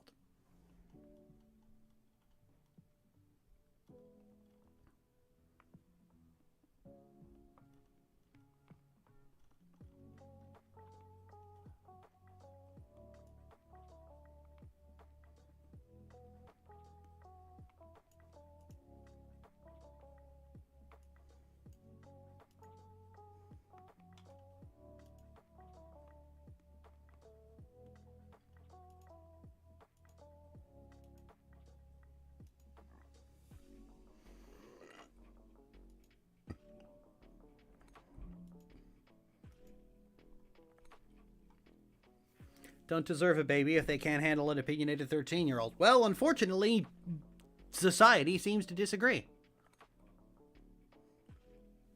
Like, again, we could argue that in circles, but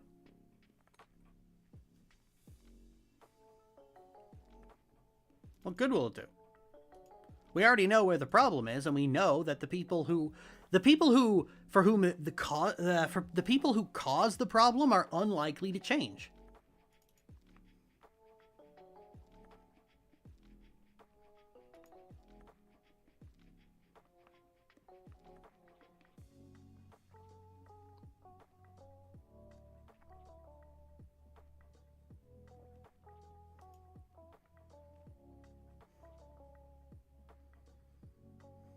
Sells like crazy. Ugh.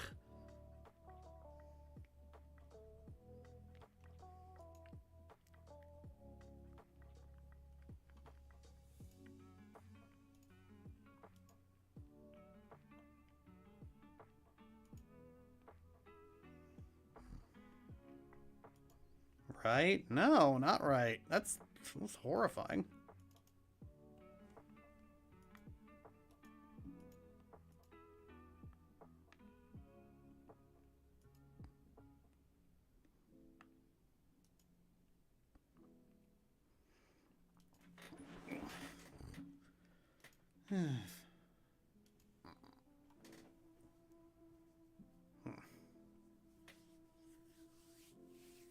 Anyway, off the parenting thing, because it's starting to go in circles, unfortunately. It is starting. I think we've exhausted that topic entirely.